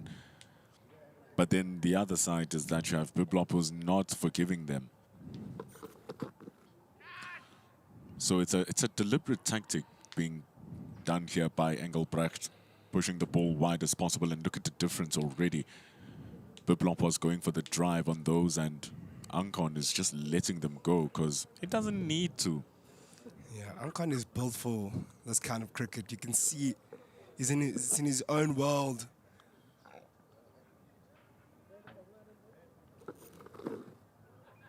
End of the over, end of the 61st over, 152 for 5. Football. Rugby. It's cricket time. Play Sporty Bet.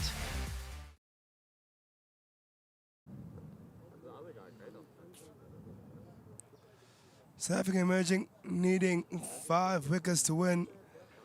Those 5 wickets are looking like a long shot away right now with the way these two are batting.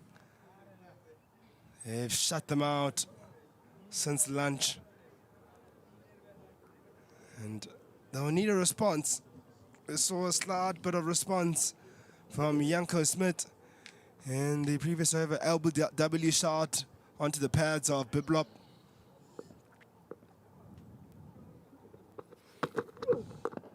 Full and grabs that size 12 of Janko Smith.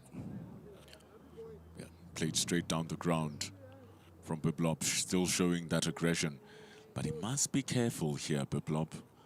After playing so well, the last thing you want to do is have that confidence come back to bite you. So he still needs to ensure that he's selective about his strokes. Even if it's a ball that is a 4, it can still get you out. So he needs to be smart about it. It's worked for him, to be fair, in Pendulo. It's really worked for him to be staying in a positive mind frame. I don't think maybe it's within his nature to hold back. And obviously that can always play against you, but I think he must just stick to what is worked for him and not change. And if he's willing to die by the sword, then so be it. But I think the last thing he wants to stay in his shell and then get bogged down and feel pressure. And that's maybe how he releases pressure, by staying positive in a positive mind frame and playing his shots. Different batters go for it in different ways. And Ankon has done total opposite ways, staying in his bubble, just blocking everything out. Biblop has stayed in the game and taken them on. He was troubled by delivery, hitting his pads in the previous over, and he was dismissed in that fashion as well. So it's interesting how you'll balance out between being positive and being defensive, still understanding the game situation. And very often we spoke about that, understanding the moments.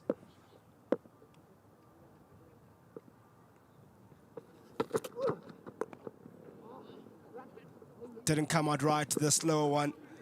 Biblop went for it. It was there to hit. And, oh, what an effort by Richard Silitsane. With pads on, still showing pace. He's a very good fielder. He's playing a game of his life here, Silitsane. 150 runs, supported Manak, and he's fielding well. Big smile on his face. But no smiles on Janko Smith's face because he's put in a lot of work and he still needs to put on a lot of work.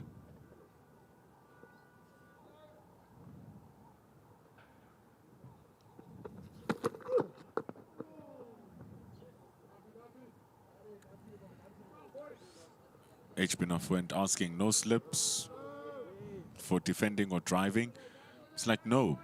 Janko Smith is trying to activate those 3 fielders. He's going to bowl a little bit straighter. His lengths are trying to use Daniel Smith. that probably indicates that there is not enough pace on the surface for the ball to carry to the slip fielders. And none have carried. We've seen couple drop short. So most deliveries will be in front of square when played. A slight appeal. Probably they know it didn't touch anything. So it's just taking their chances. Very ambitious in their appeal. You can even look at Mitch van Buren next to the stumps. It's just an appeal for the sake of appealing. 155 for 5 to 62. Football. Rugby. It's cricket time. Play Sporty Bet.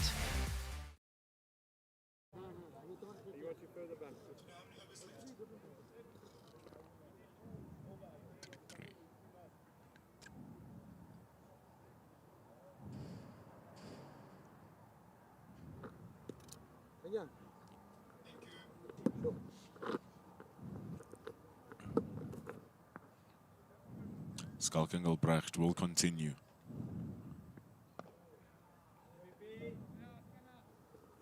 Ja, 33 overs to survive. Energy behind there, boys. Come on. All of a sudden, 197 balls Energy behind. to get 5 good ones.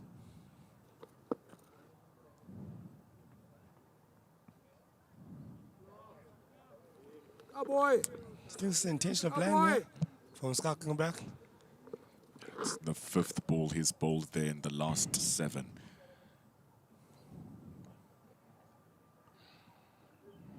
Just getting the batter comfortable with the ball being very wide.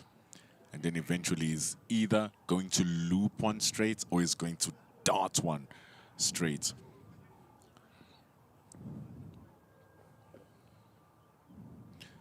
And so the way that Ankon is playing it is very smart because he's not getting himself used to playing those balls that far. Interesting plans, these. So this means that when Skalkengelbrecht comes back towards the stumps, he still will be fine technically. It's a little appeal. Even though there was no offering of a shot, when you offer a shot, the line of impact doesn't matter. It only needs to hit the stumps, but that's a little bit far. Yeah, it's quite far. Just keeps the batter guessing.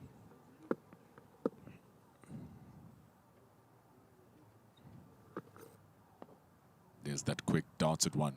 But because he hasn't played any of the 5 balls, he's still technically true. It would have been different if it was reaching for those ones that are wide. He'll get used to the idea of the bat and pad being far away from him.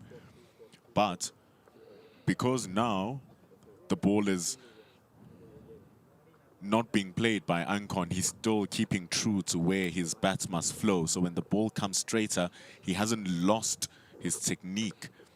So it's a smart batting option from Ankon to let those ones go. I think the plan Skalkengelbrecht is using will work better on an animal biplop. But here comes the paces.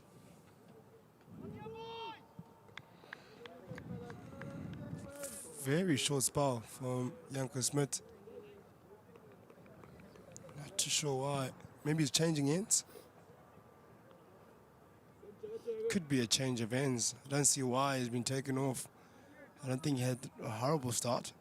Unless maybe that hammy might have come back to haunt him again.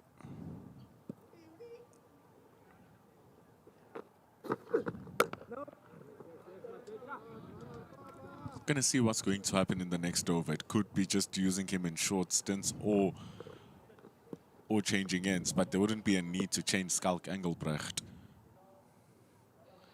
New ball is 17 overs away. Still have 15 overs of the new ball that you can use. We haven't lost any overs due to bad light, so we've seen the end of every day's play. So South Africa are going to get a minimum of 10 overs with that new ball. Like I said, they're managing Janko Smit. Maybe it is that hamstring, But let's see what's going to happen after this over.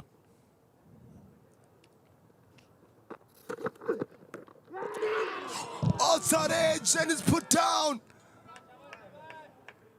Dando Zuma puts a crucial opportunity down.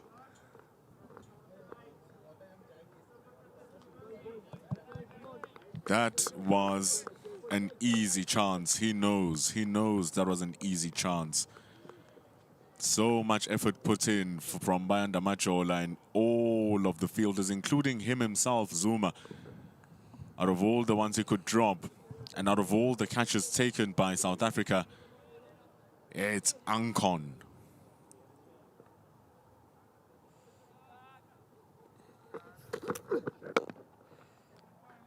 A lapse in concentration from Ankon. And he'll breathe a sigh of relief. He's barely put a foot wrong. Here's Ankon. And Dando Zuma gives him a lifeline. There's the outside edge. Oh, it's not that.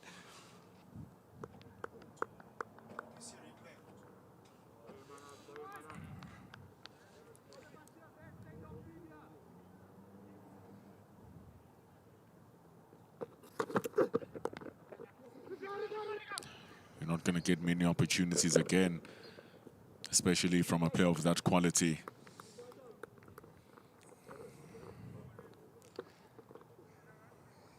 He has the chance to break the stand. Oh, absolute setter. Easiest catches you'll get. Kind of kid, you think about it and you're like, ooh, great stumpings, great work. But moments like those just make you forget everything that has been done. Yeah, he's done so well behind the stumps, Bendula. Probably had one of his best moments of his keeping career this morning. Excellent work. And then he gets one of his easiest chances he'll probably ever get. And then he puts it down. It's probably a focus thing. I don't know if it's too much deviation from that outside edge. Maybe the excitement, the anticipation of the ball coming to his gloves. Probably making excuses for him right now, but oh, how massive is that? That could be stand between them winning this game.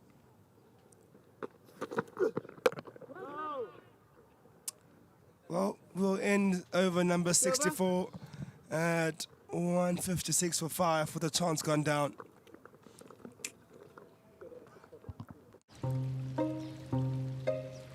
This is how Benny McCarthy places a bet.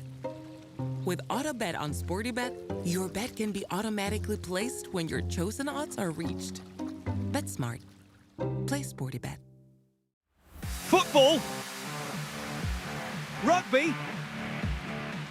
It's cricket time. Play SportyBet.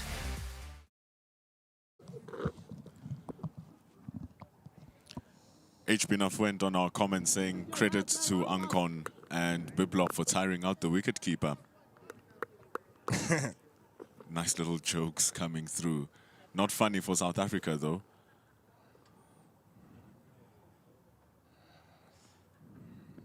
Maybe that's the luck you need, don't you?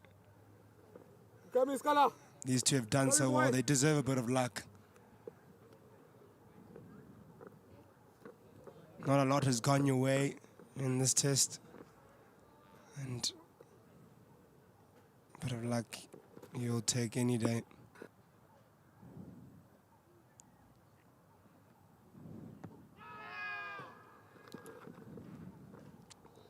I think that's bat on pad.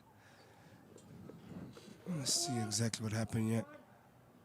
Inside edge onto the pad. Could have gone anywhere, really. Oh, gorgeous stroke through the covers. It'll be Caleb Seleka with an effort, but doesn't quite get to the ball before it gets to the boundary. And it's a boundary for Ankon. Engelbrecht has been buying that shot out of Ankon. He's been trying to pry it out and pry it out. Caleb Seleka couldn't stop it, but he wants him to play those wide deliveries. It's either now he's going to straighten it or he's going to continue a little bit and then straighten it at the end of the over.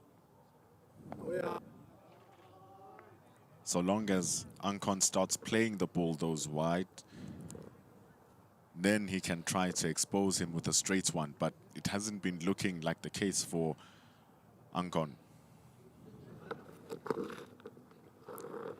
Slightly gone quiet out there now. Come boy. Just having a merge. You can't hear them a lot right now. They need to get themselves up again. G themselves up. Come boy. To be loud again. That worked for them. Puts pressure on the batters. It's gone absolutely silent.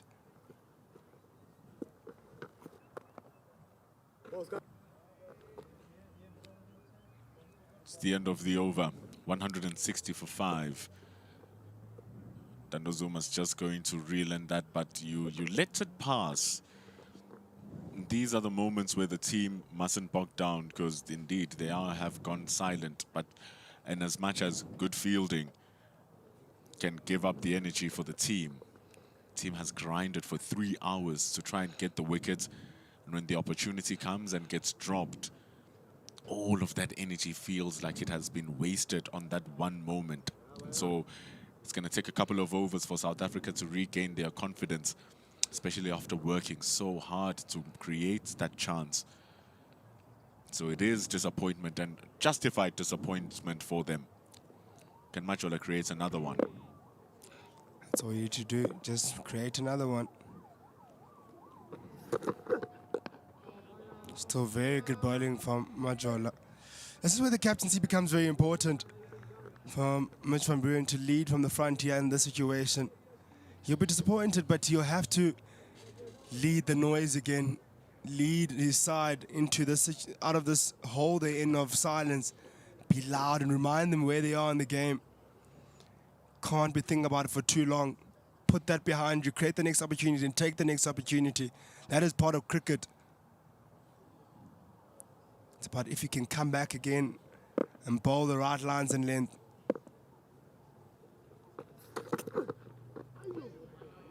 Bit of a tempter for Biblob to have a look at.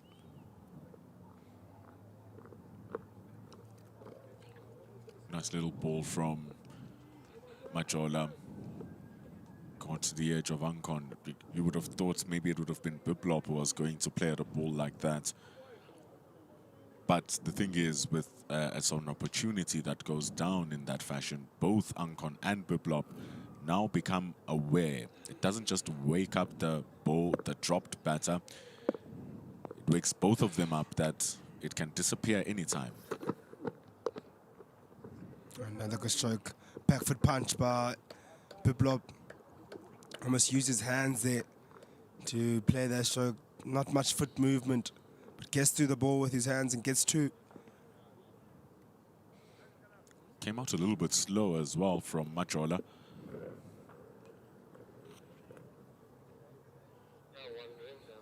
Just waited on it. Punched through the gaps. Maybe a change in coming around the wicket.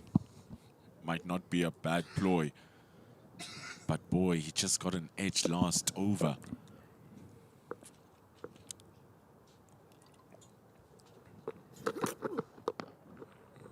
Full toss there, punch straight down the ground and should go away for 4 if it has all the legs. Seems like it will. Big chase, but won't get there. Ball wins the race. It's 4 runs for Biblob, takes him up to 68. Those runs column won't matter much. It's that balls column that will be so important for him. How much more can you put on there? Can he get about 100 more of those? It's a poor ball from Majola. Was trying to slow it down and lost his length. Dedicated chase from Mo Manak, very dedicated. But sometimes even dedication is not enough. 5 balls remaining, 5 wickets to get. That's tough.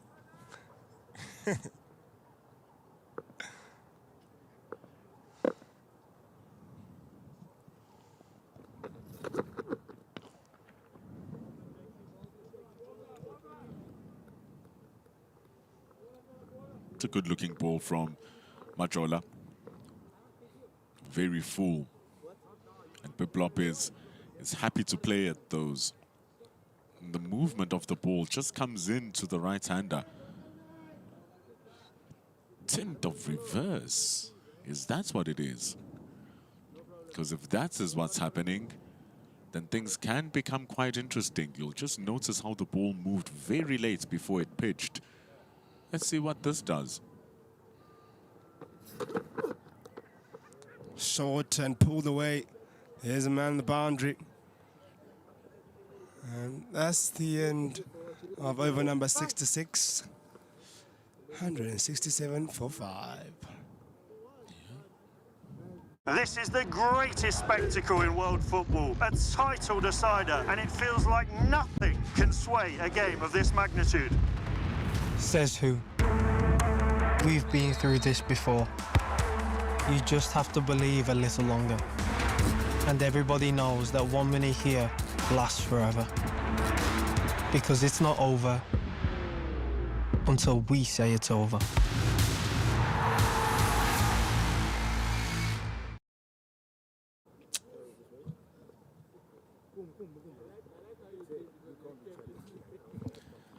$167 for 5 for Bangladesh men's. It's not even about 245 runs to win. Bangladesh need to lose less than 5 wickets to draw.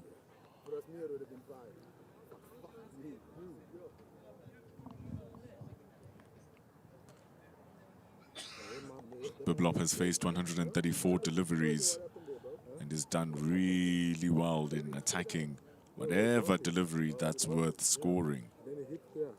Ankon at the same time being dropped. Gonna need to just put that away from them and continue working.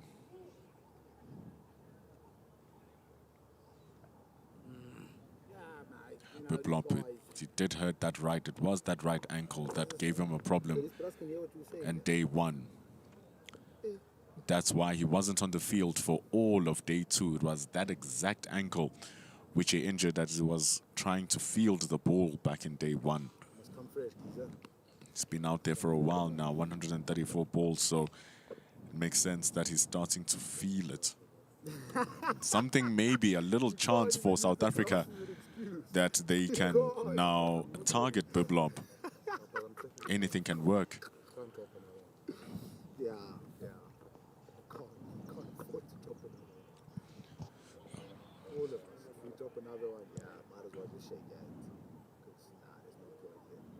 Healthy outside edge, isn't it?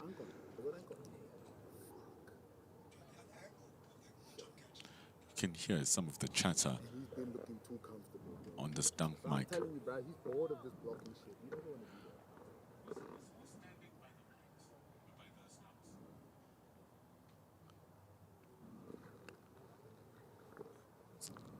Chatter by South Africa saying we can't afford to drop another catch.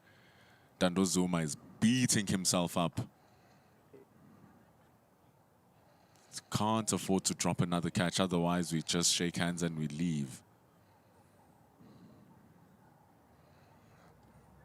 Yeah, he was in a perfect position. Everyone just dropped, collapsed. That's when you know you let that team down. When you see that. Everything was done perfectly for Zuma. More than 2 minutes. Instead of catching the ball. This is more than enough time for him to just rue in that. Just soak it in that that opportunity was gone. So even the South Africans around the stump mic, they believe that that dropped catch just destroyed the team's morale. But Animal Biplop is still getting treatment. It's taking time off the game, and Mazizi Gampo is watching now, telling them it's either you leave, retire hurt, or you continue playing. It's 167 for 5. Football. Rugby. It's cricket time. Play Sporty Bet.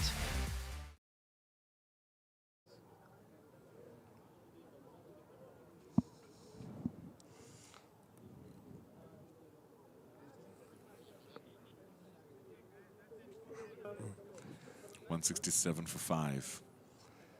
It's not looking good for South Africa, especially after that dropped catch. And he was correct, Mtiriti Tego. That little drop just collapsed the whole team. You were speaking about it even, Gamva, that, oh, they're not looking like good in terms of their body language.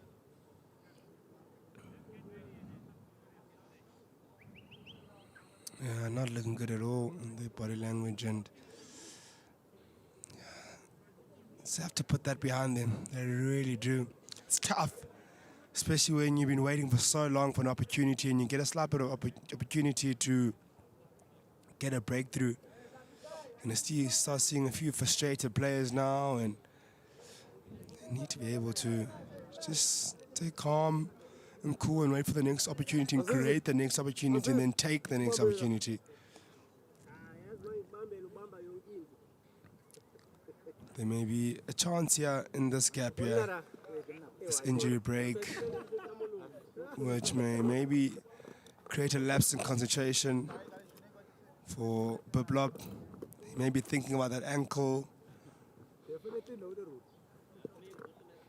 Bangladesh in slight control now, comfortable.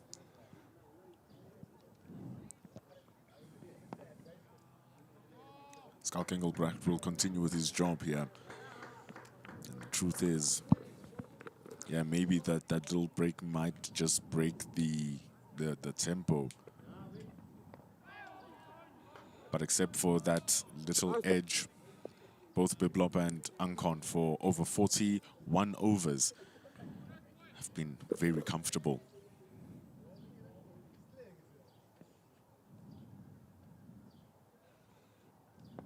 They need to survive 29 more overs. So they need to bat together for quite a chunk.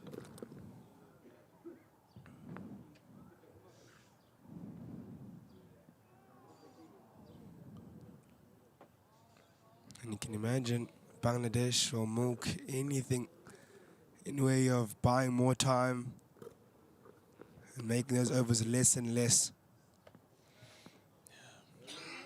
Jihad X10 on the comments is saying, at least let Biblop get to his century. He's 31 runs away. Lovely boys.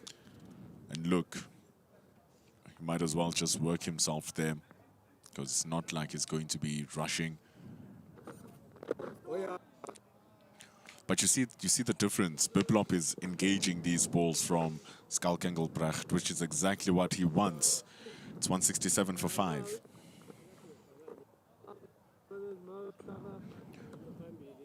Because of that, South Africa still need 5 wickets.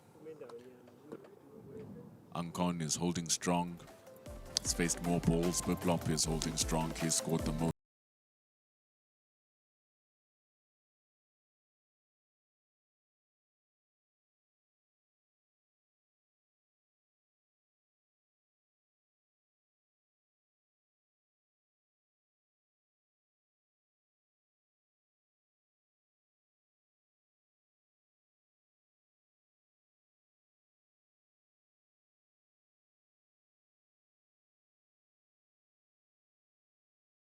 Initial session, the first 30 overs were pretty much bundled out those first 5.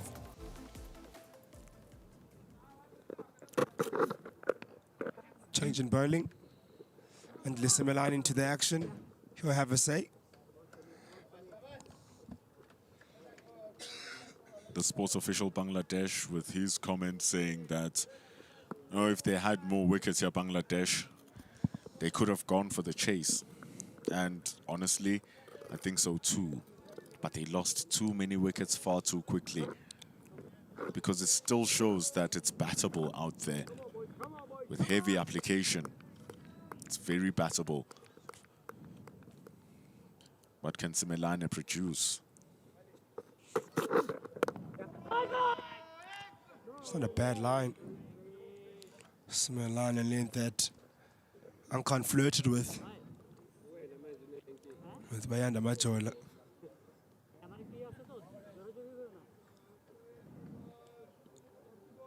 It's almost just allowing the ball to hit the bat there. If the ball gets extra bounce with the horizontal bat, can get the outside edge. It's not playing with the conventional straight bat.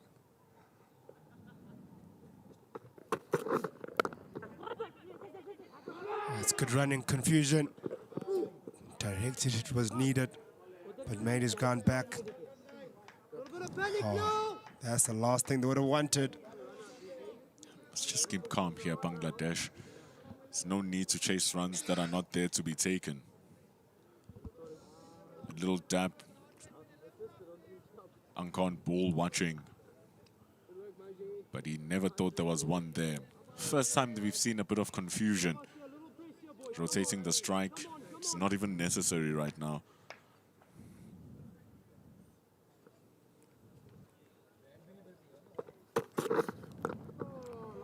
That's good bowling. That's a good line. 2 more of those in the over. Will be really good. Look at those enforcements in the field there. Selim it on, Selim it off. Extra cover in place, short extra cover. Short mid wicket in place. Wow, that is cramping.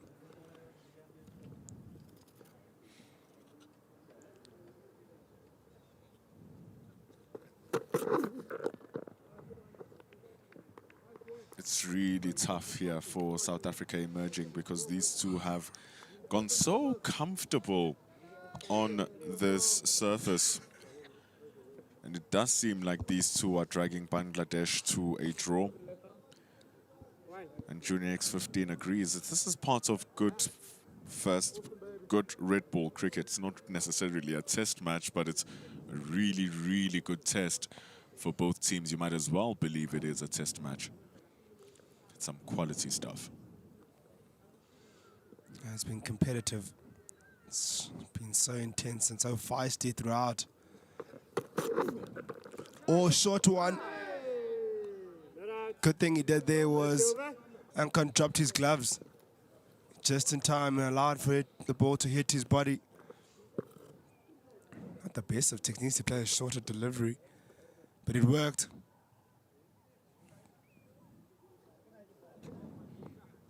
Good ball, just clipping those shoulders. Mazizi Kampo's not going to give those. 169 for 5. Football. Rugby. It's cricket time. Play Sporty Bet.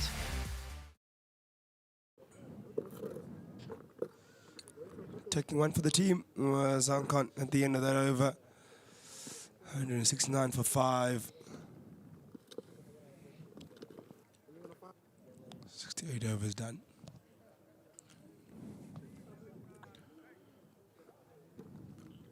The next 3 batters as well, they can keep their wickets. That's the issue here for South Africa emerging. Naeem Hassan can bat for 40, 50 balls. They can resist longer than what you believe. So it's not just about getting these 2 guys out. It's about getting the rest of the guys out after getting these 2 guys out. And that's going to be the tricky situation. Naeem Hassan and Ashraful Rohan, they can definitely play their way through. 100-run partnership between Ankon and Biplop.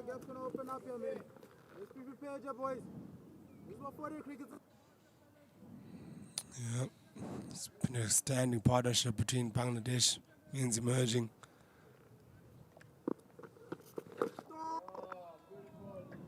Nice, boys. Just done that over and over again.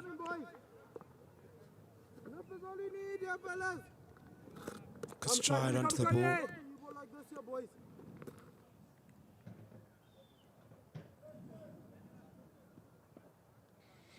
But in as much as the batters who come in afterwards can keep their wickets, all South Africa need is that little bit of a spunk, is that little bit of a fire. One wicket can do major work for them from a mindset point of view. But Ankon is engaging these balls now, and Skalkengelbracht will be happy that the ball is being played the way that it is. The difference between bowling the ball 3 stumps away, bowling it tighter. Comes around the wicket now. And Simelane is going to find leg just in case they sweep the ball.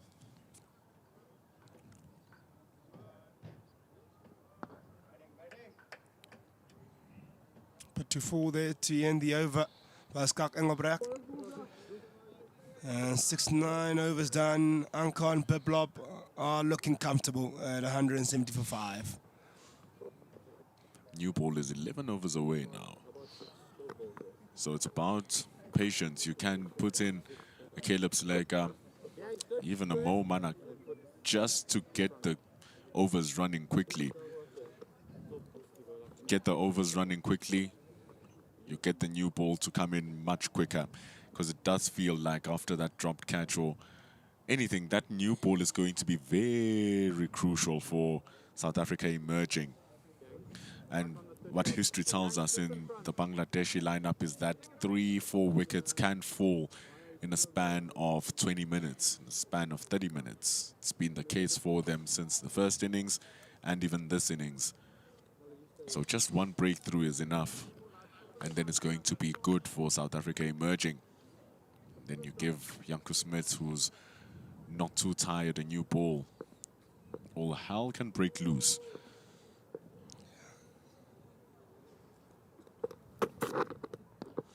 Ideally, you want to get one of these two before that new ball, but with the way they're batting and the way they're picking boundaries, you're not going to get them anytime soon.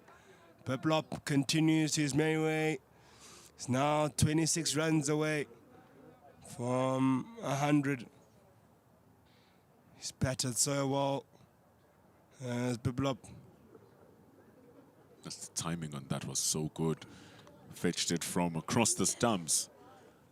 Strong wrist work to get it through that gap, and the way it runs for 4. He is playing very well.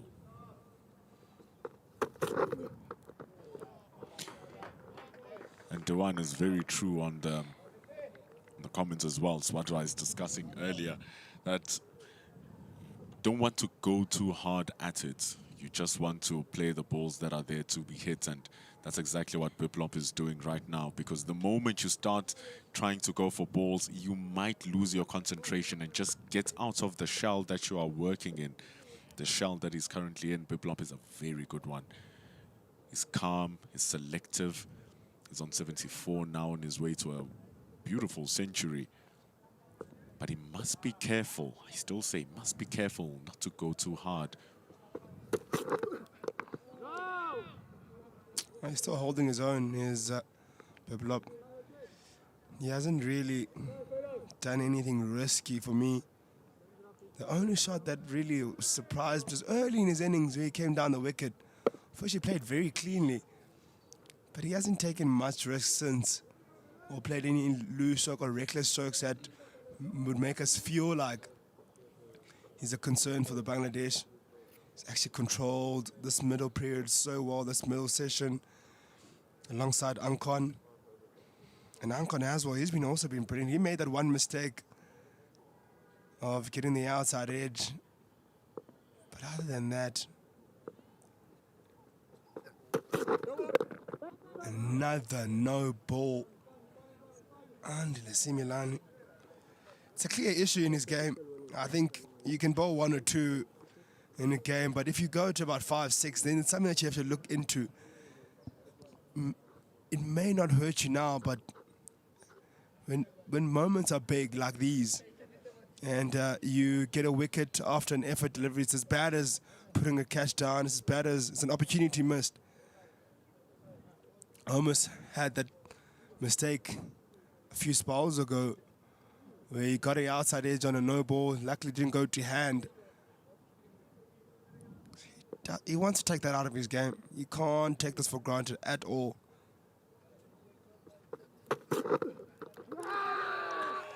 What a wicket. Andile Simelane.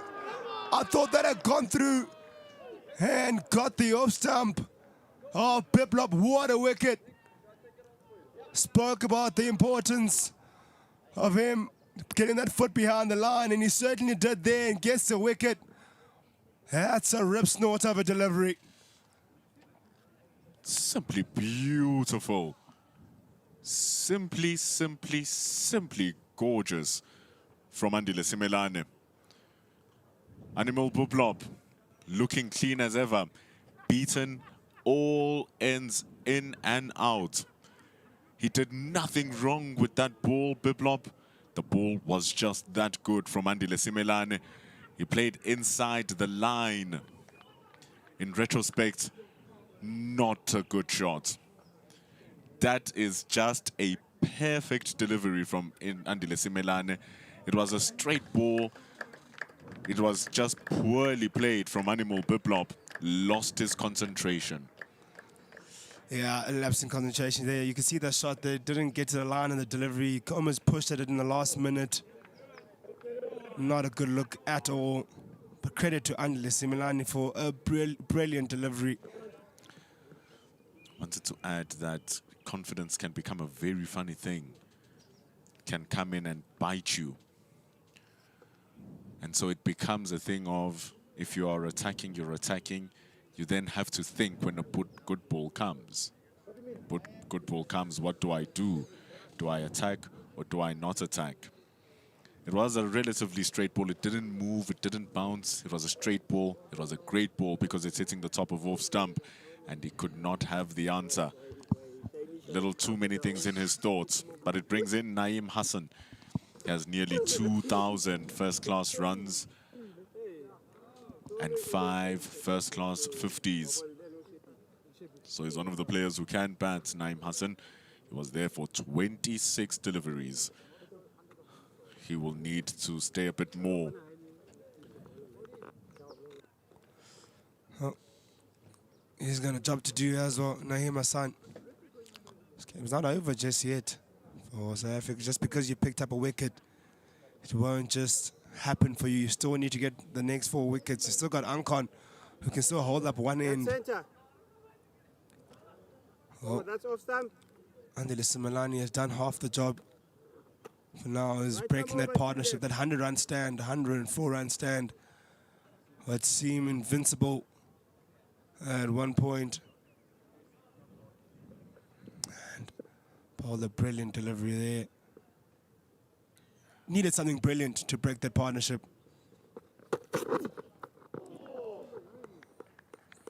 But wider there by Simelane. Still, Ankon is there, the man who was dropped. But the thing is, Animal Biplop on 74. He is the key wicket. So Naeem Hassan doing well to leave that. If he could bowl that wicket ball and ball again, it would be the most ideal situation. But Simelane again into the wickets. He just has a knack of finding them wherever they are. South Africa need 4 more. Oh, directly towards the stumps. Towards the leg side though. And Naeem Hassan just guys that want to deep square. What a breakthrough. Over. That changes a lot now. 70 overs done. 176 for 6. Speed is nothing without timing.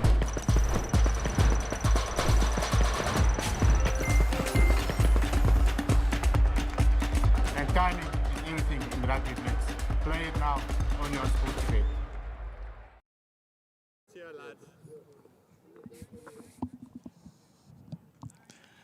70 overs to go, gone. 10 more until the brand new ball is available. Bangladesh emerging 176 for 6. Key thing is getting the wicket of Animal Islam Biplop on 74, because he was looking ominous. Stunning delivery from Mandile Simelane. And it gets them into a position where they can breathe again. You're hearing more chatter now from the South Africans, which is only natural after getting such a breakthrough. Yeah, that wicket will certainly make them feel good after the missed opportunity of Ankon. And a bit of a lapse in concentration, if you said, in Bendula on Pepelop.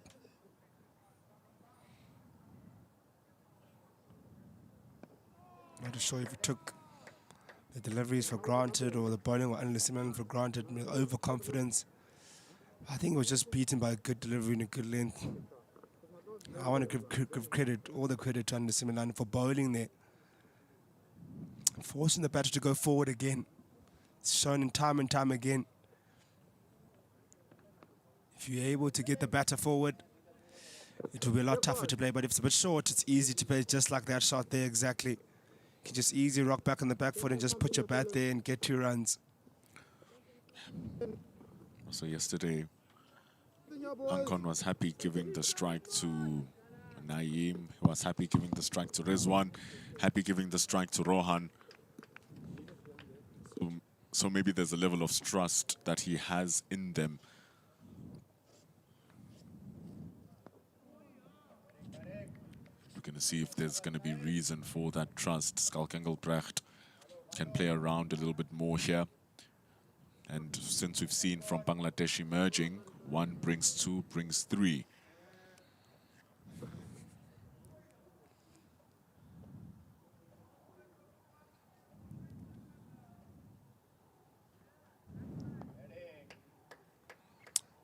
That's the end of over number 71. No damage done there.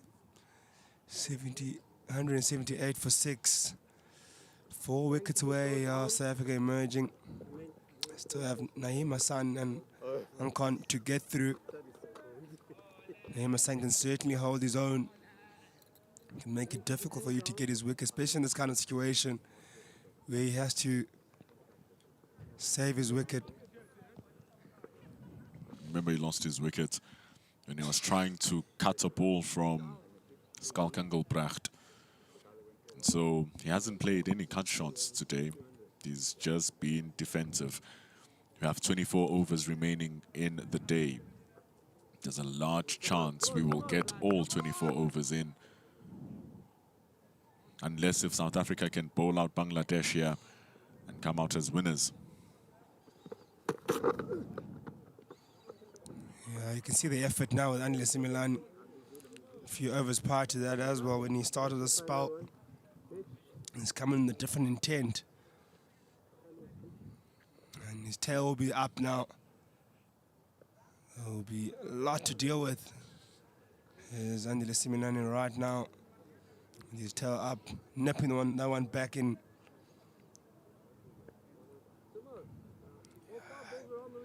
He'll be smelling blood. He's coming around the wicket. Interesting. Right time around, 5 left. Makes sense bowling to Ankon that is going to come around. The wicket is very set. He doesn't have any issues with the ball coming over the wicket, especially after the edge. He's not going to give more. So now trying to activate that leg side. Short again and rides it down. So they can put a fielder on the arm, but just reinforce it a little bit more if he's going to be pitching it short. That gap where the shadow is, just someone at the end of that shadow will be a good field placement. Just a surprise for Ankon to deal with. But he hasn't shown anything off except for the edge.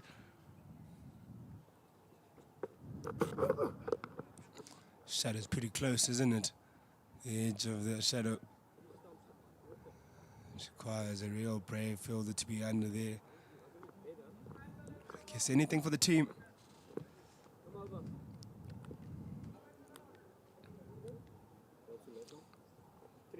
just going across the line here, Andile Simelane. Doing a good job trying to keep it strong, trying to keep it tight. But they need wickets. So, right at the edge, Diriti Tego is going to stand at short leg, rather, which is still a very good option.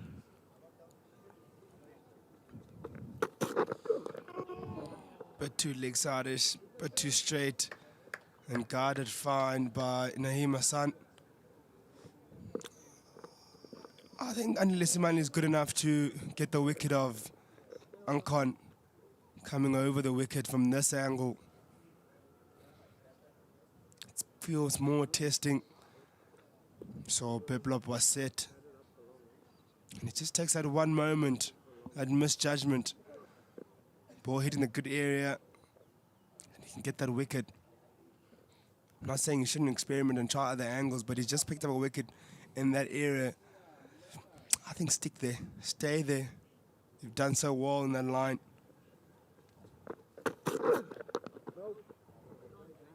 Maybe not there exactly, that's a bit too short. It's not a bad over indeed from Simelane. He's trying different ideas on what can work.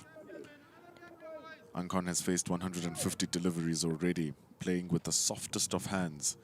Even his edge was played with soft hands. It was a soft edge. So it's not easy for the South Africans to try and get Ankon. And a smart thing would be for Ankon to just bat. Last ball of the over. 23 overs after this. Outside edge again. Ankon lives to fight another day. This time, Ndando Zuma could not get a glove on it. That's why I said Andile Simelane must persist from this angle, because he can do exactly that. He's more of a threat. It's very nicely done. Very nicely done from Simelane. Not enough reinforcements on that slip cordon to help out Ndando Zuma.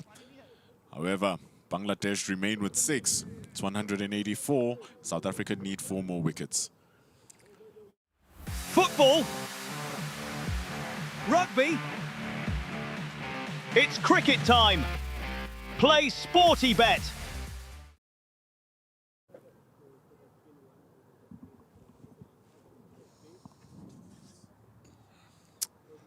Well, that is it. There's what you see, 184 for 6 after 72 overs. Not so long ago, Biplop lost his wicket via brilliant bowling from Andile Simelane. Andile Simelane probably in the spell of his life right now. And he'll want to be the one responsible to getting South Africa to victory in this situation where they need him most. He's steaming in, running in, and they've got a lot to deal with when he's coming in. Ankon is the hope of Bangladesh men's emerging alongside Naeem Hassan. But can they keep our South Africa emerging? Full and Naeem Hassan goes for it.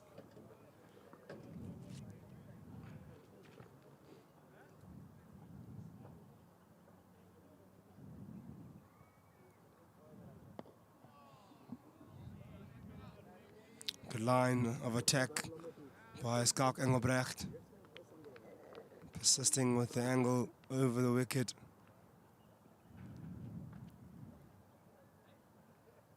Again, a bit full. Hit straight down the ground. Timed really well. Caleb Seleka tracing it really well. Good effort.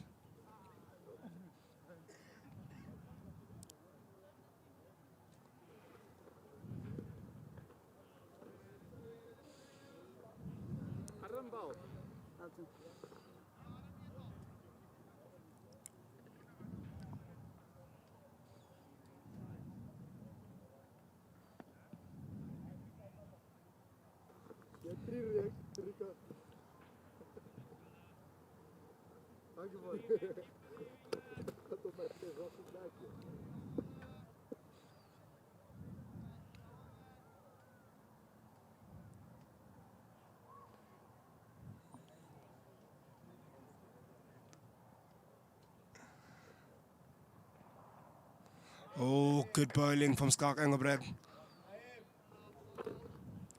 Ball gets a bit of bounce and turn. Son has to be careful with what he goes for. That's ball played, actually. Pushes it down. As the ball looks to climb up.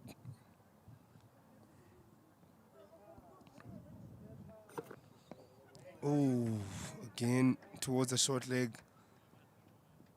Quick single taken to end the over. Pretty quick over by Skalk Engelbrecht. And 7 overs away from the new Cherry. And 22 overs remaining in the day.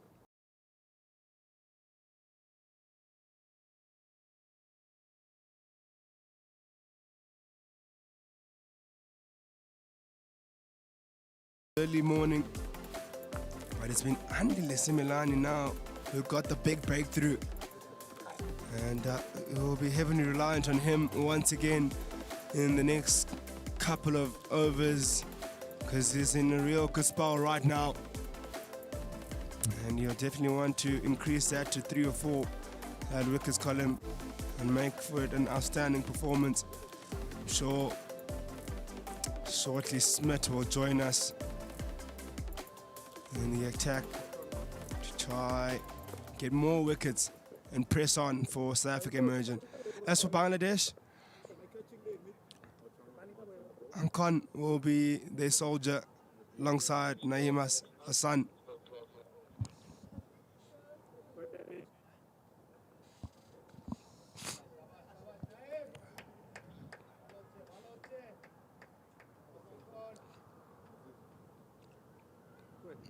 Slight bit of a delay.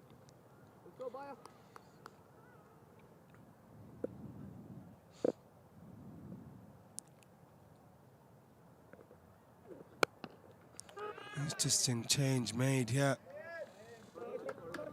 Majola comes out of the attack. I thought Andile Similani was looking really good. Picked up a wicket.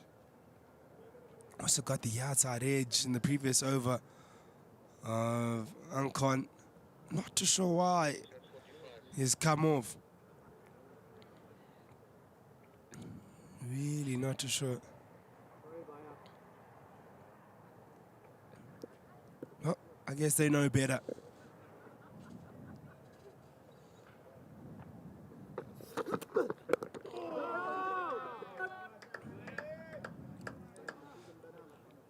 Majola bowling well, hitting his areas.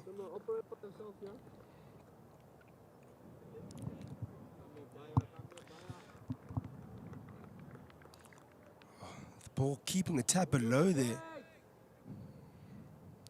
Just quite short where it bounced and ends up being right in line with the stumps and the height of the stumps as well.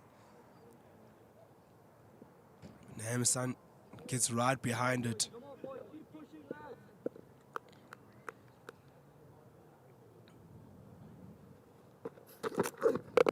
Oh, good bowling. Persistent bowling again. When he's at his best, and Majola, that's where he'll be.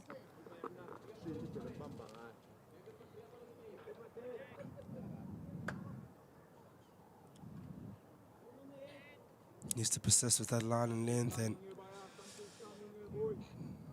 to keep Naeem Hassan honest. Can't afford to let him just relax out there. We know he can bat.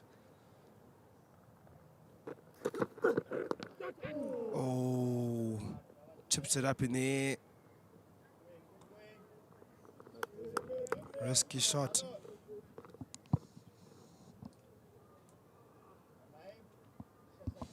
Mitch van Buren not looking comfortable. May have hit his wrist in the process of stopping that one.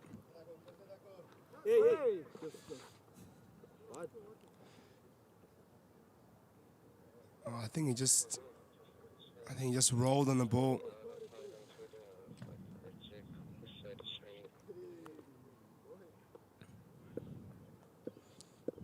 Doesn't look comfortable at all as Mitch van Buren.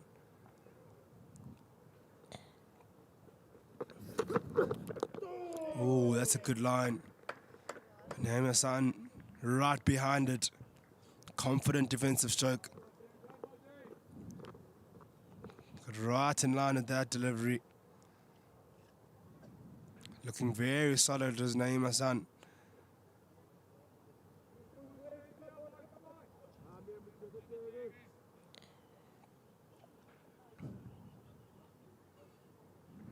Still fighting out there. The Bangladeshi men still believing.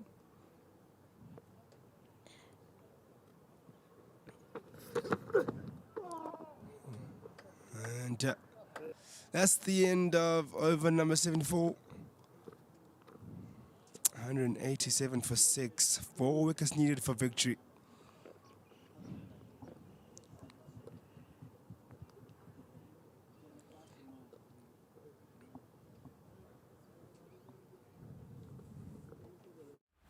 Football.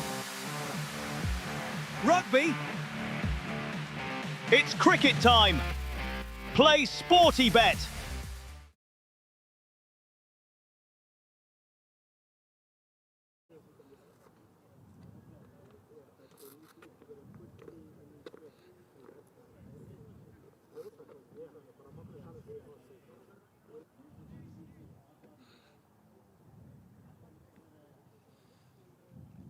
Ankan, Naeem, the two batters at the crease.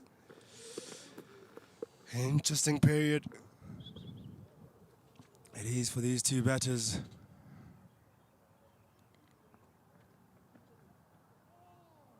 Ankan steps right across to guide that one to go past.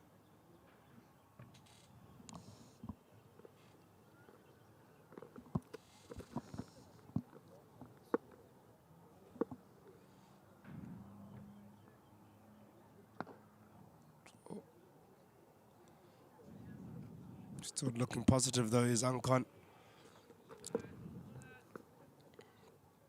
Despite his intentions of wanting to close out this game, and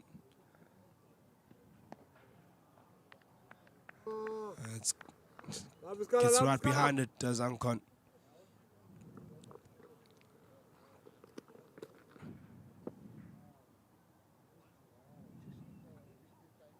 Oh, just about guides it past the fielder under his nose. Tricky angle this from Scott Engelbrecht. Forcing Ankan to play at everything. Can't just think you'll just leave that ball going across, so you have to sort of jab at it. But in the process of doing that, you need to be able to also understand that there's fielders in and around the bat that are eagerly waiting for any mistake that you got to make as a batter. They're as desperate as you are to keep the ball out. They're desperate to catch a mistake. It's good bowling. T in the over. Goes to the over pretty quickly, does Skark Engelbrecht, as he's done all game.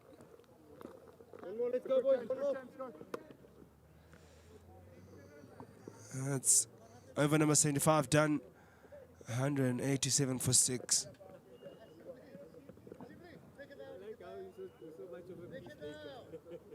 So plenty of chatter happening out there for South Africa emerging. They'll slightly have a little more belief now with that wicket falling of Biblop. But still plenty of work to come. 5 overs away from that new ball. I truly believe South Africa emerging will take it immediately, knowing that they won't have much time, and not sure how much of a threat that new ball will be, but it will be tough going for Bangladesh men. These two will want to get to that new ball. And I'm sure now the reason why they want to have two spinners on both ends is try to quickly get to the new ball as fast as possible.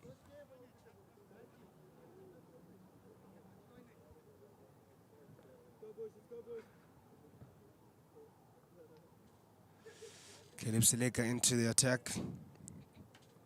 For those interested, 20 overs remain in the day. If those who are counting down,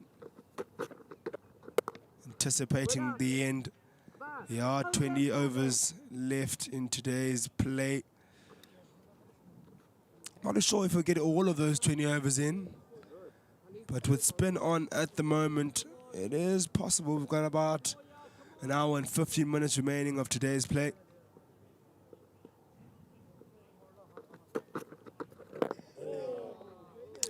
Good bowling from Seleka. He's bowled well today as Caleb Seleka. He's bowled 9.2 overs for 12 runs, very economical. It's accurate, but he's cut away this time, a bit short. And picks the gap, does Naeem Hassan.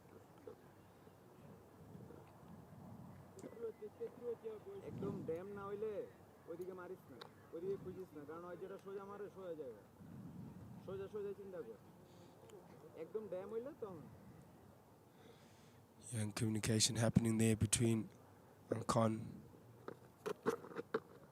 and Naeem Hassan. Ooh. Squeezes that one out just before it gets to the short leg, pressing down, killing almost all the life out of that ball.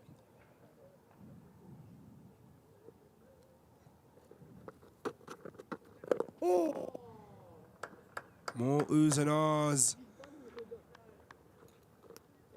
Caleb Seleka still persisting. It's been so accurate in the second innings. Put short and pulled away. Pulled away for 4. Boundary it is for Naeem Hassan.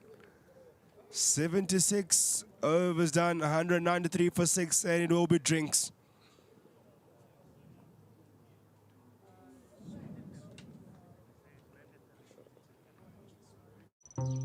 This is how Benny McCarthy spends halftime, multiplying the excitement while the match takes a break. Play Sporty Skill and discover casino games on SportyBet. Bet smart. Play SportyBet.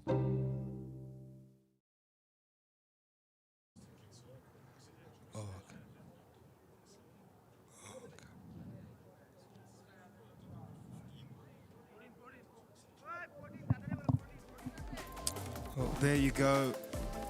To our viewers who maybe missed this test yet, it's how it started on day number 1. South Africa, who won the toss and who were the ones who decided to bat first. They batted throughout the whole day, and day number 2 they declared on 519. They put in Bangladesh emerging men to bat. They all dismissed for 239. They came in late in yesterday, South Africa, to put on an extra 131 runs to just put a security on that scoreboard.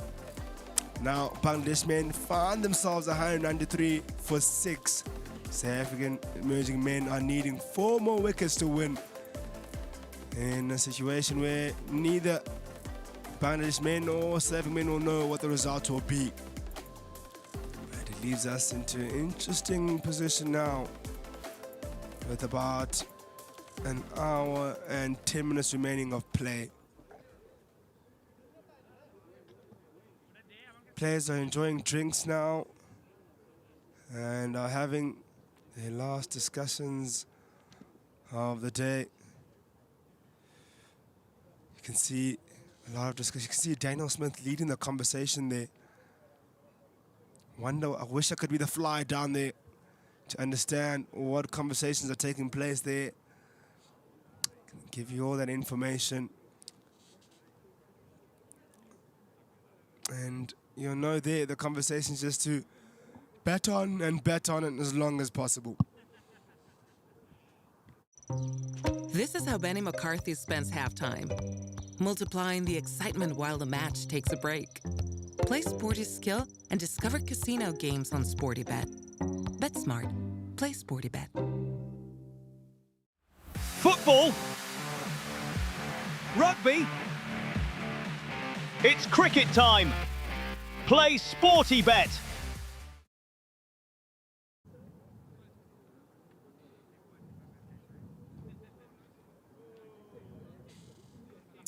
Well, there it is. Ankon and Naeem Hassan will have the responsibility for the next hour. Can they get through it? The hope of the Bangladeshi nation will be on their shoulders. And look at how the sessions have gone today. Session 1, 2, and 3.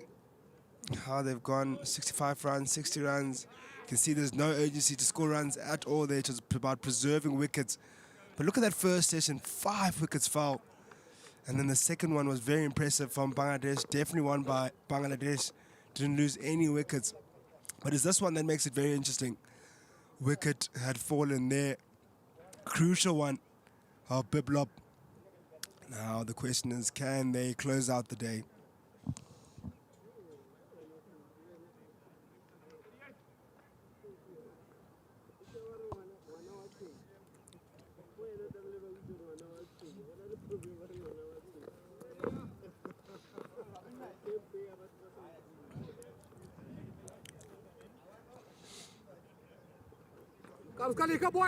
A few jolly men out there for surfing emerging men.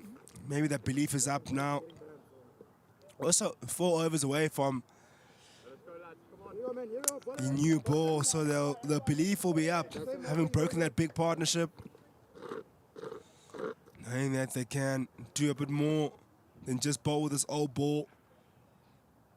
Have just under an hour to utilize a new ball and get big opportunities. Makes for an interesting finish. This is what red ball cricket is all about. These moments.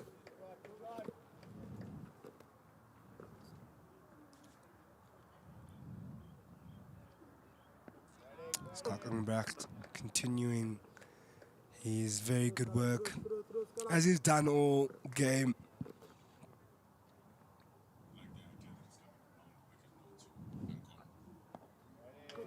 Lovely.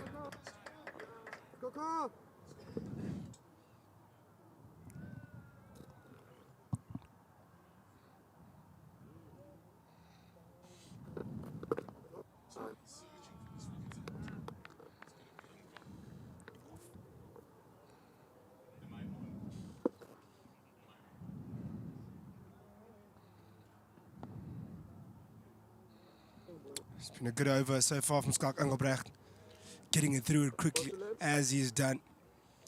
One more ball left in the over. And that is the end of over number 77. With the score at 193 for 6, and we'll have Pendula back in the commentary box for the last hour of play. The most interesting hour of play. It's a very important phase. 4 wickets left for South Africa to win.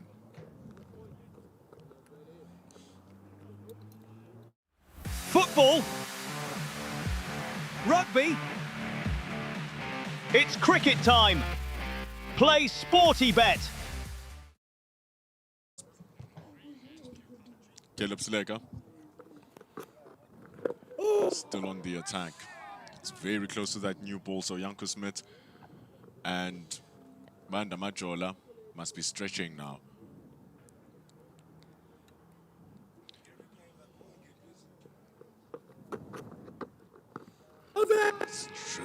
It's drifting for Seleka. This is good.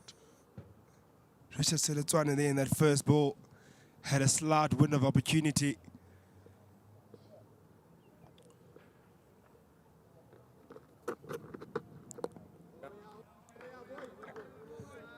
To stamp out Naeem Hassan. He lost his balance in the crease there.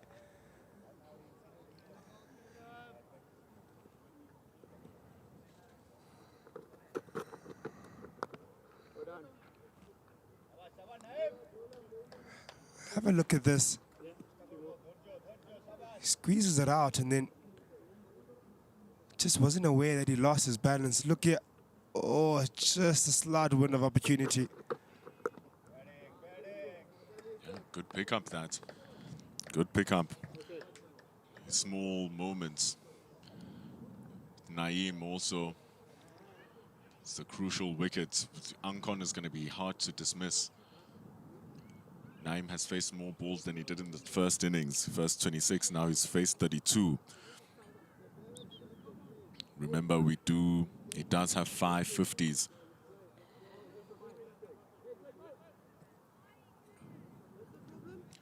But Mitch was having a conversation with the 2 umpires. Captain of South Africa emerging. Wonder what that was about. But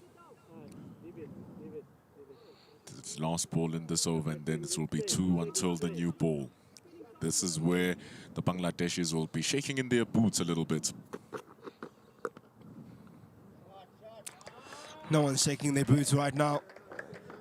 Naeem Hassan has hit that confidently through the covers with no doubt in his mind and gets a boundary.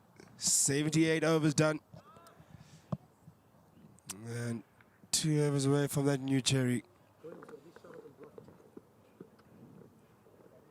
It's an easy shot, easy looking shot from Ankon.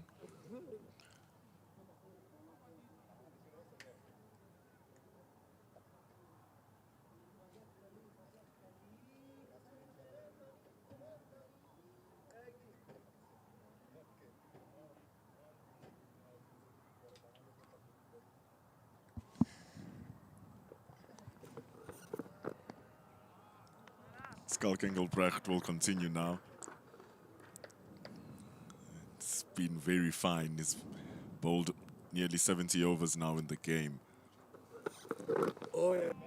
That's tons of loads. An hour and 5 minutes remaining.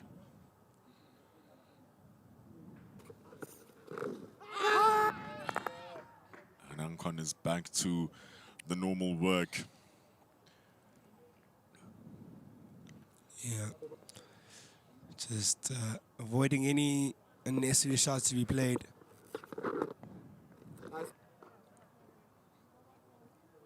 He was given a lifeline. He's making full use of it. Here's Ankon.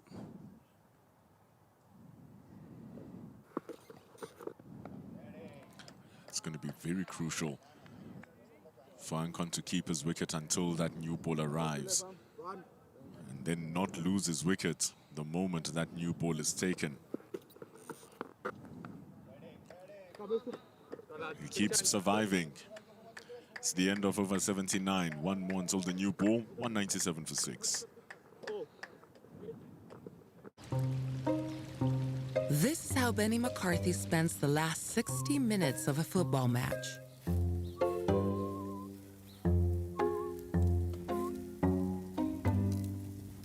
With early goals on SportyBet, selected win and goal predictions can be settled before full time.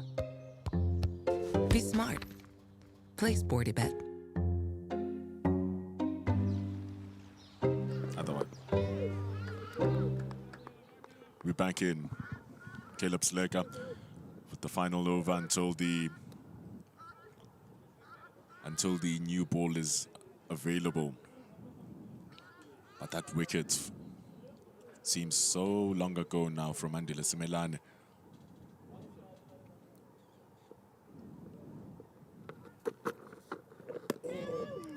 It seems so long ago. Naeem has just settled in. I love the point coming in from H. Binafuen saying that it's good that Biplop lost his wicket a little bit earlier, because imagine if Biplop lost his wicket in over 77, over 78, and Naeem wouldn't have enough time to adjust to the new ball. That's important for Ankon and Naeem, therefore, not to lose their wickets once the new ball is taken. Last thing you want is to have your lower order batters being exposed to a rested Smith and Bayanda Majola, who have a brand new ball, hungry for a win.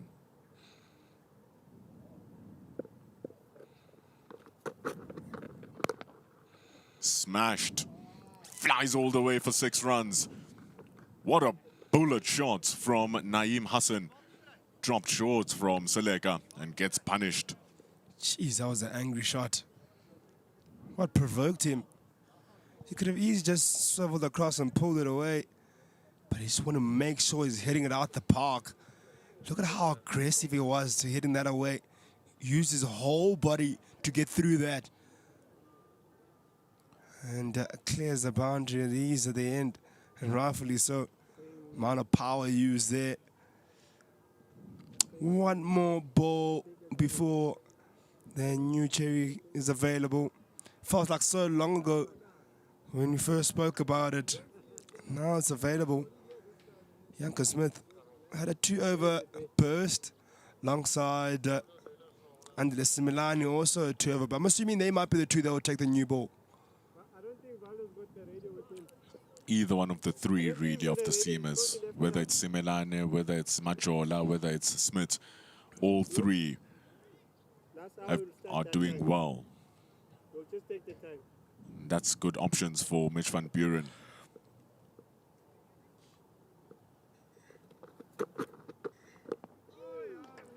Good. It's the end of the over. 203 for 6, and the new ball is now available.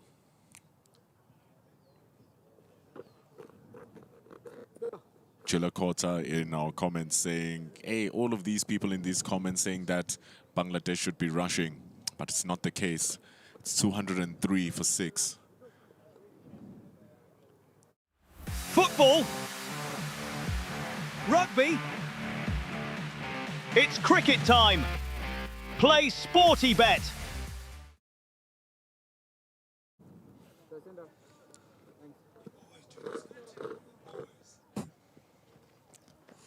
Skalk Engelbrecht can spin the new ball too.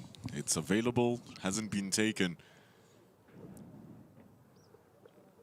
This might be the new spunk that South Africa need.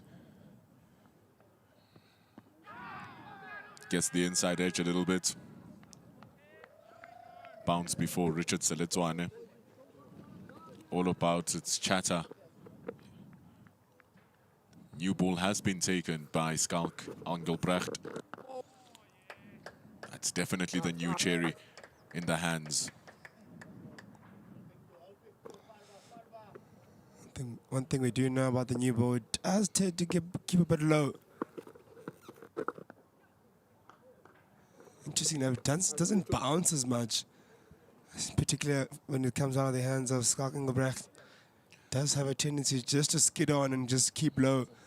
That's something they have to contend with. Interesting phase of play now. Ooh, an appeal. Yeah, it's about to happen. Well, the lack of the ball does bounce with the heavy body. It's just going to slide more. That gets the spin. Ankon does well to step outside the line of the stumps. But now this is going to be tricky. I have exactly an hour with this new cherry.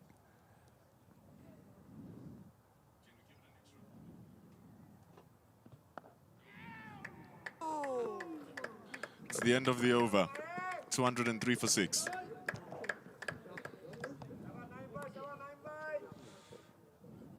Football. Rugby. It's cricket time. Play Sporty Bet.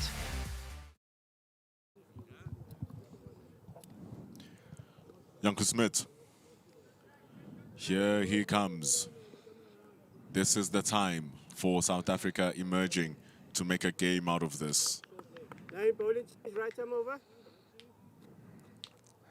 Naeem Hassan will have his hands full with that new ball.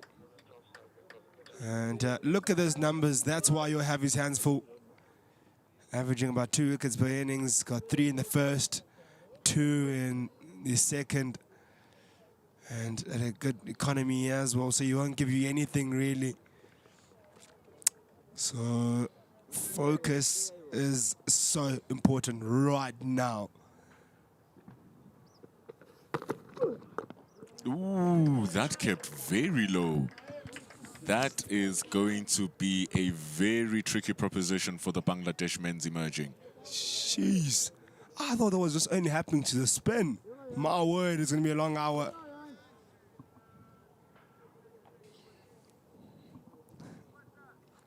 Wow, that kept low. Even more reason why I should target the stumps. He's been doing that the whole day. Now he needs it the most. My word. I even love the fact that Daniel Smith is there, waiting at a wide-ish slip, just in case, because this ball is brand new, so it can carry. Yeah, with the ball keeping that low, all the umpire needs to look at is the ball is hitting in line or impact is in line, and everything else will be plumb. It's going to be important. South Africa, if they can get themselves to 1 wicket to win with that 5 o'clock hitting the mark, they can ask for an extra time. They won't want to get to those extra time territory. They'll want to finish the game within its time frame.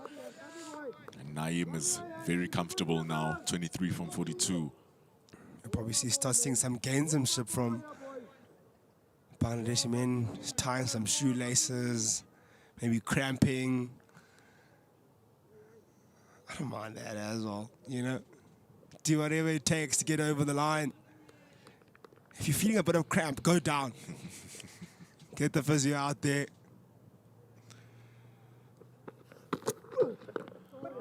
Yeah, some of the people in the comments still saying that Bangladesh, this 34 from 170, it's poor batting.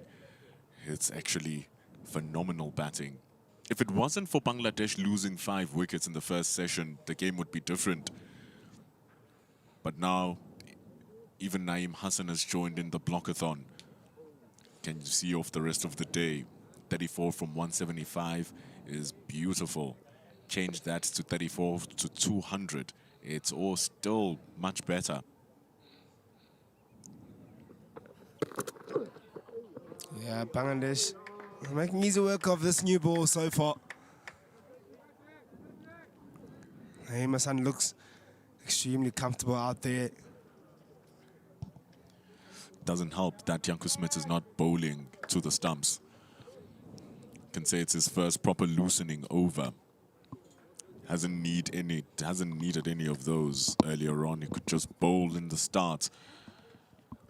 But now, it's been a long day, and it's been a long match. Last ball of the over. Just target the stumps, Janko Smith. Ooh, that's a great ball. Beating the outside edge. That's the ball from Janko Smith. It's 203 for 6. Yeah, that's gonna happen. Naeem Hassan just needs to put that behind him. Those will happen. Plenty of more of those are coming. It's but the ability to be able to put that behind you and carry on and focus on the next delivery. If he thinks about that too much and play on his mind and he'll start playing for that. So just putting that behind and just looking at the next one, over by over. They're almost there.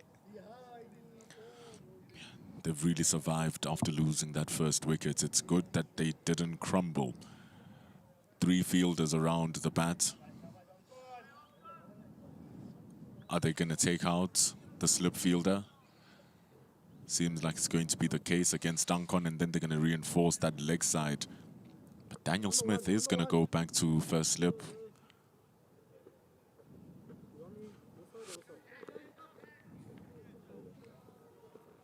Takes his position. Mitch van Buren takes leg slip. Yo, so much flight on that. Giving it so much air. Enticing Naeem Hassan to go for it. Dangling the carrot. Saying, have a bite.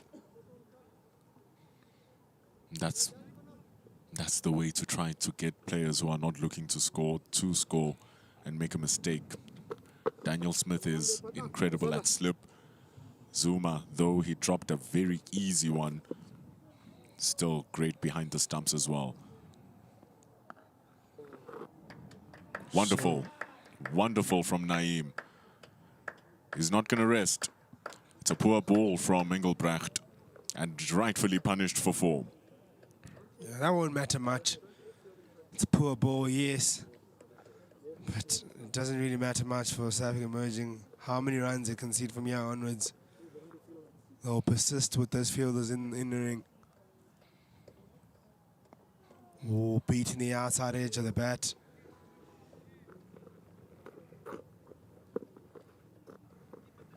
And we'll keep on rotating the striker. These two don't want to, in a situation like this with a new ball doing so much, to allow the bowler to set you up.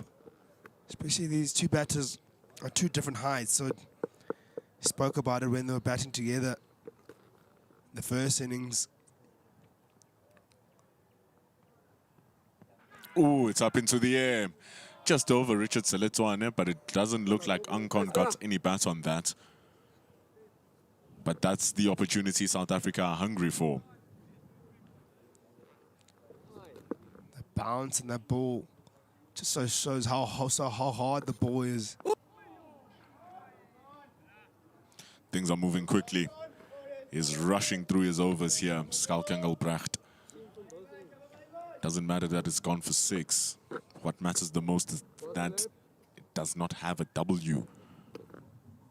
Needs a W.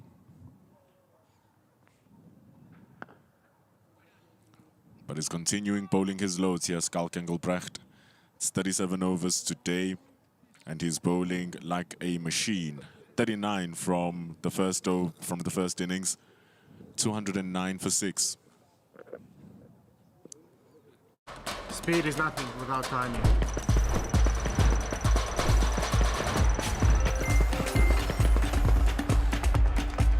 And timing is everything in rugby blitz. Play it now on your sport today. Football. Rugby.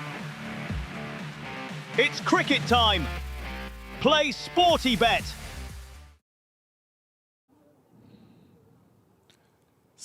He's bowled 76 overs in the match, Schalk Engelbrecht, which is immense. Janko Smith has bowled 30. But boy, do they need more wickets. It's a good ball. Gets the outside edge. Most likely going to be 3 if it doesn't run for the boundary due to that slick lacquer. And it is. It runs all the way for 4 for Naeem Hassan. Yeah, opens the face of the bat there, does Naeem Hassan. Controls that a tad bit. He'll take those runs. But more importantly, he'll take being able to be still out there and batting for his country. Getting the outside edge for Smith. Saw him just rubbing his head, thinking, what more does he need to do? Just needs to keep to where he was.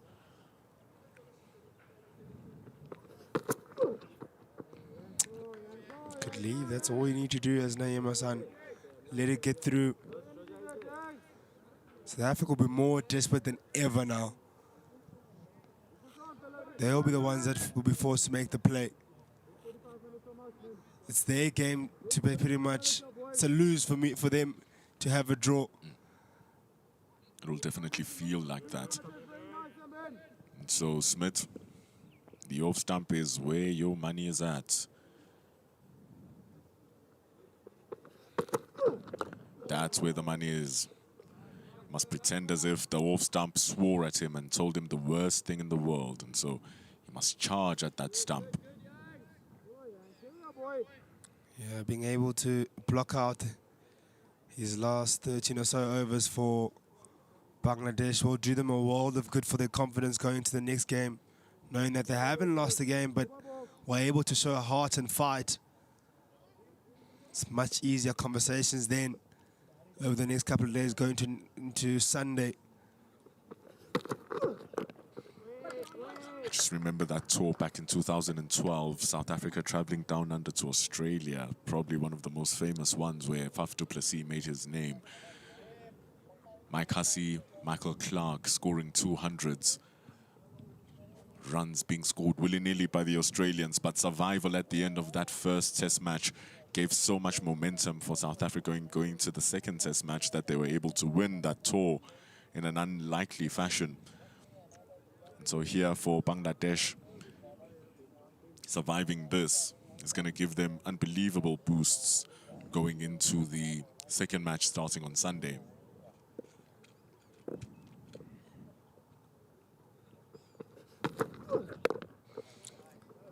Even remember domestic cricket where the 4-day series 2 seasons ago was drawn between the DP World Lions and the Momentum Multiply Titans. Bjorn Fortuin, Dom Hendricks and the entirety of the Lions team felt like they had lost that final because they had set it up so well for a victory. And so it does feel like that here for South Africa emerging. If they don't clean this up, it'll be the same fate. And it's looking so far so good for Naeem and Ankon. 213 for 6. They need to survive 16 more overs. Or rather, they need to survive 11 more overs. And if South Africa don't get over the line here, then it goes back to, could they have started sooner yesterday in terms of the second innings of Bangladesh, utilize more of the time at the end of the day? I mean, I feel like getting 5 wickets in the morning is more than you can ask for. Normally you're asking for 3. Getting 5 should have been a way for South Africa to get themselves into a victorious position, but Ankon and Biblob batted really well. There's not taking away anything from that. Not losing a wicket in that second session is probably the reason why this game is here. They were phenomenal. Ankon is still phenomenal right now. The one thing South Africa will be looking at now is this new ball. This is their last opportunity. If they don't use it, then it's all gone.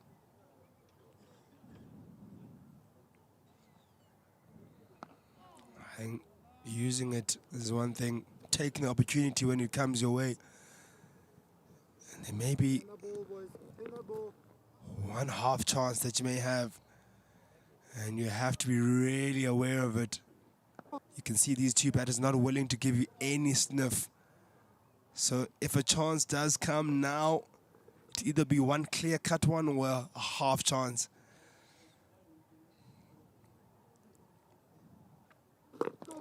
And also, it depends how soon does it come, that chance, to get the rest of the other wickets. If you want to talk about the place where the game could have swung, it was that drop by Zuma of Ankon.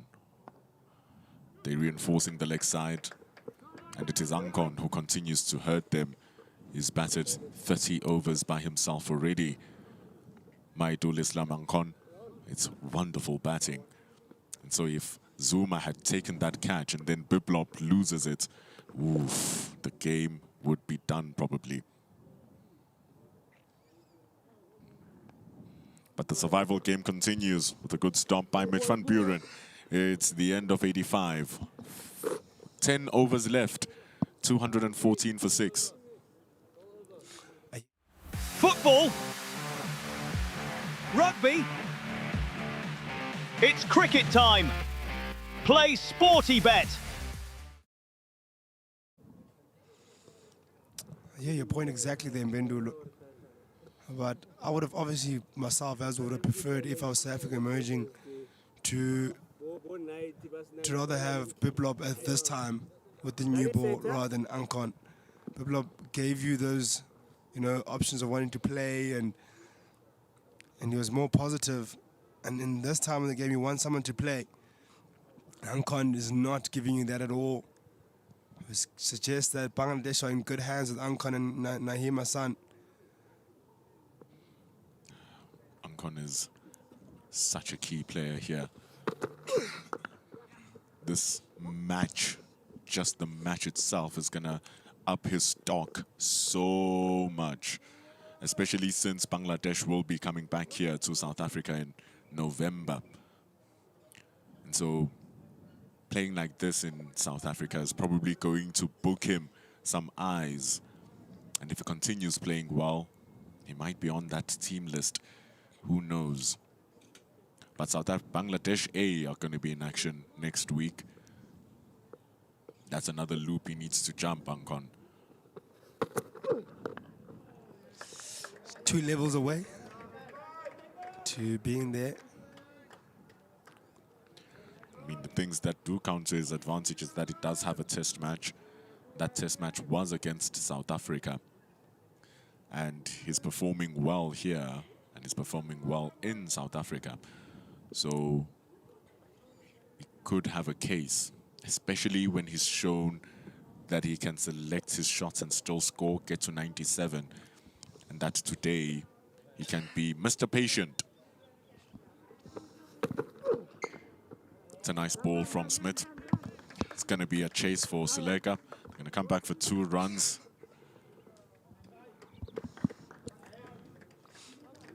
Just attacking those stumps.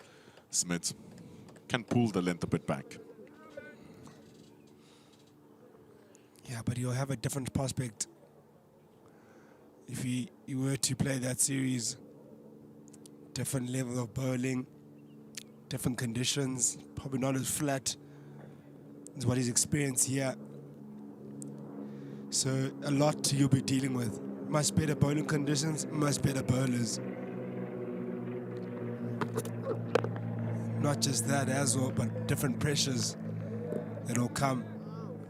So I'm not saying this is the worst level to show your case or to state your claim, but conditions are different.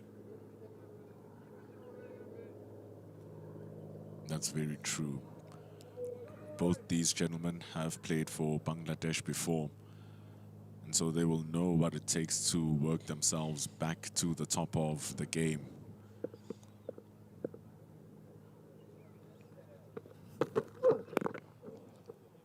And so Ankon in that match versus South Africa in Bangladesh only scored 29 runs and never got a call up again.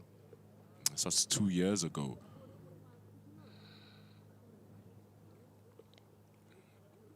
Hard lengths from Janko Smith. That can easily take the outside edge, so that's still a viable ball. That's why they have that relatively short gully who's there.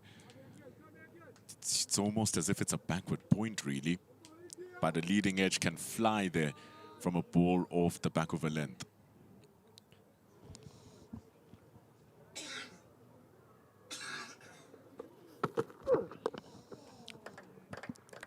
It's tight from Janko Smith. It's tight, but it needs to be tighter.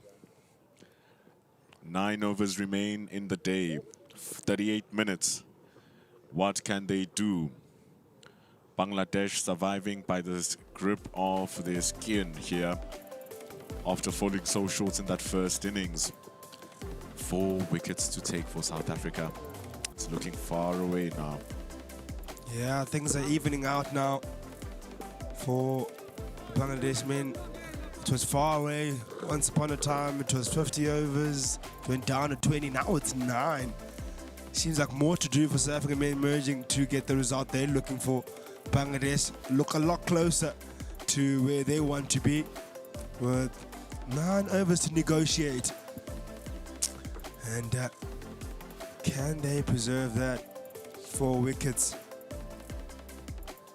It's very good work. It's a really good work from the Bangladeshis. After that first session, it was very poor. And that second session, it's coming together. Andile Simelane has taken 2 wickets. Can he get his third?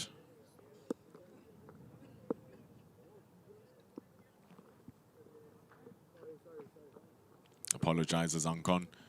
Small little mind games with time running out now. But he's stopping. Short mid-wicket. Short. Mid-off, really.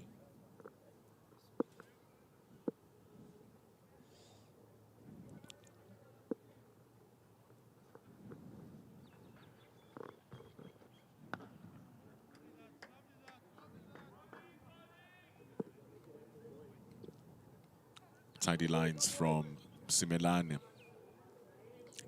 The lines and the lengths need to be a touch harder. That's full if they're looking for these wickets.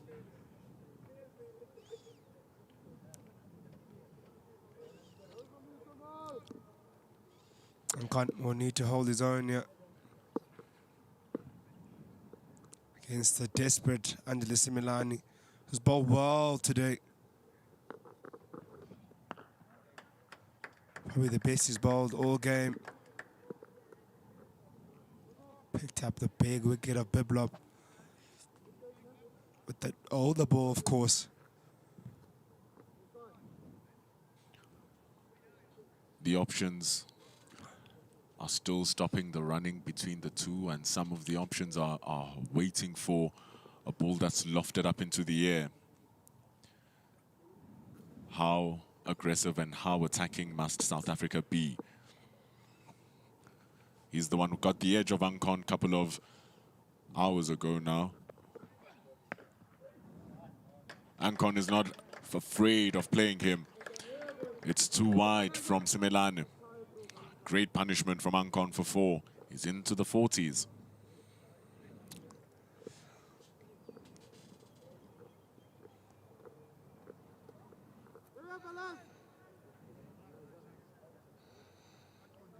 Plays that very nicely. And does a great job there, Ankon. Send the ball to the boundary. Simelane doesn't want to be that wide. That's the issue. Need to attack the middle stump. It's actually a few moments ago in Pindula, I was silent for a moment there, looking at the reserve player there on the boundary, playing a crucial role in saving time, putting the ball back in. Something done really well in, just don't remember what team, I think it might have been the World Cup, putting fielders all around to try to save some time, get the ball in as quickly as possible, save the legs of the fielders. And I think that will be a good ploy if it is a tactic that's being used right now by South Africa, to have a field on the boundary if it does get there.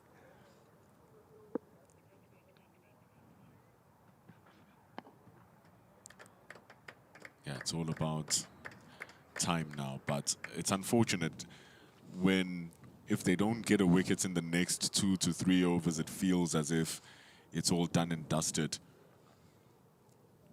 They really have dropped their heads here, South Africa. And honestly, it's not South Africa dropping their heads, it's Ankon and Biblop who cut their heads down. Naeem came and he just added on to the pressure of not allowing them to lift their heads. Yeah, he's a big wicket right now. They need his wicket so desperately right now. And he gets right behind it. Ankon, safe as houses. Here's Ankon. That's the end of the 87th over. 221 for 6. And that 4 wickets required, it looks like a long shot away now. Football. Rugby. It's cricket time. Play Sporty Bet. 4,000 of us now watching this together live on the stream on Cricket South Africa's YouTube channel, brought to you by Mega Live. Big numbers for big results that's coming in here today. We're assessing all of your comments, speaking with you as you speak with us, but the people who need the biggest speech here are the South Africans on how to get these wickets. as Bangladesh continue to defend. Bayanda Majola, with the brand new ball in his hand, gets punched down the ground for 4. It's runs that do not matter. It is the fact that it is the 4. Again, there's a field on the boundary. Throwing the ball in pretty quickly to get going once again. Saves plenty of time. That, not a lot, but it does, with a good shot straight down the ground from Naeem Hassan. It's rocked on the back foot pretty quickly. Didn't waste that ball at all, Naeem Hassan. He too is close to his 50. It's wide. What a wild chase for Naeem Hassan. See, sometimes confidence can really become your biggest detriment. Lucky he gets the bottom edge. That is not needed. That could have gone anywhere. Why? Why you have to play that shot? You would have been so disappointed. Give your wicket away in that way. You would hate yourself. And open up one end.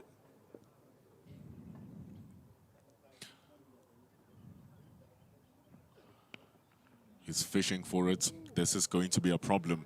Naeem Hassan must leave those balls alone.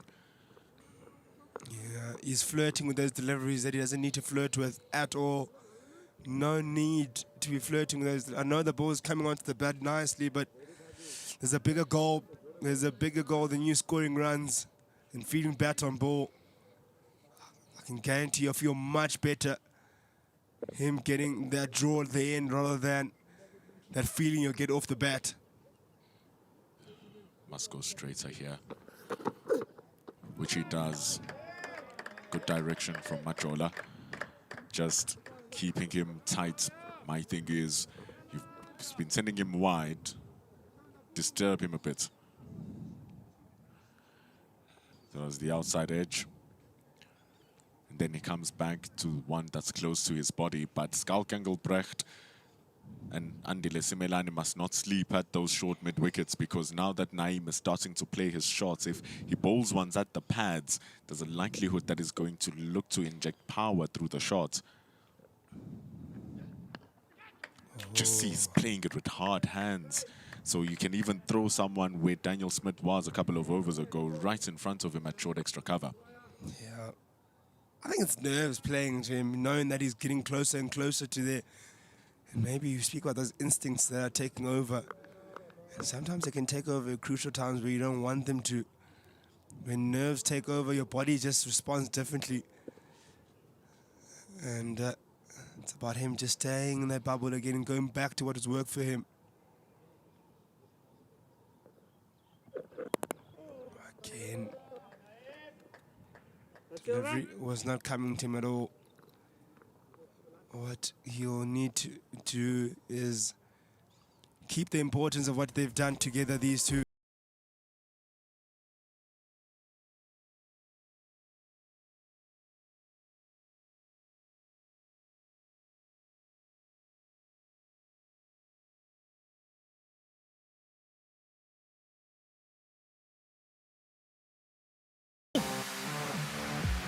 Rugby.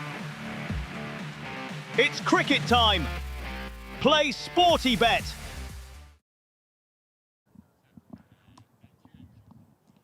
Andile Simelane, with 7 overs of the day left. South Africa don't get a wicket in the next 2 overs. It's hard to believe that the game is going to continue into the last 5. If they do get a wicket, it becomes a completely different story. Patience has been the name of the game indeed. Mohammed Feroz Mullah, it's been the name of the game.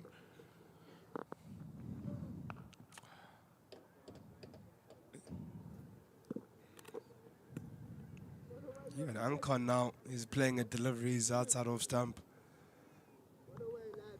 He's been so disciplined. Hasn't played anything outside of stump, and he's also kind of slightly out of character.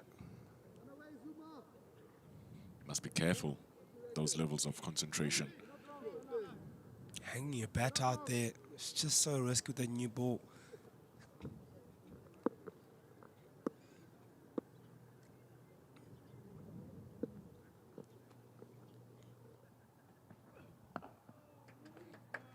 back to basics for Ankon. Back to what he's done best. That's all he needs to do, really. Issue now is that hard lengths. They go back on the back foot and they just push the ball down full length. They take a giant step and they push it down. There's no reason for them to try and do anything that is out of the ordinary. And so it's all on the bowlers. Andile Simelane can bowl from wide of the crease and target the stumps. Is a good ploy.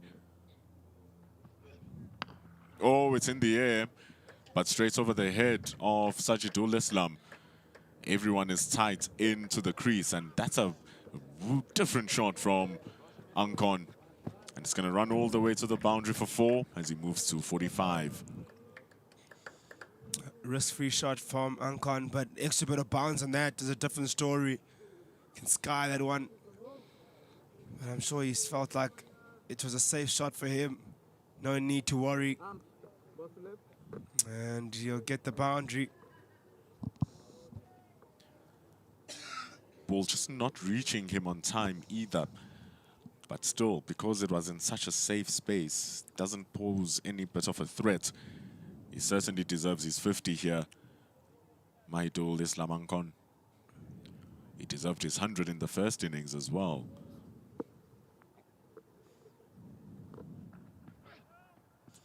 So the steps, Simelane. Another little crime. Yeah, we spoke about how we felt that was a fault in his game. And it's clear again that it's continuing to bugger with him. And from both ends, he's struggling with that front foot. It's unfortunate that it does seem that Janko Smith can't bowl as many loads as he normally can because of that little leg that he is having issues with. Ideally, getting 5 overs from him with the new ball would have been the most perfect ploy. And even with Banda Majola, but boy, they've been having those loads.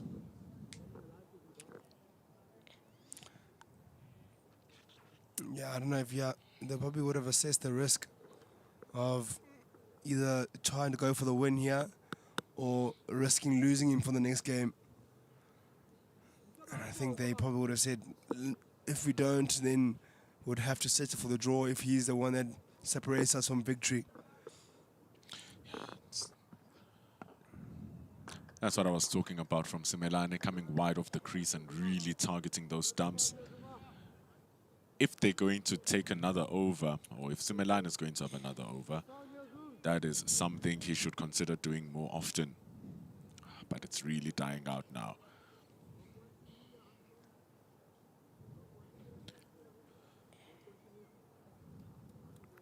Close to ending now, 6 overs left. 4 wickets to go.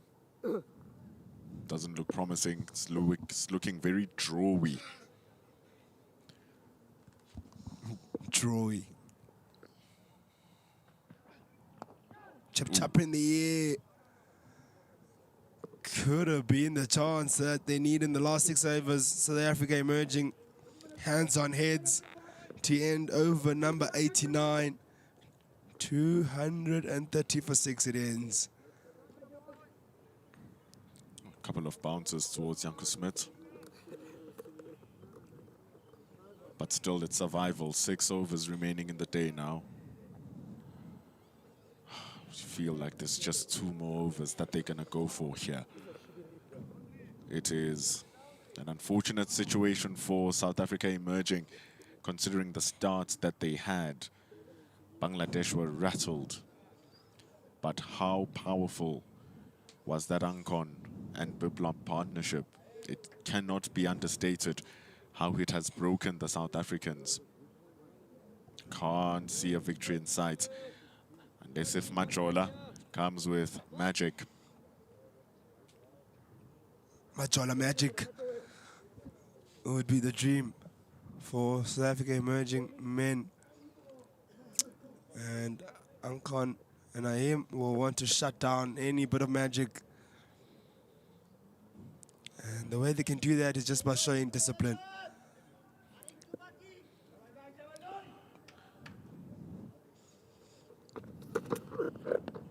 Ooh, that's a good ball from Majola.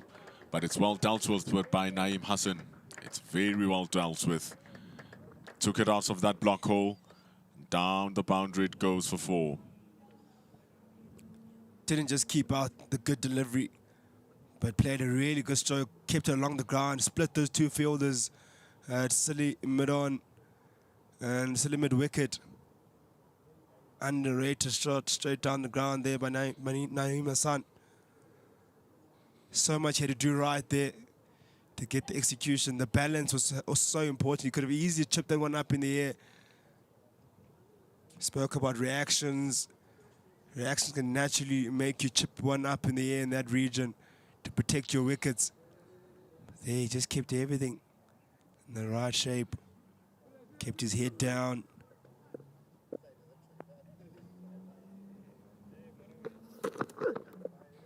Oi. Loose one from Banda Majola. It's very difficult. Good take behind the stumps from Zuma. And Paxman 420 is correct. Ankon definitely took the game away from South Africa, even from the first innings performance. Did it well. Junior X15 congratulating the Tigers for the beautiful partnerships, and it's 2 very good partnerships between Ankon and Naeem, Ankon and Biblop. And it's pulled away from Naeem Hassan. That is authoritatively done. Rubbing salt into the wounds for the South Africans. And 50-50 will be a super reward for their work. Yeah, Naeem Hassan, when it's there to hit, never holds back. He uses his full body and uses power. There, the power was really on display. It's moved up to 46. Look at that strike rate in the midst of the storm.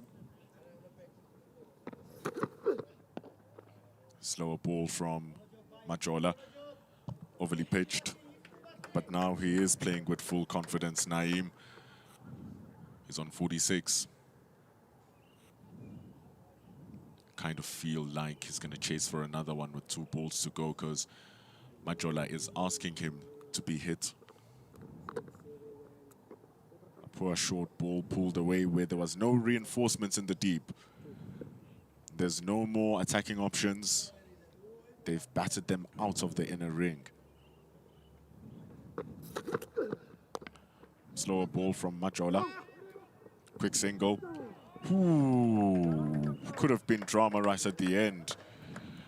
Ankon makes his ground. Not too sure tight hitting was needed at this time of the game.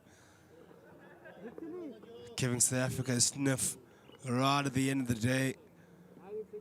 We're still 5 overs. Oh, that could have been tight. Could have been real tight. But he does make it home. And he still has sights on that 50. 15 minutes, or rather 17 minutes left. And you can, it's all but done now. You can just see it from even the spirits of the South Africans. But Majola must still run in hard. It's a difficult job. And it's going to be squeezed past Selitswane. They're coming back for number 2. Are they going to switch for number 3? No, they just keep it to 2. Naeem was ready for 3rd. But it's the end of over number 90. 241 for 6.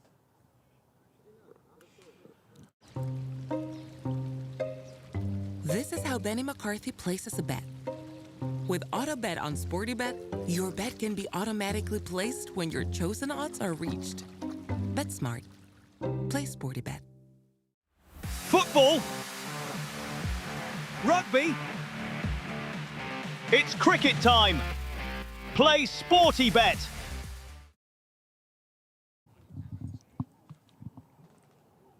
Four wickets to go for South Africa emerging. 5 more overs to survive. But it's probably not going to be 5 overs. if they do well enough. Just get to their respective 50s.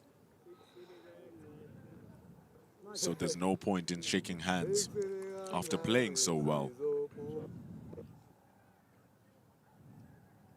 241 for 6. Paul Adams is walking around the boundary there through, wondering, what could we have done better? It's tough tactical questions. They've put 2 short legs next to Naeem. He moves to 49, Naeem Hassan. Yeah, I don't think they could have done much better. I think the one blemish they did have was that opportunity that was put down. But in terms of their bowling, they were really accurate, disciplined, bowled the right areas consistently. I think it's just credit to that partnership of Ankon and Piblop, managing to nullify that pressure and absorb the pressure, and then just blunt out the attack of South Africa. I think it was also massive to lose Janko Smith as well.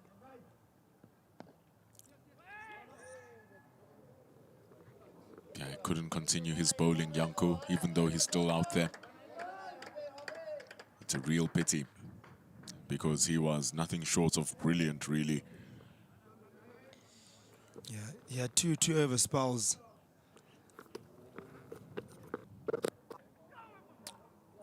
One with that older ball and one with the newer ball. And in both spells, he showed signs of threatening, but couldn't carry on any longer. He took the new ball, took only 2 overs and came off again.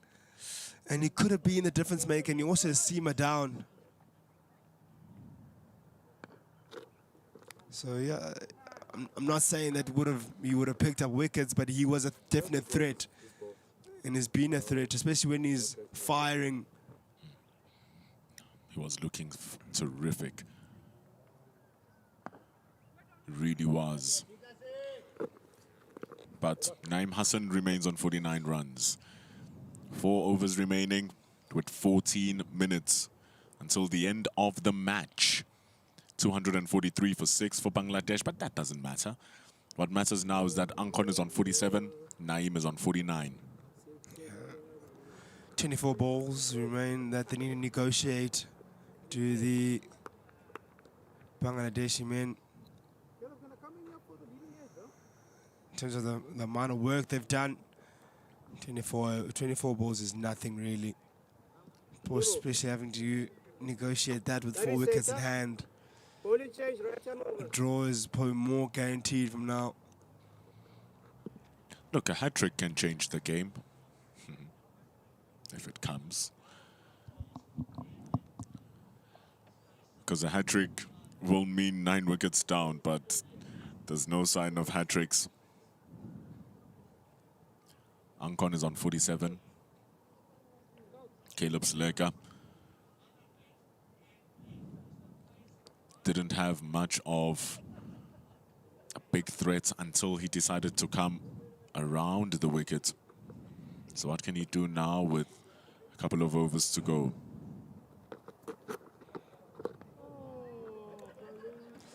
Good start by Caleb Sleka.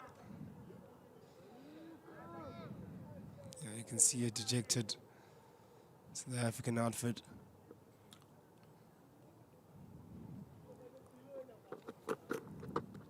It's gone completely silent once again. I think they know what's going to happen next. Yeah, it's just ready to celebrate for the 250s. Clap their hands in appreciation of good batting and great work being done by these two. And in particular, Maidul Islam Ankon, who takes 1.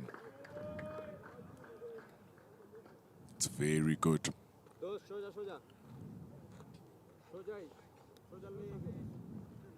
Ali Muzaman Polo saying, thanks to the board for giving the opportunity for Bangladesh to play in these. We'll definitely read your comment, because Naeem is close to 50. And cuts it away. Quick run, which Ankon refuses. Great fielding. Not needed. And quick discussion taking place there.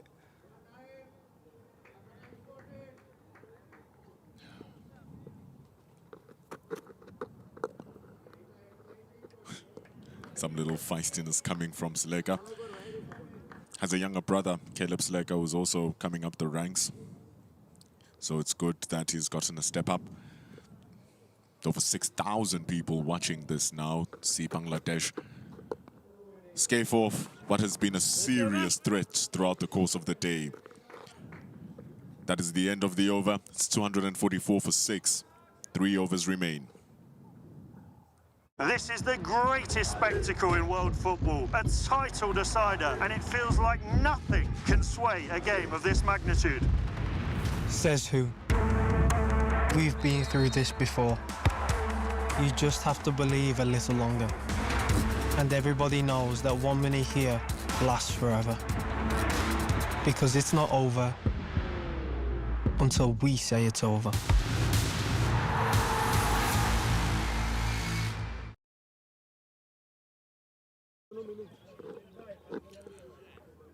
Three overs to go. It is very tough. Mohamed Feroz Mola is telling us that the target doesn't matter anymore. It's just surviving these last now 3 overs. The match will be a draw. It will be a big achievement because a win was not in the cards. A loss was painted all over the show after the end of that first session. So to just lose 1 more wicket in all of these overs is serious stuff. Yeah, it was that middle session that set it up for Bangladesh emerging.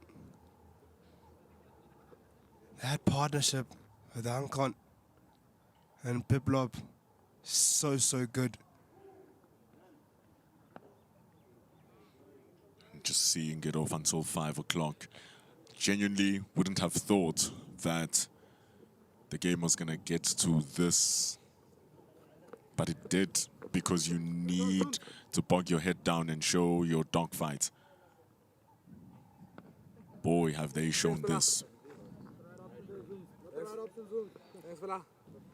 Yeah. There's 15 more balls remaining now.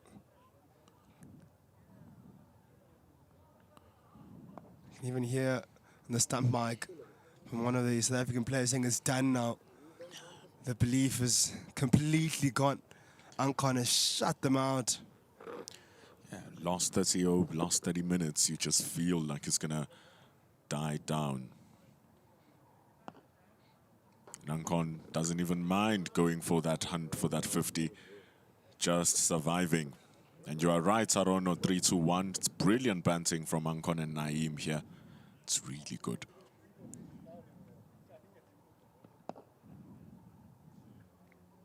Two overs left in the day with 8 minutes to go. 244 for 6. Ankon on 48, Naeem on 49. Football. Rugby. It's cricket time. Play Sporty Bet. Yeah, they're shaking hands. It doesn't matter that 50. It doesn't count on the first class record anyway. But what a fight for Bangladesh men. This is amazing. And they went through the day after it looked like it was going to be all over. It was Mahidul Islam Ankon.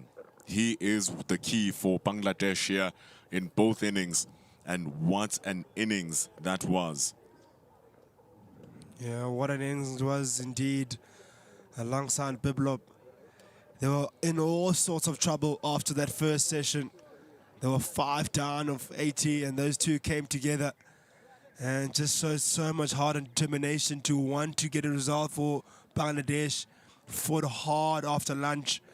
Didn't give South Africa emerging a sniff out of the game, and managed to nullify and keep out the pressure that they had and absorb all the pressure that was exerted on them in that middle period, and then continue that hefty work into the last session even though South Africa emerging huffed and puffed and tried every single trick in the book by chirping them, pressuring them. And credit to South Africa for making a great game for this and fighting for that victory. But Bangladesh showed so much heart to be able to find themselves at the end of day number 4 with a draw. The performance where they'll say, yes, there's a lot to improve on. They won't be completely happy with how maybe they bowled, batted with all disciplines. And at the end of the day, you could comfortably say South Africa were the better side, but didn't get the result, unfortunately.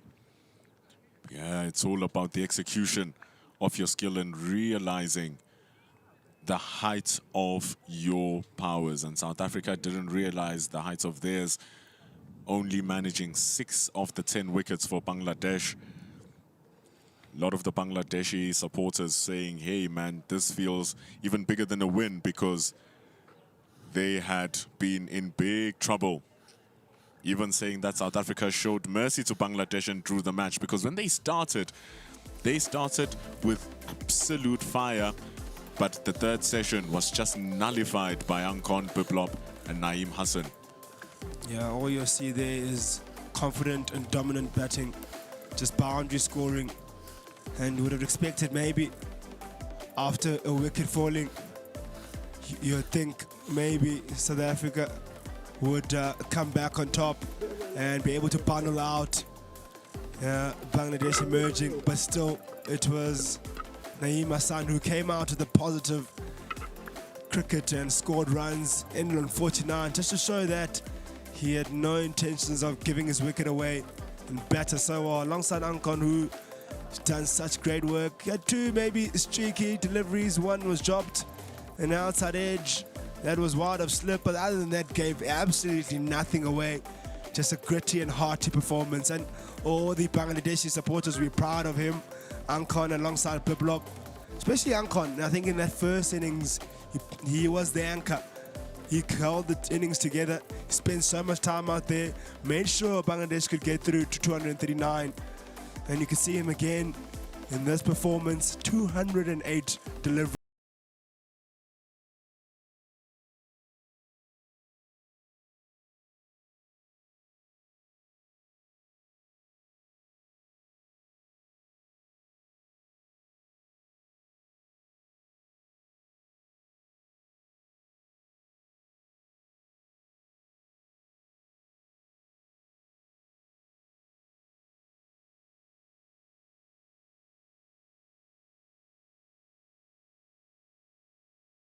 Overs bowled by Engelbrecht, regardless of the 15 and 14, bowled by Smith and Majola.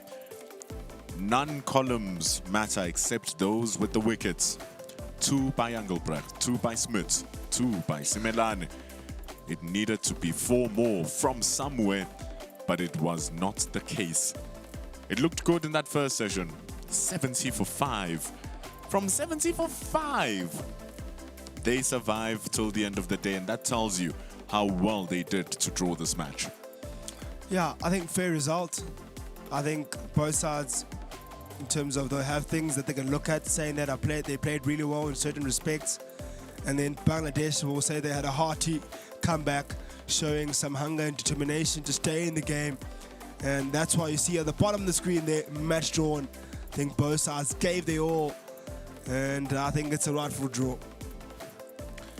Paxman 420, thanking us for the commentary. We thank you for staying with us and watching this game, Paxman 420.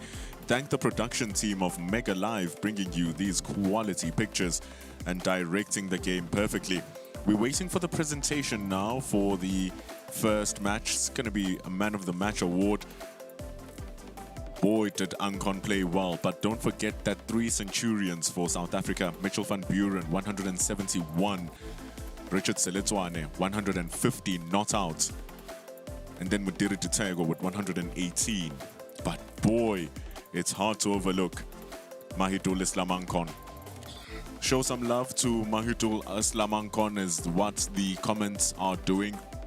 Everyone praising the work that he's done. Here's Mr. Khiripinar, who's going to give our player of the match his well-deserved trophy. Could be any of the 3 centurions. could be Ancon, but it is Mitch van Buren. That 171 was complete class. Yeah, complete class. Also had a big partnership with Richard Selezani. Like to mention him as well.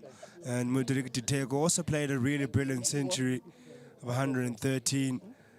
And we'll look forward to the next game and see how that one will pan out on the 23rd to 26th of August in Benoni here in Johannesburg. And that it promises to be a real exciting one. And a guy like Ancon also would be, if there was ever a man of the match for showing heart and passion and really determination, it would really go to Ancon.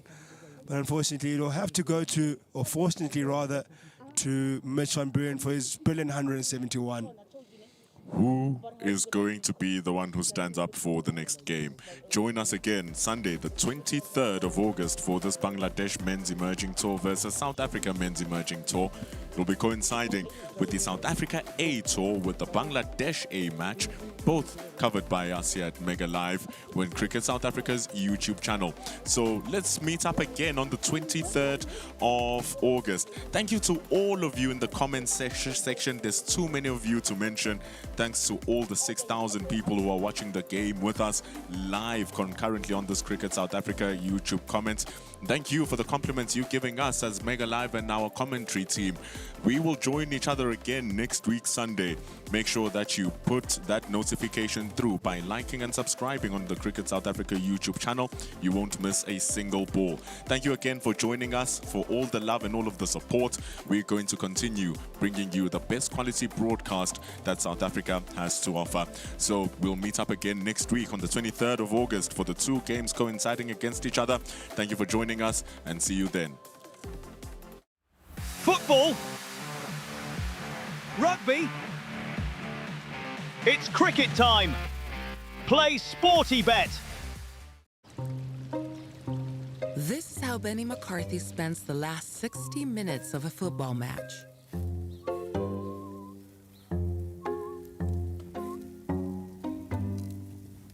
With early goals on Sporty Bet, selected win and goal predictions can be settled before full time. Be smart. Play Sporty Bet.